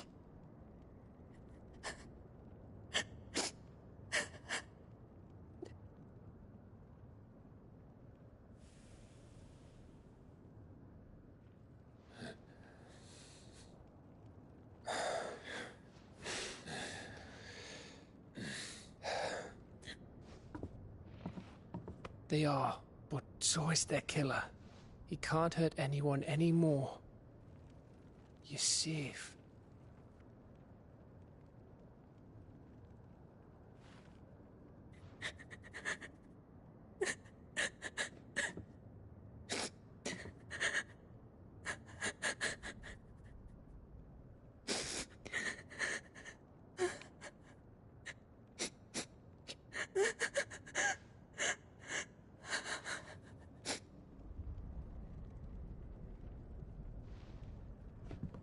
Gav.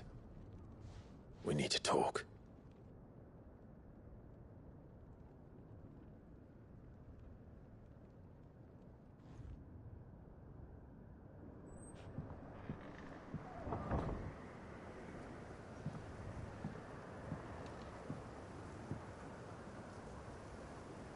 I'm sorry, Clive. You know I want nothing more than to go with you. I do. But I'm glad you're heading back to the Enterprise nonetheless. And not just for Edda's sake. Our people need to know what happened here. You can count on me. As can she, I hope. Thank you, my lords.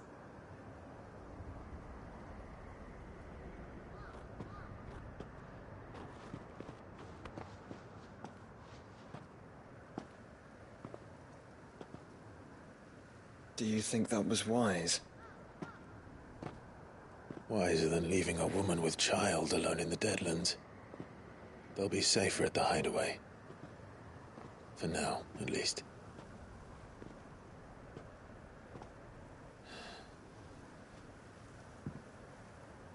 This land is overrun with Akashic. The king himself was long turned, albeit by choice. All to serve Ultima, in his damnable quest to forge the perfect vessel.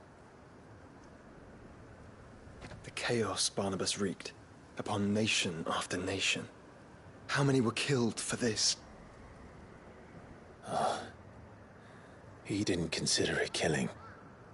Or a mercy of sorts. A way to end their suffering. He truly wanted to save mankind, and ultimately use that. As he uses us. But why us? What are we? What are we? We are dominance. That is our fate. But that doesn't mean we have to accept it, which is why we fight. For the right to deny it. Is that not so? It is. For our sins.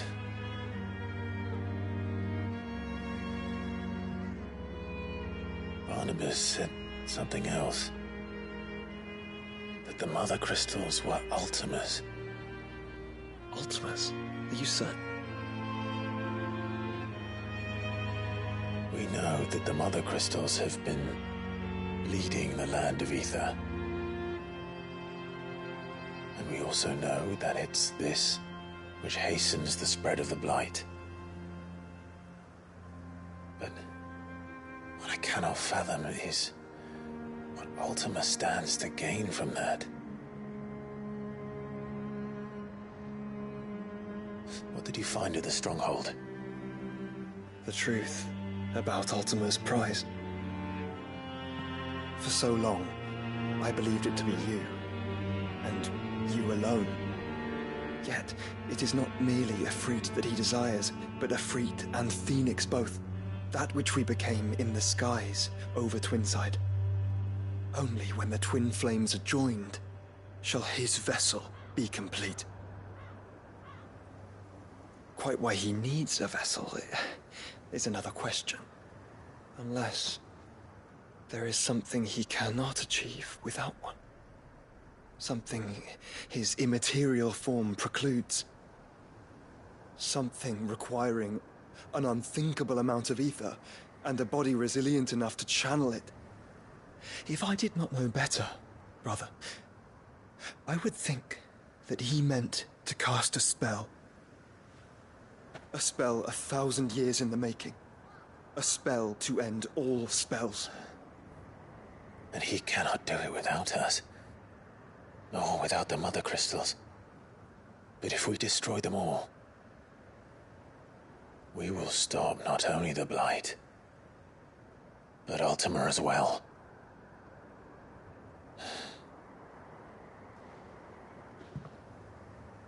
We stick to the plan then. Only this time, we face him together. Well, It's a long walk to Stone here. Let's not keep Ultima waiting.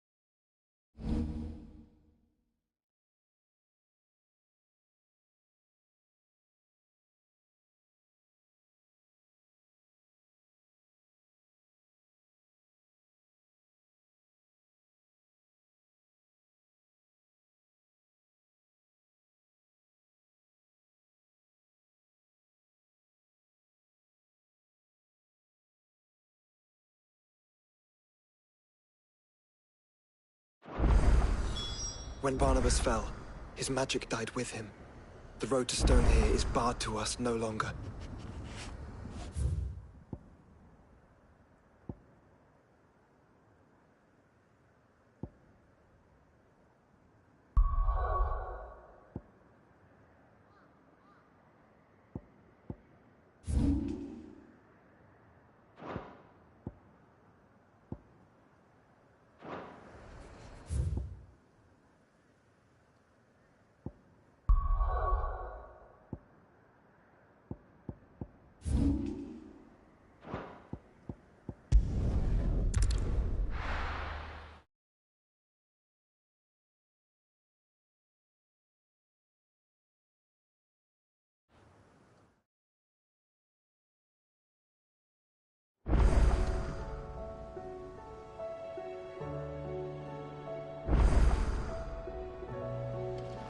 Thank goodness Sid made it home safe.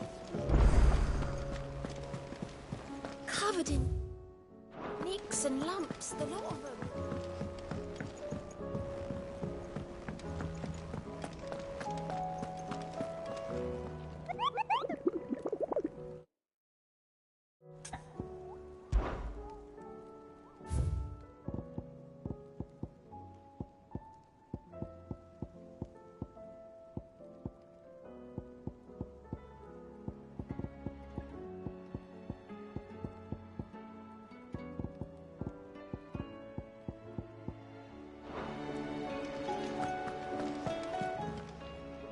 Fancy a look at the list, do you?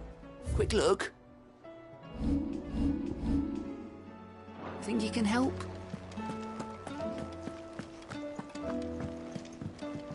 Back again? Allow me to educate you.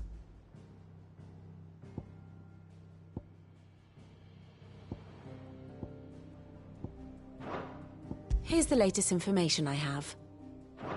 Very good.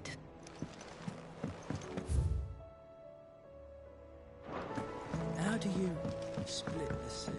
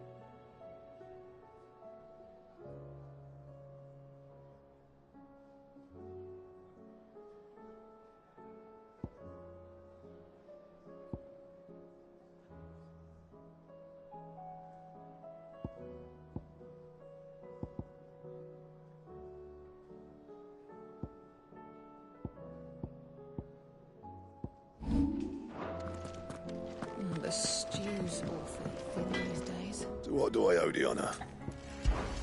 So, will it be?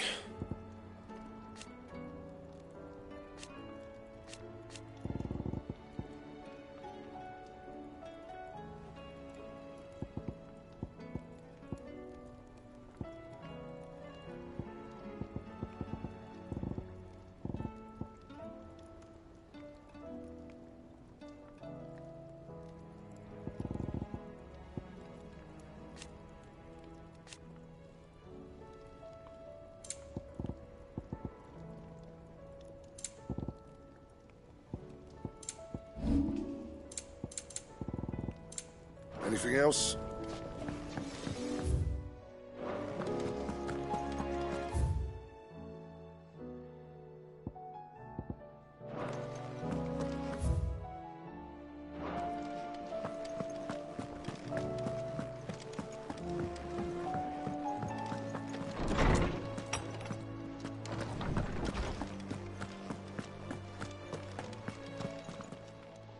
Knowledge hoarded is knowledge lost, if I may observe.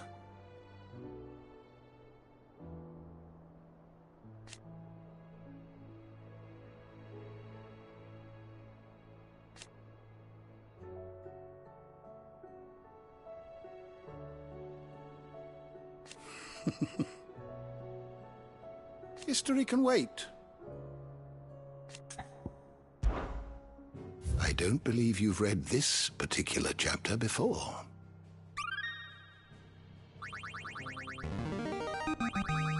I have quite the find for you today.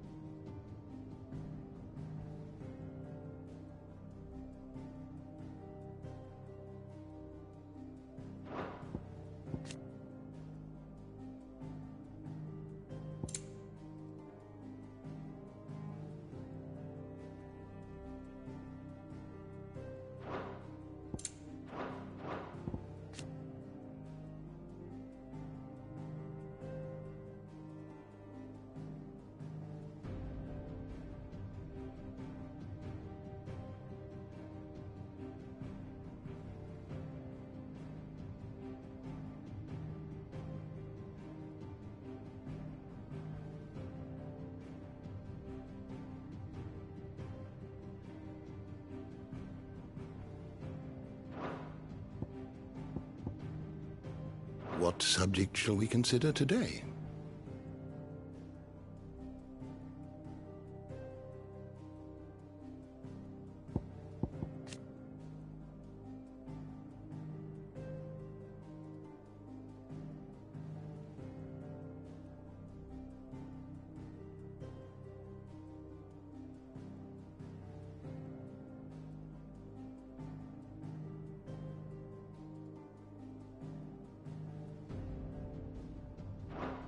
you learn everything you needed?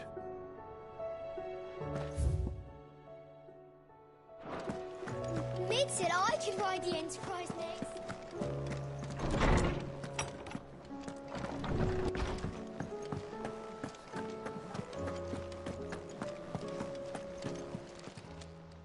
Clive. Coin purse weighing you down?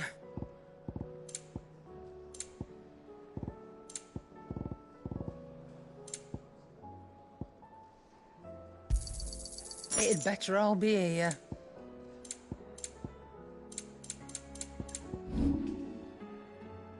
Come again. Or don't. I'm not much bothered either way.